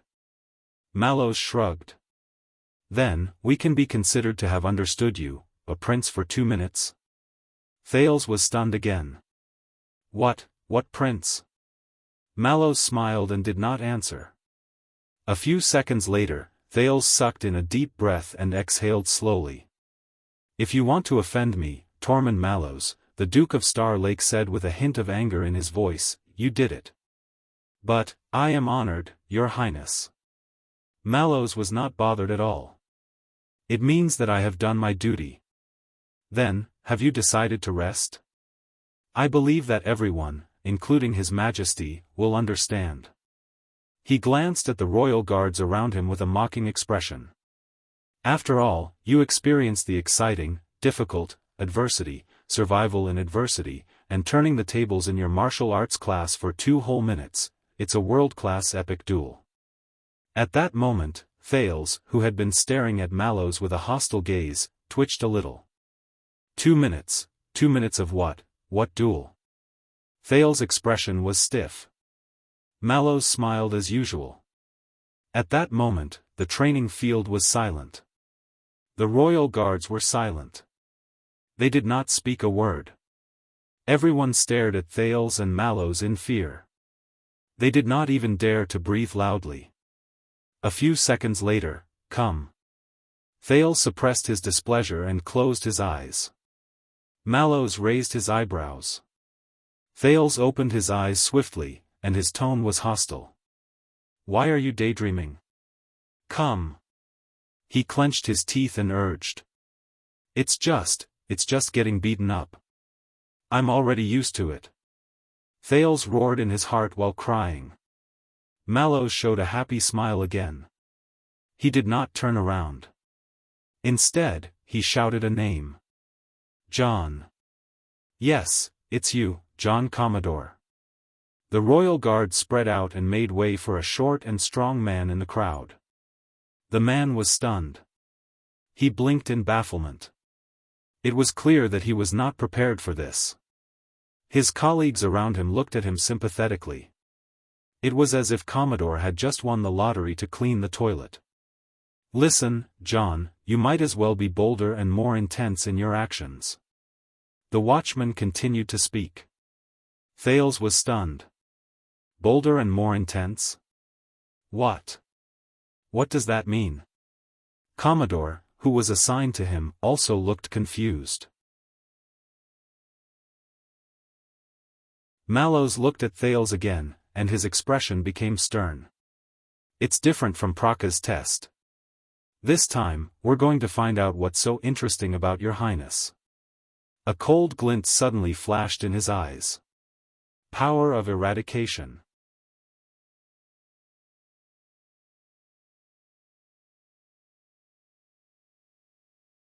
Chapter 527. In the field, Thales calmed himself down a little. He felt the sin of Hell's river, which had become more active, flow through his body again. Ever since his adventure in the desert ended, he noticed that the sin of Hell's river had become more solid and abundant. Compared to the previous 10 seconds man, it could now last longer. And after the power of eradication disappeared, the fatigue and soreness it left in his body decreased correspondingly. As expected, Thales thought. Things that can't kill me can make me stronger. Of course, this was not without a price. Ever since he was heavily injured by Nicholas, his left wrist was no longer as nimble as before. This more or less affected his use of the shield. And it would be even better if the sin of Hell's river's temper improved correspondingly when it circulated. Your Grace, I am Gianluca Commodore. Commodore was a short and strong man. His skin was tanned, and he had a shy smile. At first glance, he looked like a middle-aged man who was almost 40 years old and had experienced hardships, but was still amiable, optimistic, and strong. Thales noticed that Commodore would subconsciously glance in Mallows' direction from time to time. I used to be a Class 1 police officer in charge of protecting important people in the police station in the inner city. When he faced the Duke of Star Lake, Commodore smiled brilliantly, so much so that it was a little obsequious. I was fortunate enough to pass the test and enter the Royal Guards. Now, I am one of the newly appointed protectors in your personal guards. Police officer. Thales sucked in a deep breath. All right, I'm quite familiar with this. Be it the arrogant green-skinned men in Western District who are in cahoots with Blood Bottle Gang. Or are they some idiots who, once they lose their jobs, will unfortunately have to go back to inherit their titles and properties? But before he could think deeply, the battle in the field had already begun. Asterisk clang. Asterisk a muffled sound rose, and Thales' arm shield clashed with Commodore's blade. Commodore was not as humble as Praka. His attack was fierce and proactive, and it was a stark contrast to the obsequious smile on his face. Thales moved his feet and swung his long sword. He exchanged a few attacks with Commodore in the air. As the metals clashed, the Duke of Star Lake noticed through his hell senses that Commodore's sword style was standard. It was not as exquisite as Praka's, who could counter his opponent with just a few exchanges of weapons. It was also not as crude as the orcs, who could attack in a wide range and never return. The two of them attacked and defended, advancing and retreating. For a time, they were evenly matched. This surprised Thales quite a bit. But, dang! Once again, Thales used his arm shield to block his opponent's attack. He gritted his teeth and steadied his footsteps. The sin of Hell's river surged forth at full force, and he pushed the man away without showing any sign of weakness. But at that moment, Thales cursed in his heart. He felt that his opponent's sword was as light as a feather and didn't seem to be straining at all. As expected, Commodore nimbly avoided the shield in front of Thales and turned his sword on the shield. In the next second, the sin of Hell's river exploded in his body again, bringing with it an indescribable feeling of fear. But Thales only had enough time to turn around. Dang! Dong! The crisp sound of metal colliding and the dull sound of flesh being blasted rang out. Oh, in the midst of the Royal Guard's locomotion, Thales gritted his teeth and staggered backwards. He knelt down on one knee and supported himself with his shield. The pain and numbness in his shoulder told him the round was over. Commodore, who was a former police officer and was now a protector, smiled foolishly and nodded. He put away his practice sword and did not continue attacking. "It's the hilt." Thales panted in pain. He turned his aching shoulder socket and arm desperately and told himself this. At that moment, he used his shield to push away Commodore's sword, but he did not manage to block his opponent's sword hilt. The cross-shaped handguard on his sword followed him like a shadow. He seized the chance when Thales pushed his shield forward and pushed his arm forward to spin at Thales. If Thales had not reacted in time, he might have been hit in the ribs under his arm. Then, he would basically be lying on the ground. But even so, Thales sucked in a deep breath. "My shoulder socket, it's terrible." There were also moves in the Northland military sword style that used the hilt to subdue the enemy, but most of them were used when both parties were in a stalemate and other methods could not work. There were very few people like Commodore, who set up everything just so he could use the hilt. Doyle blew his hair towards the sky and nudged Glover by the side of the training field. "Oh, this move of Gene's. I saw it when he bullied the newbies in the defense division. In any case, he is not easy to deal with." Glover snorted softly. The spectators from the Royal Guards discussed softly, and some of them laughed faintly. Mallows, who was watching the fight, turned his head to the side and seemed to be deep in thought. Commodore did not chase after him. Instead, he waited patiently for the Duke to regroup. "I am very sorry, Your Grace."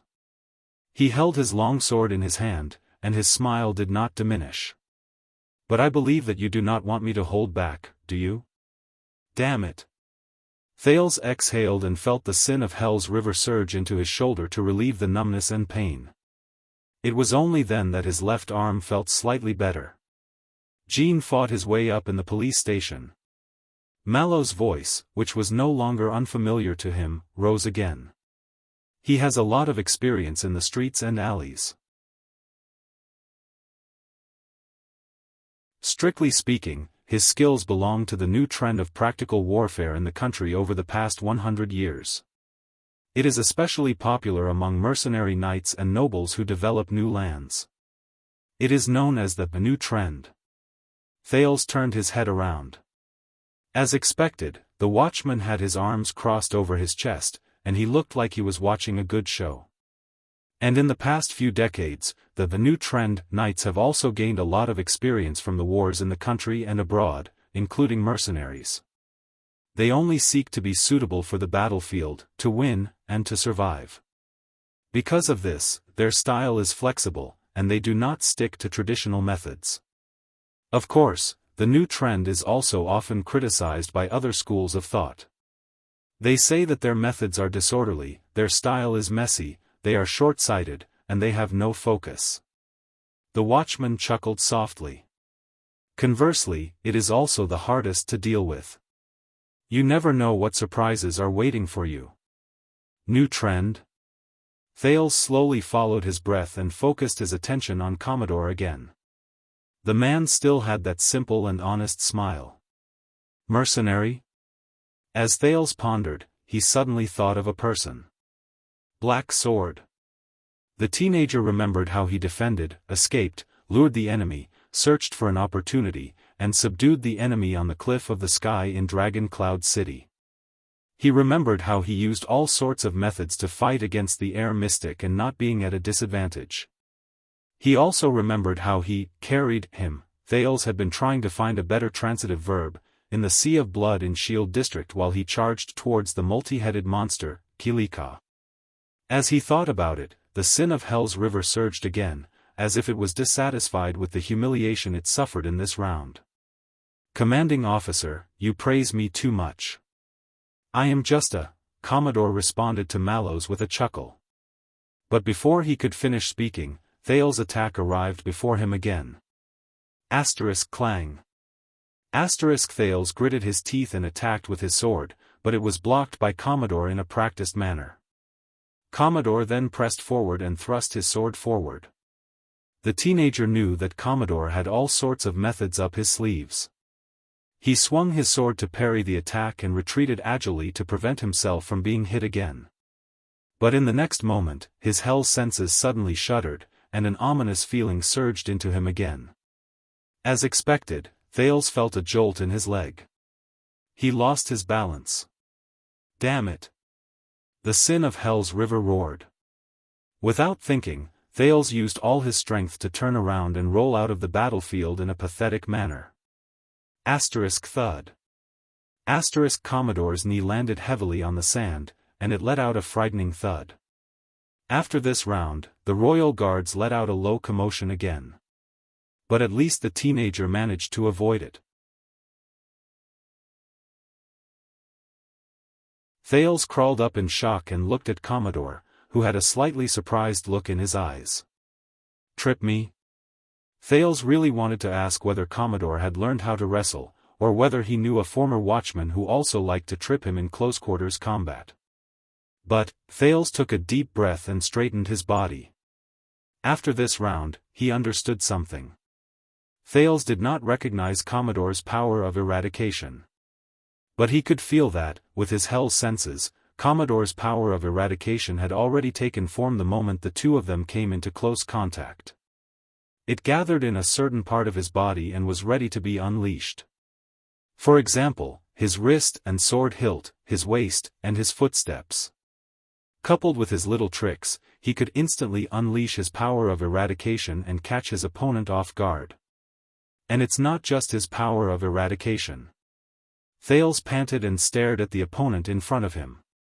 It's just like what Mallows said, street skills, flexible style, unconventional style, and a mixture of different styles. The sin of Hell's River began to burn again, and it was even more vigorous than before. How should I face such an opponent? Thales took a deep breath and patted the dust off his body.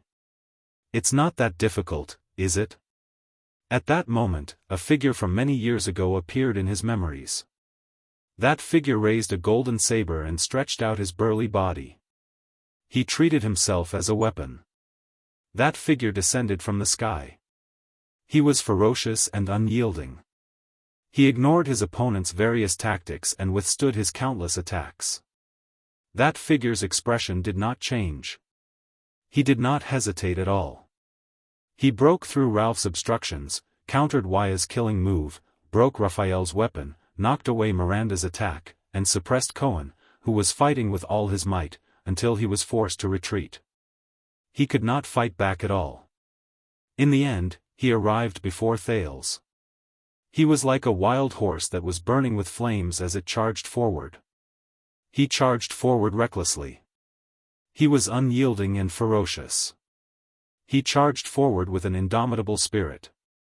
He broke through all obstacles. Thales closed his eyes. The sin of Hell's river was self-taught. It followed his thoughts and was about to imitate that figure's power of eradication, but it was suppressed by Thales halfway. No, Thales was not Tolja. He was not the Fire Knight. His opponent's power of eradication might not be as effective against him. He could not afford to use up so much of his energy. And Commodore was not one of the 5 people who were defeated in an instant. But, in the next second, Thales opened his eyes. The sin of Hell's river burned continuously and let out crackling sounds. It was like a faint sneer. Commodore maintained his smile as he watched the Duke charge at him again. The royal guards around them watched as the 2 figures approached each other again, but they were not very focused. Some of them even yawned. Asterisk clang. Asterisk the 2 swords clashed. Commodore smiled faintly. He used a twisting sword that had the charm of Praka's defense and counterattack to launch a counterattack. In his hell senses, Commodore's power of eradication was ready to be unleashed. Asterisk thud. Asterisk Thales' shield blocked Commodore's blade again. This time, Commodore's sword suddenly trembled. Thales immediately felt that the shield was weak and powerless. He also felt the shudder that the sin of Hell's river reminded him of. As expected, Commodore smiled. His long sword cleverly bypassed Thales' shield and went straight for the teenager's sword-wielding hand. But this time, Thales' mind was clear. He suddenly understood a little. How to fight. It was the same as what he had come to understand in the past few years when he was shuttling back and forth in different political whirlpools and struggling to survive in different desperate and dangerous situations. What was important was not power, weapon, tactical skills, or even the power of eradication. It was people. People. His opponent's power of eradication was the same as Commodore himself. He seemed simple and honest, but he was actually sly and smart. He always thought of ingenious countermeasures beforehand, and when the time came, he would follow the prescribed order and reap the fruits of his labor.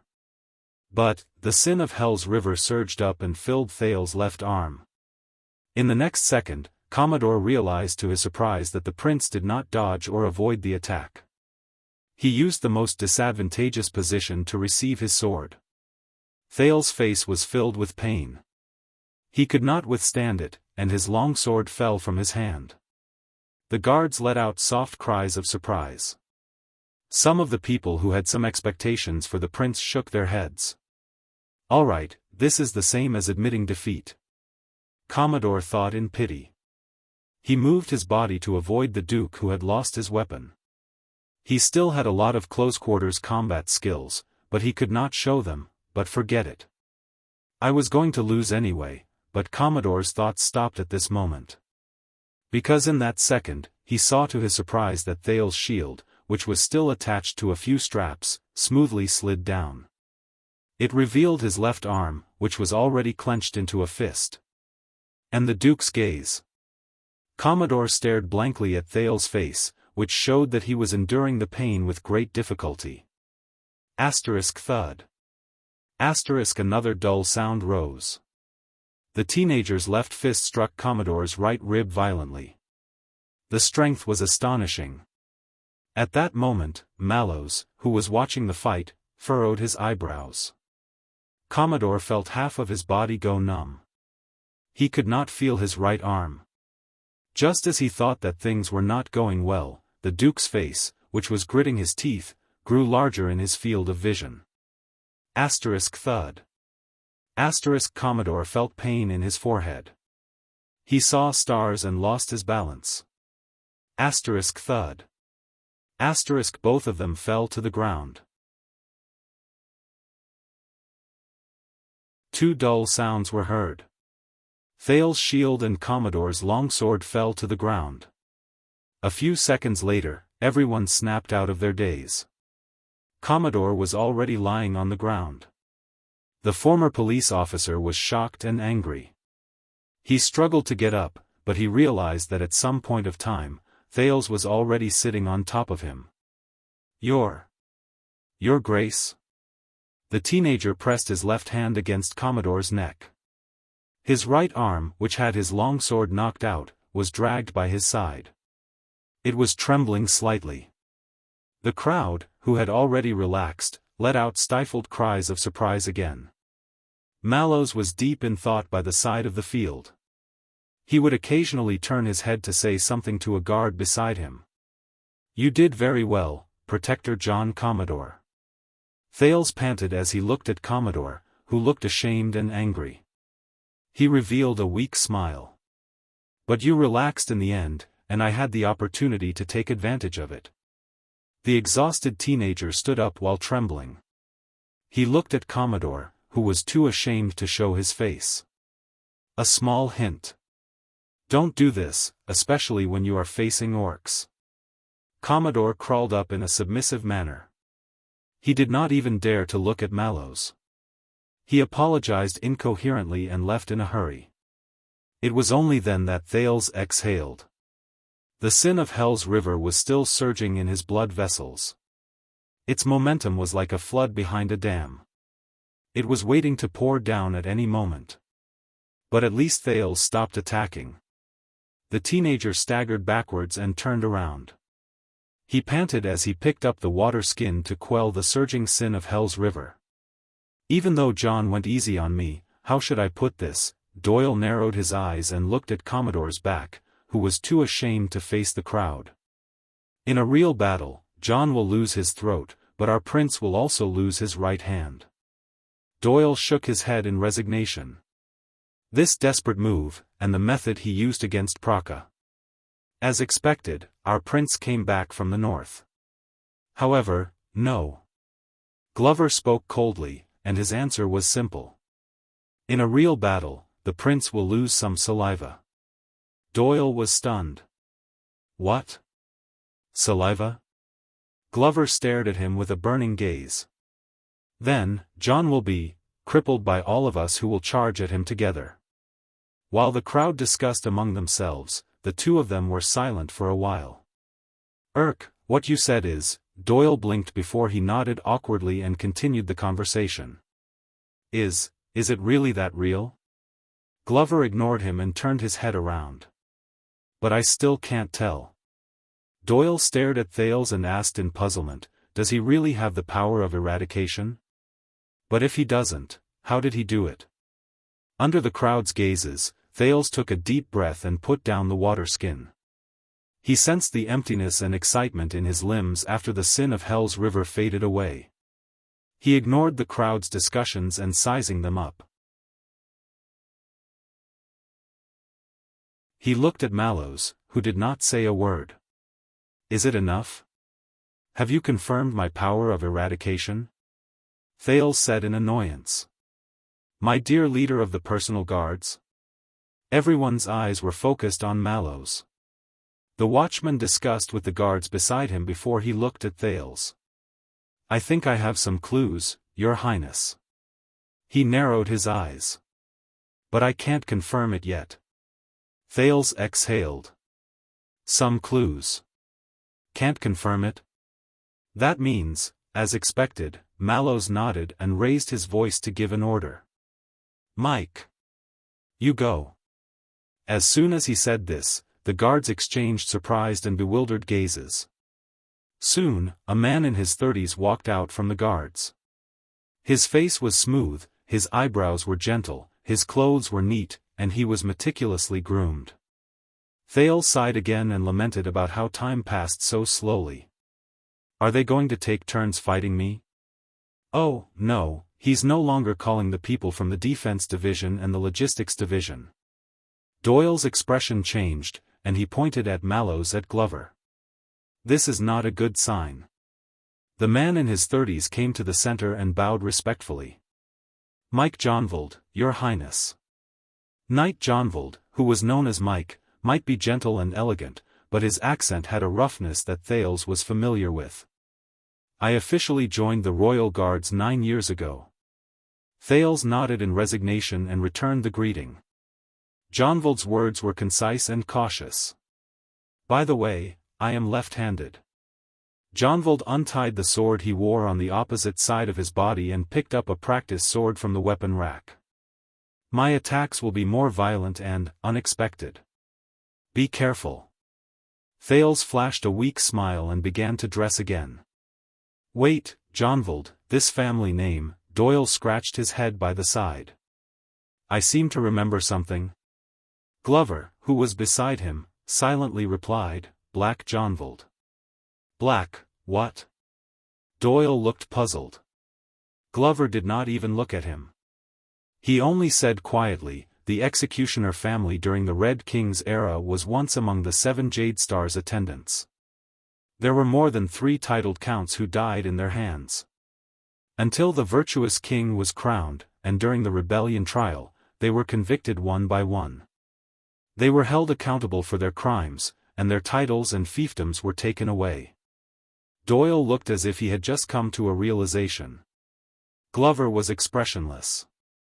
"But you should know better than I do." Doyle frowned again.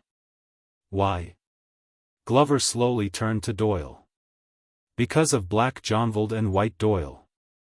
Doyle was slightly stunned. The Red King had 2 attendants, and the widow cried day and night. Glover said coldly, 200 years ago, your family was as famous as them." Danny Doyle blinked. "Wow." After a while, Doyle turned his head around in embarrassment and numbness. "Is that so? You even know this?" While they were still chatting, Thales had already gone up against Jonvold's sword. Just like Commodore, Jonvold did not hold back at all. He took the initiative to attack. But this time, Thales' expression changed the moment his opponent delivered his first attack. Jonvold was different from his previous 2 opponents. Clang! Clang! Clang! 3 sharp sounds rose. Jonvold's expression was calm. The sword in his left hand moved quickly, and he continuously threatened Thales' chest, calf, and arm. After blocking 3 times, Thales was forced to take 3 steps back. He was surprised and strenuously resisted his opponent's attacks. Compared to the older Praka and the short and sturdy Commodore, the knight with the outstanding appearance was expressionless. His attacks were simple and direct, and there were no flourishes. With a familiar feeling, Thales did not even have time to catch his breath. Before he could stabilize his footing, Jonvold's attack arrived again. The sin of Hell's River roared indignantly and surged into Thales' arm, but it could only support him in quickly defending himself. Clang! Jonvold's expression was indifferent, but the long sword in his hand became swifter and swifter. He did not deviate and went straight. The tip of his sword was aimed at the parts that Thales found difficult and unstable during his previous defense, his legs and wrists. He attacked continuously. The worst thing was that Thales rarely fought against enemies who held swords in their left hands. In his opinion, every time Jonvold attacked, the angle of his attack was tricky, unexpected, and difficult for him to defend against. But his attacks were also very forceful, causing him to have a hard time defending himself. He could only retreat continuously to avoid the attack. It was to the extent that Thales almost lost his footing during his 8th defense. He did it while he leaned back in a pathetic manner, and he was close to his limit. Even so, Thales' arm was still grazed an inch by his opponent's blunt sword, which had not been sharpened. It was incredibly painful. But before he could rest, Jonvold's next attack came from the spot where he was grazed. Thales was forced to grit his teeth and activate the sin of Hell's River. Perhaps it was because he was almost driven mad by the repeated setbacks, but he retreated. And every time he took a step back, Jonvold's advantage in his next attack would increase a little, causing Thales' defense to become more and more dangerous. Thales felt the tremors on his shield and sword, as well as the pain and numbness in his muscles. The more he fought, the more fearful he became. He was constantly being attacked, and he did not even have the chance to counterattack. Thales could not help but be reminded of his time in Heroic Spirit Palace. The Northlanders' attacks were also as violent and swift as this. They did not give him any chance to catch his breath. Jonvald's attack had clearly shocked the royal guards and the spectators. Many of them pointed at him and discussed about something. Even Mallows nodded repeatedly as he watched. What the heck? By the side, Doyle widened his eyes. There's such an amazing person in our team? Even Glover was rather surprised. Either his opponent is too weak, or he's hiding his strength. When I was in Renaissance Palace, I never heard of such a person in the Vanguard Division. But compared to the spectators who were pleased with themselves and commenting on the fight, Thales was not in a good mood. He gritted his teeth and used his shield to withstand Jonvald's full-powered slash. Then, he activated the Sin of Hell's River at all costs and finally launched a counterattack. At least he managed to force Jonvald's attack to slow down. But his opponent only paused for a moment. His face did not turn red, and he did not pant. Then, he attacked again and dragged the fight back to its previous rhythm. Thales was about to go crazy. At that moment, he was like a small boat floating in a stormy sea. He was doing his best to tug on the sails to ensure that the boat would not capsize. But the water at the bottom of the boat was getting deeper. He could not hold on any more. But his opponent's power of eradication was endless. With hell senses, Thales could even see his opponent's skin shining like stars.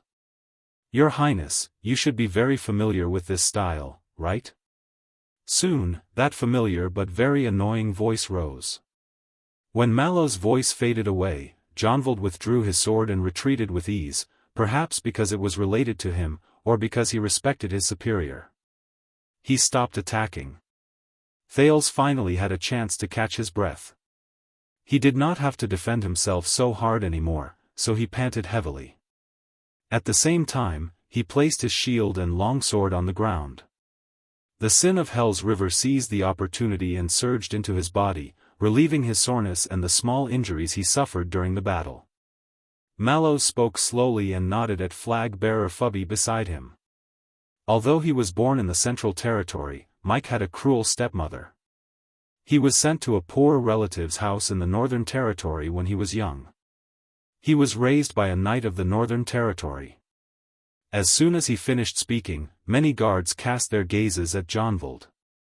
"Sir, you are actually..." Mike Jonvald forced himself to smile. "Don't mention stepmothers." Mallows smiled apologetically. He then looked at Thales and said with a serious expression, "That's right. Since the establishment of Constellation, the martial arts of the Northern Sect have been passed down among the Knights of the Land of Cliffs and the Northern Territory. They have absorbed the experience of fighting against the extensions over the years, and after years of accumulation, they formed their own school." Thales panted in pain and shook his head at Mallows to show that he had heard him. They have the advantage of the Northland barbarians in seizing the opportunity to attack and advocate suppression, but they also retain the traditional skills of Constellation's knights. They work hard to achieve a balance between offense and defense, and they complement each other. They pay special attention to the transition between offense and defense, as well as their determination during critical moments. There was delight in Mallows' tone. Hence, the Knights of the Northern Sect in the Kingdom are also known as the Attack and Defense Sect. Their offense is fierce, and their rhythm is fast. Their transitions between offense and defense are smooth. When they fight against them, if they are careless, they will suffer a crushing defeat, and they will lose everything. Northern Sect? Attack and Defense Sect? Their offense is fierce, and their rhythm is fast, attack while defending, and defense while attacking. Thales' breathing became smoother. He raised his head in puzzlement and looked at Jonvald, who was not panting at all and was fighting with ease. Jonvald nodded at him respectfully. As for the typical representative among them, Mallows crossed his arms in a relaxed manner and gave a nickname that made many people fall into deep thought. I believe that you must have heard of the Kingdom's Wrath. Thales froze for a moment. Kingdom's Wrath? Many years ago, the scene of him breaking out of the broken dragon fortress flashed in his mind. If one was careless when facing an enemy, it was a crushing defeat, a complete loss. The prince took a deep breath. He. The corners of Thales' lips curled up. He had more than heard of it. But, wait a minute. Thales stared at Jianghu and narrowed his eyes. No, not just the Kingdom's Wrath. He was not the only one. Several different figures appeared in front of him. They were Barney Jr., who was fighting for his life in the dungeon, and Bruley, who had lost the ability to speak and was charging around like a bear. It was them. Knights of the Northern faction, right? Finally, Thales took a deep breath and stood up. Let us see, Your Highness. Mallows smiled faintly. Over the past 6 years, when you faced extension-style martial arts, Mallows' eyes shone brightly, and it shot straight at Thales' sweaty face. How did he deal with it? Stealing fragrance.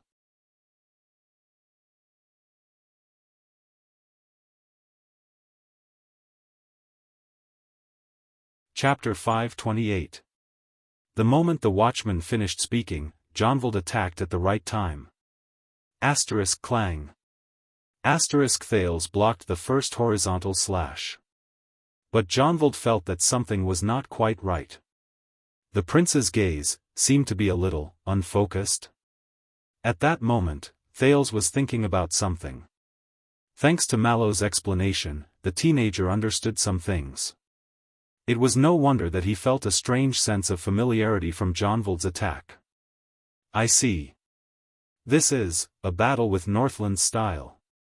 Thales exhaled. He thought he would never have this feeling. A faint nostalgia for the lessons of being beaten up in heroic spirit palace surged in him.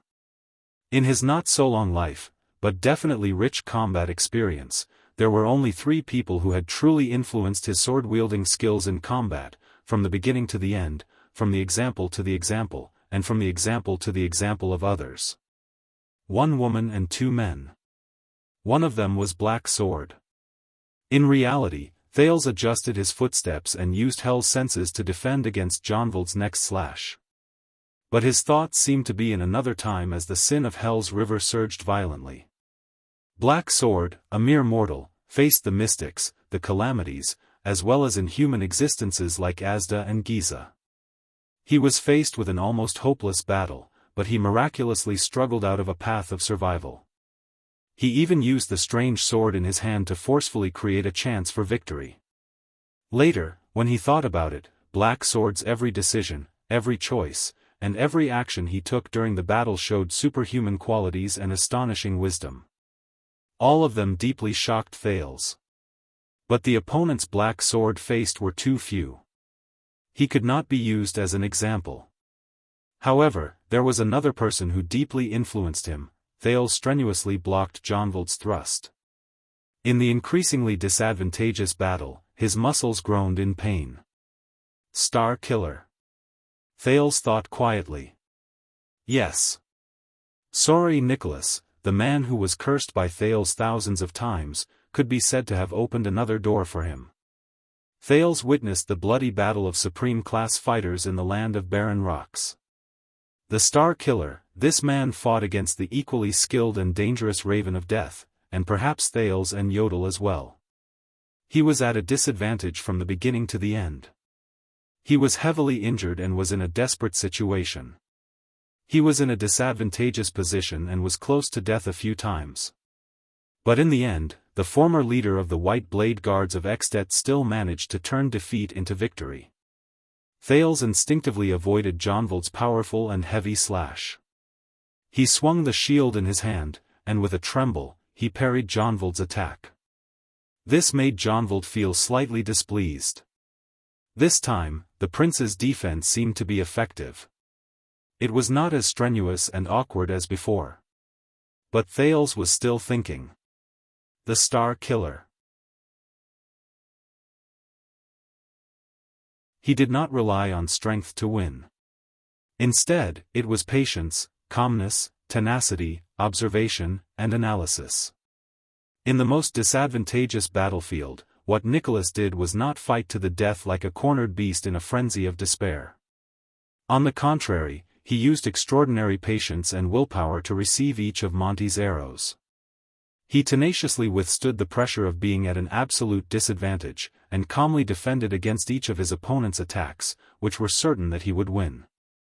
During critical moments, he observed the Raven of Death's unique fighting habits and analyzed the enemy's most likely choice in each situation. In the end, the Star Killer succeeded in one strike and overpowered his opponent. Perhaps, Thales thought absent-mindedly, perhaps Nicholas did not obtain this nickname that shook the entire Western Peninsula and was one of the strongest 5 war generals in Extet just because he was lucky enough to kill Horus Jadestar. That's right. The Star Killer.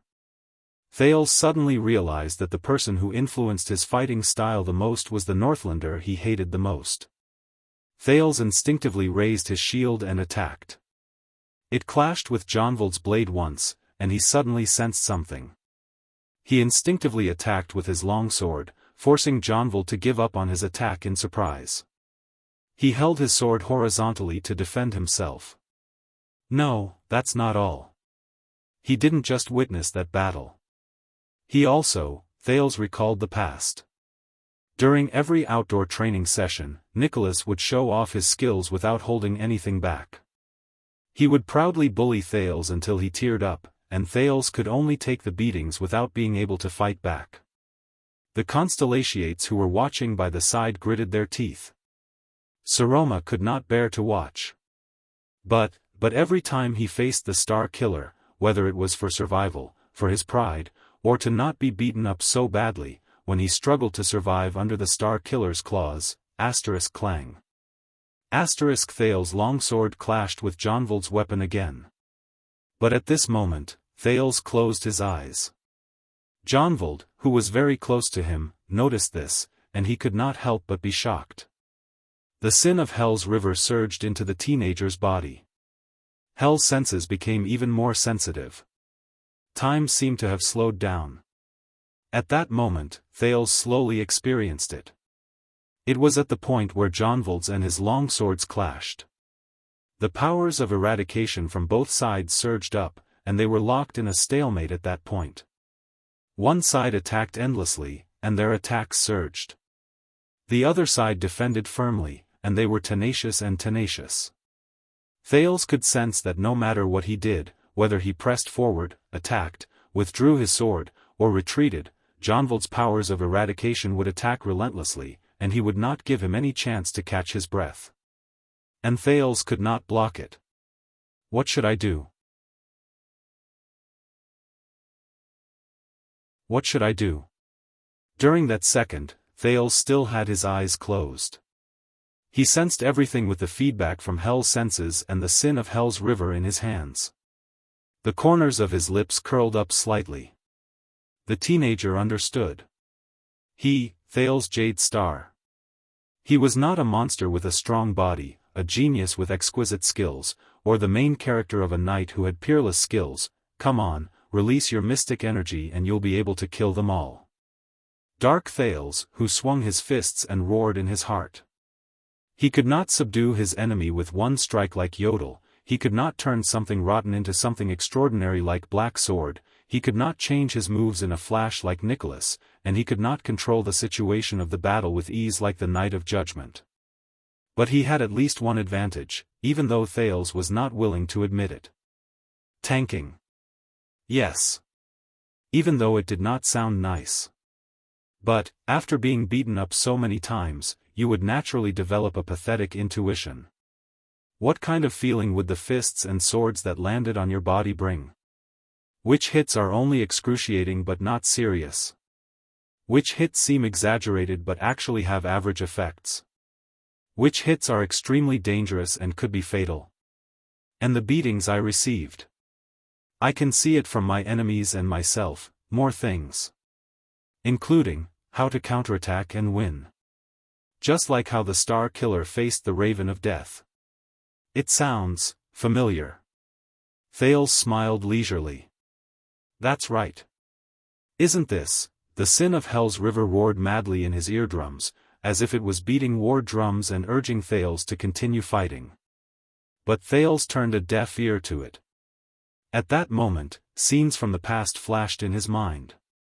In the abandoned house, as a child beggar, he struggled and struggled. In Vine Manor, he faced a close shave with the vampire. In Renaissance Palace, he played a political game in the Hall of Stars. Isn't this? In Dragon Cloud City, he narrowly escaped death in Shield District. In Heroic Spirit Palace, he dealt a fatal blow in front of the 5 archdukes. In the desert, at the bottom of Black Prison, he fought hard in the dark. Isn't this? The smile on Thales' lips deepened. Isn't this the time when he faced all sorts of disasters and obstacles since he came to this world? Thales Jadestar's way of living? First, get beaten up and survive. Then, level up and find a chance to win. Finally, act cool. Get beaten up, level up, and act cool. Thales's 3-step strategy. Thales slowly opened his eyes and looked at Jonvold, who had a surprised expression on his face as time seemed to have stopped. He smiled in his heart. No.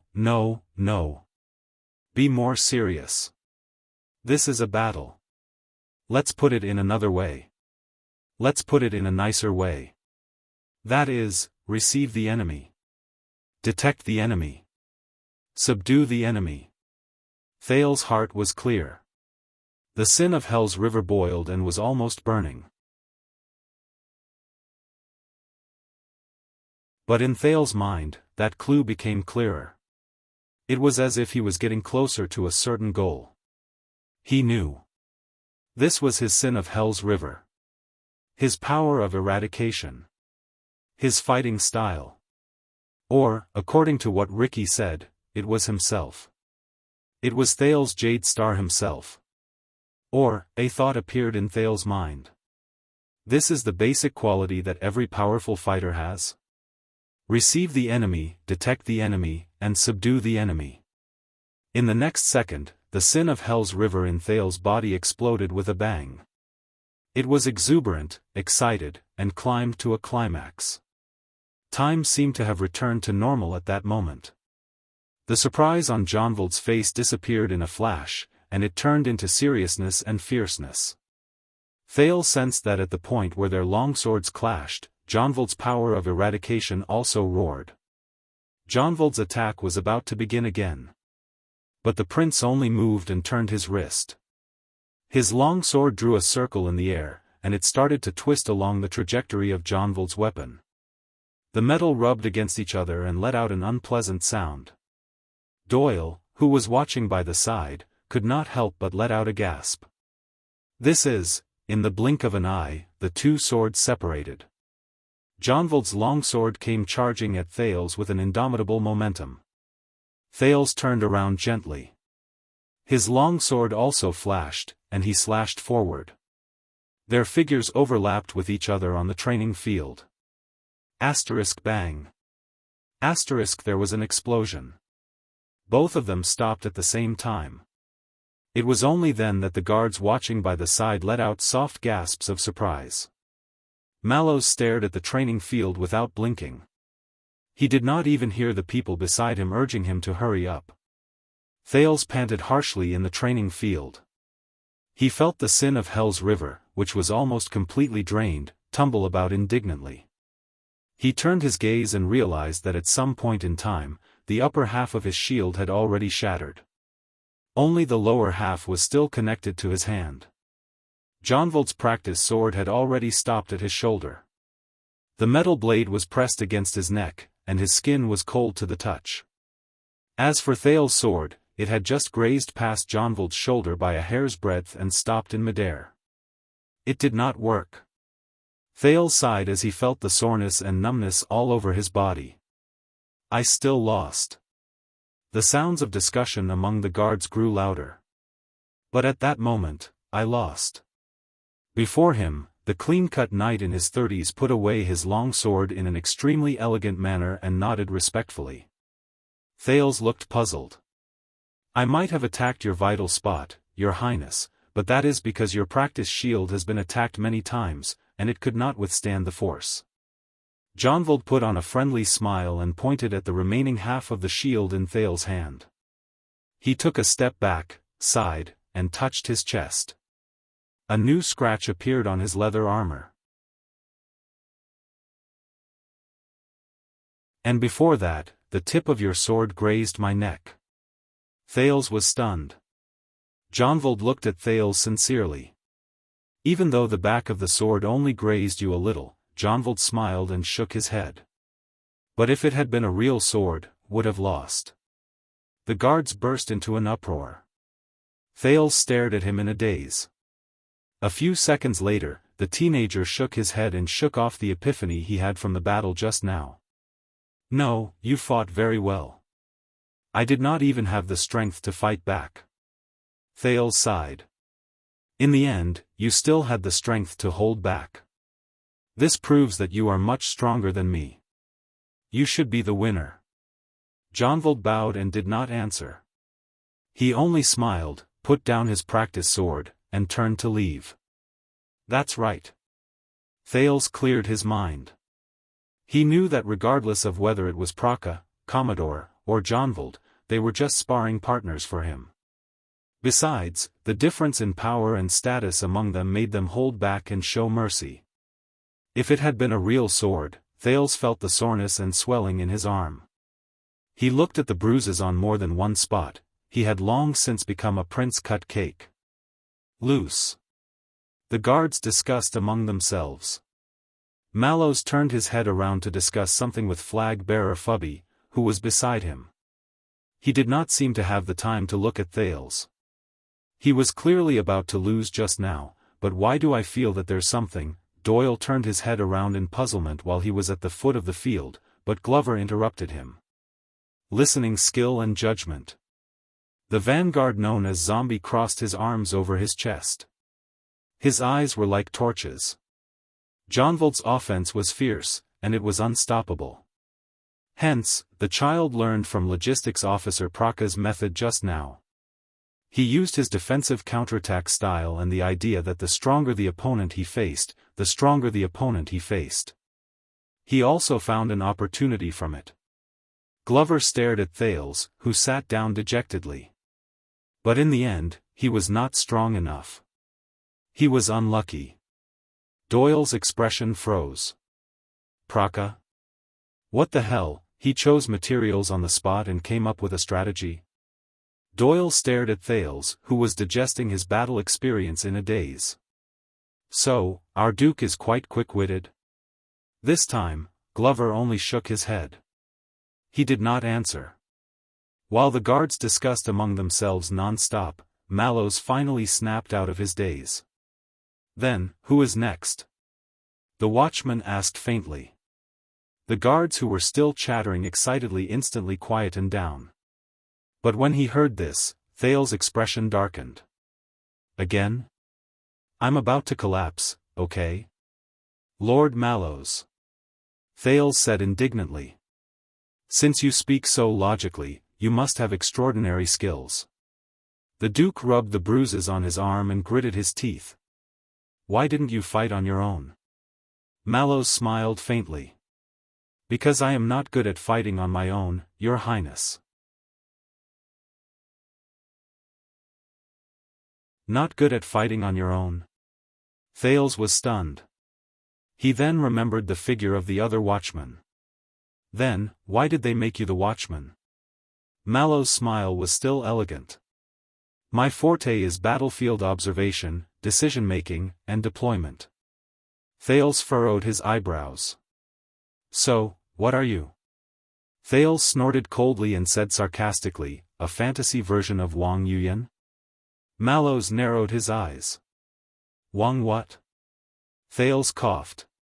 What I mean is, even if you go up against a rookie like me, are you not confident? Mallows smiled faintly. I've said it before, I am not good at fighting.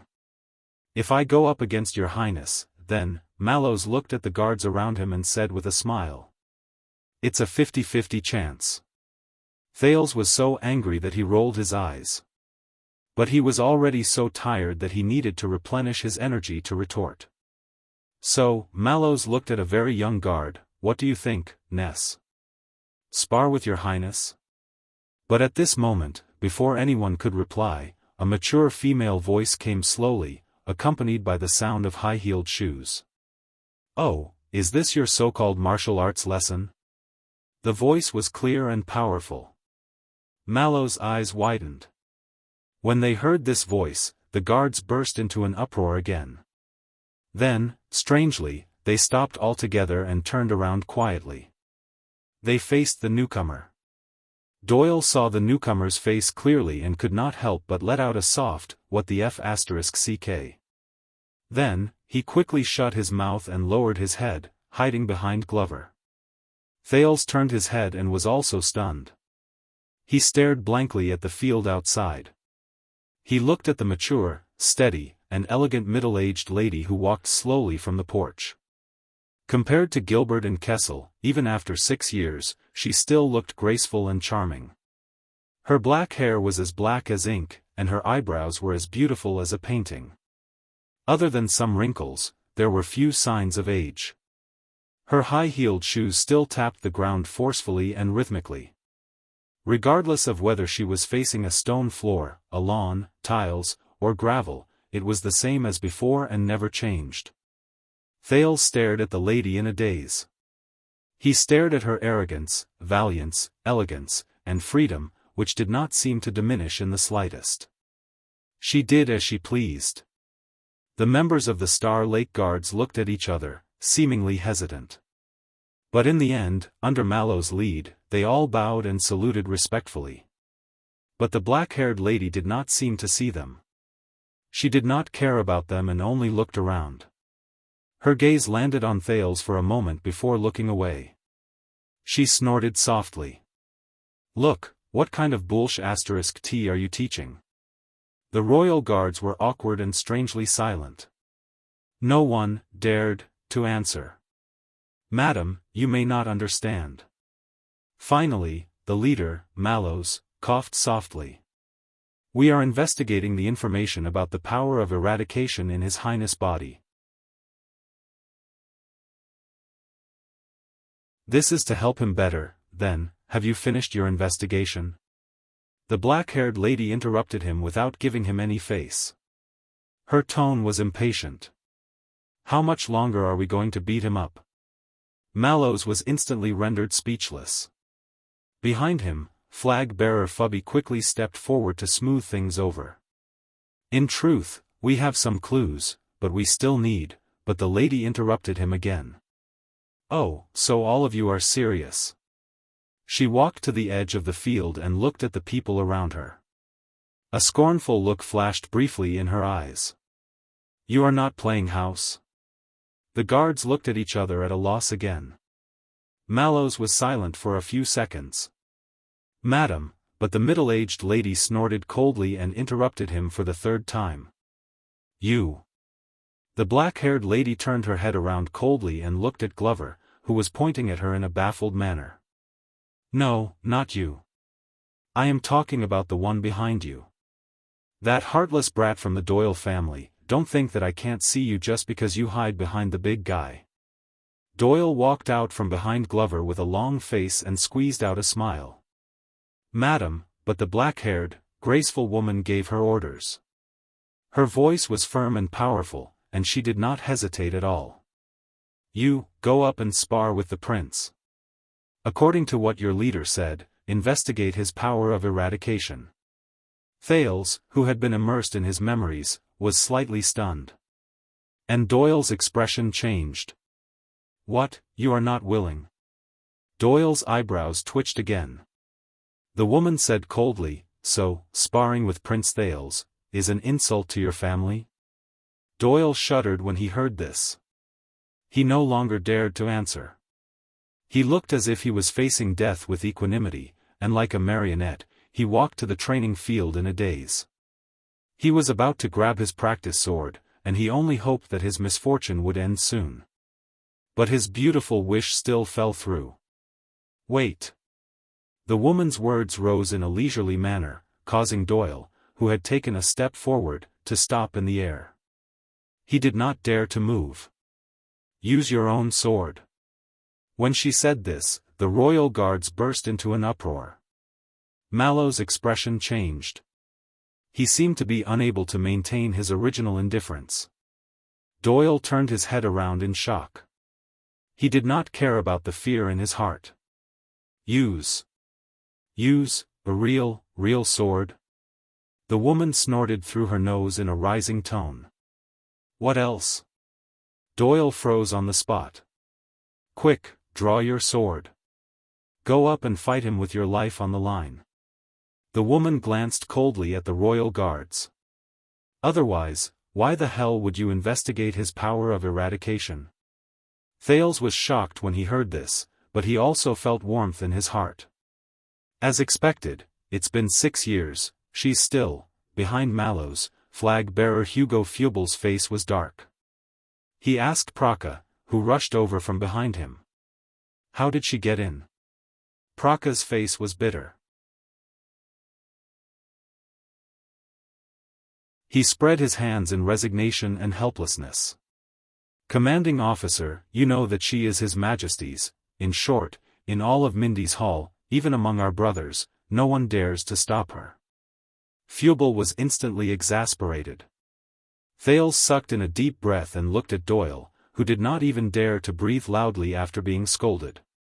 He took a step forward. "My lady, but the moment he opened his mouth, Madame Jines Bajkovic, the first-grade female official of Renaissance Palace, his father's lover, and the person who enlightened him in the Northland military sword style interrupted him with an impatient expression. "Shut up, brat." Thales instantly choked. "How many times have I said it in my letter? When you come back, I want to test you on real sword training." Jines walked in front of him. When she saw that Thales was almost as tall as her lips trembled slightly, and her gaze moved. But the female official quickly turned her head around and extinguished the trembling in her eyes while it was still in its infancy. "And what are you doing now?" Jines looked elsewhere and said sternly, "Toy sword? Playing house? Are you still 7 years old?" Jines swept her gaze over the 20 royal guards and said sternly, "Are all of you 7 years old as well?" The leader, Mallows, was silent. He did not answer. "Why are you standing there in a daze?" Jines exhaled. She seemed to have had enough of her anger. She turned to Doyle. The latter was trying his best to act like a stone pillar in the middle of the field. "Go up, fight him with your sword until you get rid of his power of eradication." Doyle raised his head while trembling. My lady, this sword was passed down to me by my grandmother. I cannot use it easily," Jines mercilessly exposed him. "Nonsense. How many times did I capture old Doyle in Red Street Market when I was young? Your grandmother passed away a long time ago. Every time, it was your grandfather who paid the bail." Doyle shuddered when he heard this. He lowered his head and did not dare make another sound. Jines snorted coldly. Her high-heeled boots tapped against the ground with a clear sound as she walked past the guards. "Then, you? Use a real sword and go up to spar with him?" No one answered. No one even dared to raise their heads. Jines snorted coldly and turned to the leader. "You might as well call yourself Mallows." The female official said scornfully, "Aren't you His Majesty's loyal servant? The kind who will cut whoever he asks you to cut?" Mallows was silent for a few seconds. Finally, the watchman sucked in a deep breath. "There is no need, my lady. Our duty is complete. We have already understood His Highness' power of eradication." Thales was shocked when he heard this. Understood? What? Sin of Hell's River? The power of eradication that Black Sword mentioned was best not to show to others? Understood just like that? The martial arts lesson has ended. Mallows forced a stiff smile. My lady, you may continue to teach His Highness etiquette. My fellow guards and I will take our leave now. But Jianghu did not intend to give up just like that. Oh? Really? You understand just like that? The female official clicked her tongue and said, you don't need to fight with real swords, and you don't need to fight with real weapons, but you can still know the power of eradication? Jianghu pointed at Thales, and her gaze turned cold. What if you are mistaken? Do you want to beat him up again? Thales felt a chill in his heart. Mallows coughed, as if he was used to Jianghu making things difficult for him. Indeed, the watchman said stiffly in front of everyone, His Highness' power of eradication is very strange. It does not have any distinct characteristics or style, and the increase in various attributes of his body is limited. Jianghu narrowed her eyes. Mallows looked up and stared straight at Thales. But he survived. Thales sucked in a breath and revealed a curious gaze as well. 3 battles. The watchman said unhurriedly, that's right. Before he was injured, Praka was an elite in the defense division. His counterattack had even severely injured supreme-class elites. Even though he was in the defense division, Jianghu used to be a police officer. The close-quarters combat skills he learned from the streets were practical and effective. He specialized in defeating his enemies in unexpected ways. And Jianghu only recently changed from a penal officer to a vanguard. One of the main reasons is that his fighting style is too sharp. The 3 people who were mentioned moved. But His Highness survived, Mallows said methodically. He lost, but he did not lose too badly. The watchman became serious. His gaze was like lightning, and it was so piercing that Thales felt a little uncomfortable. Your Highness, there is an extremely similar example in history regarding your power of eradication. Thales was a little surprised. An example in history? He immediately remembered the example Ricky told him when he was still in Blade Fang's camp. Those people Ricky mentioned, ancestors who had the sin of Hell's River and also shouldered the so-called mission of their era. However, what Mallows said next was out of his expectations.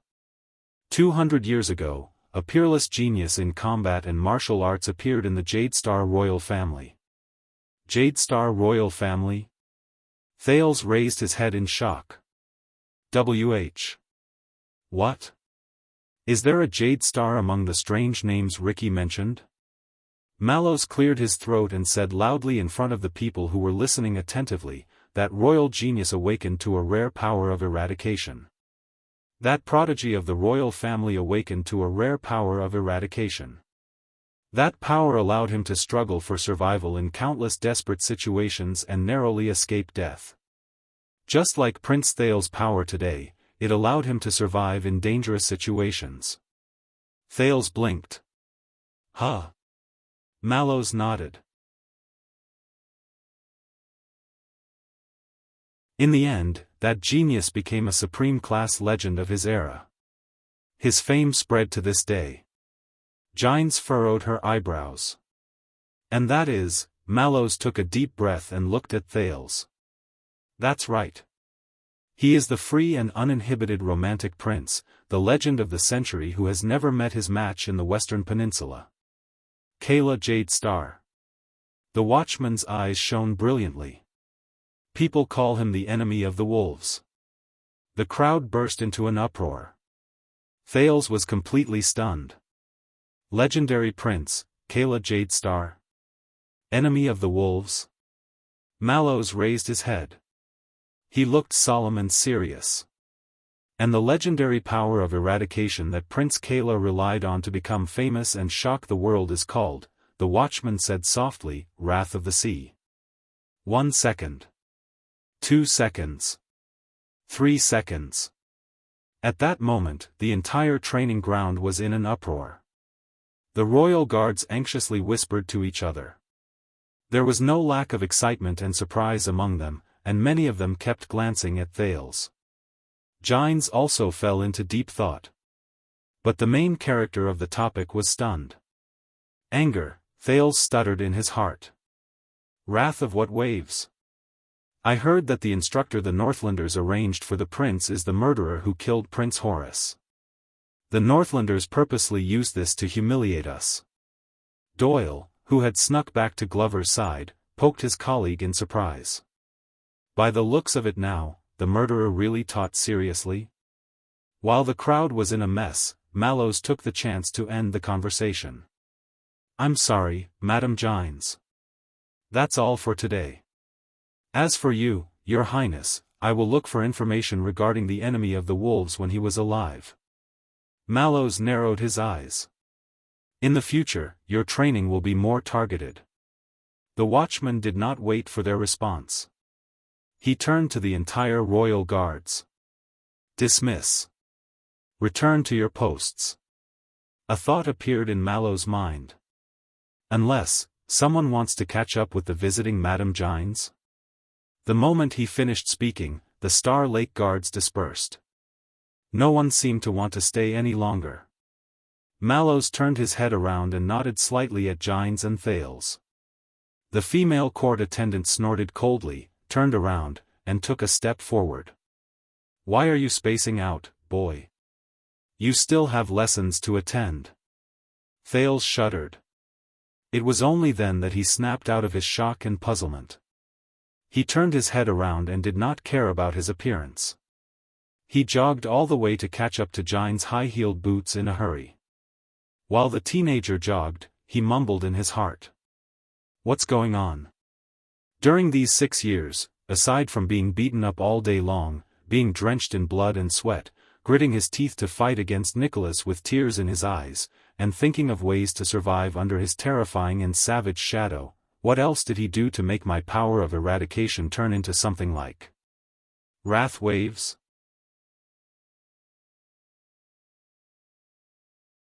Mallows stared at Gines and Thales as they left into the distance on the training field that soon became empty. His expression was slightly dark. And you, Praka, pass the message. Mallows called out to Praka, who was at the back of the group. This time, we can be considered to have just been formed, and we are unfamiliar with our duties. But next time, even if His Majesty himself comes, Mallows emphasized the word, himself, and it made Praka subconsciously tense up. The watchman turned his head around slowly. His eyes shone with an incredibly solemn light. The guards under my command are not allowed to come here without any hindrance or notice. Do you understand? Praka shuddered. He suddenly had the misconception that the usually indifferent and relaxed officer Tormund Mallows did not exist at that moment. Praka quickly nodded respectfully, turned around, and left. Mallows stared at his back. His gaze was complicated, and his thoughts were unfathomable. After a moment, the watchman turned to the only person left beside him. Hugo? The flag-bearer of the Duke's personal guards, Hugo Fubel, walked over in a submissive manner. Did you record today's training, including the prince's power of eradication? Mallows asked faintly. Of course. Flag-bearer Fubel brought out a notebook, and his gaze suddenly became astute. Wrath waves. And the details of Prince Thales' response but Mallows cut him off. Variant. Fubel raised his head with a puzzled expression. Add 1 to your record, Mallows said softly. Mallows said softly. His expression and tone of voice slowly returned to their previous indifferent state. Prince Thales' power of eradication is a rare variant of wrath waves. Fubel blinked and furrowed his eyebrows. As for the specific direction and characteristics of the variant, Mallows exhaled. His expression was as calm as still water. Unknown. Fubel was stunned for 2 seconds. Variant, unknown. Officer, are you sure? He looked at his notebook and said in puzzlement, this is for Vice Captain Talon to read. This is for Vice Captain Talon to see, and he'll report to His Majesty if there's any inaccuracies. Mallows suddenly turned around. Yes, I am sure. He cut off flag-bearer Fubel firmly. His gaze was burning, and he was aggressive. Absolutely certain. You're tuning into the Unparalleled SwordWill YouTube channel. Don't forget to subscribe and join us on this journey to catch the most captivating stories.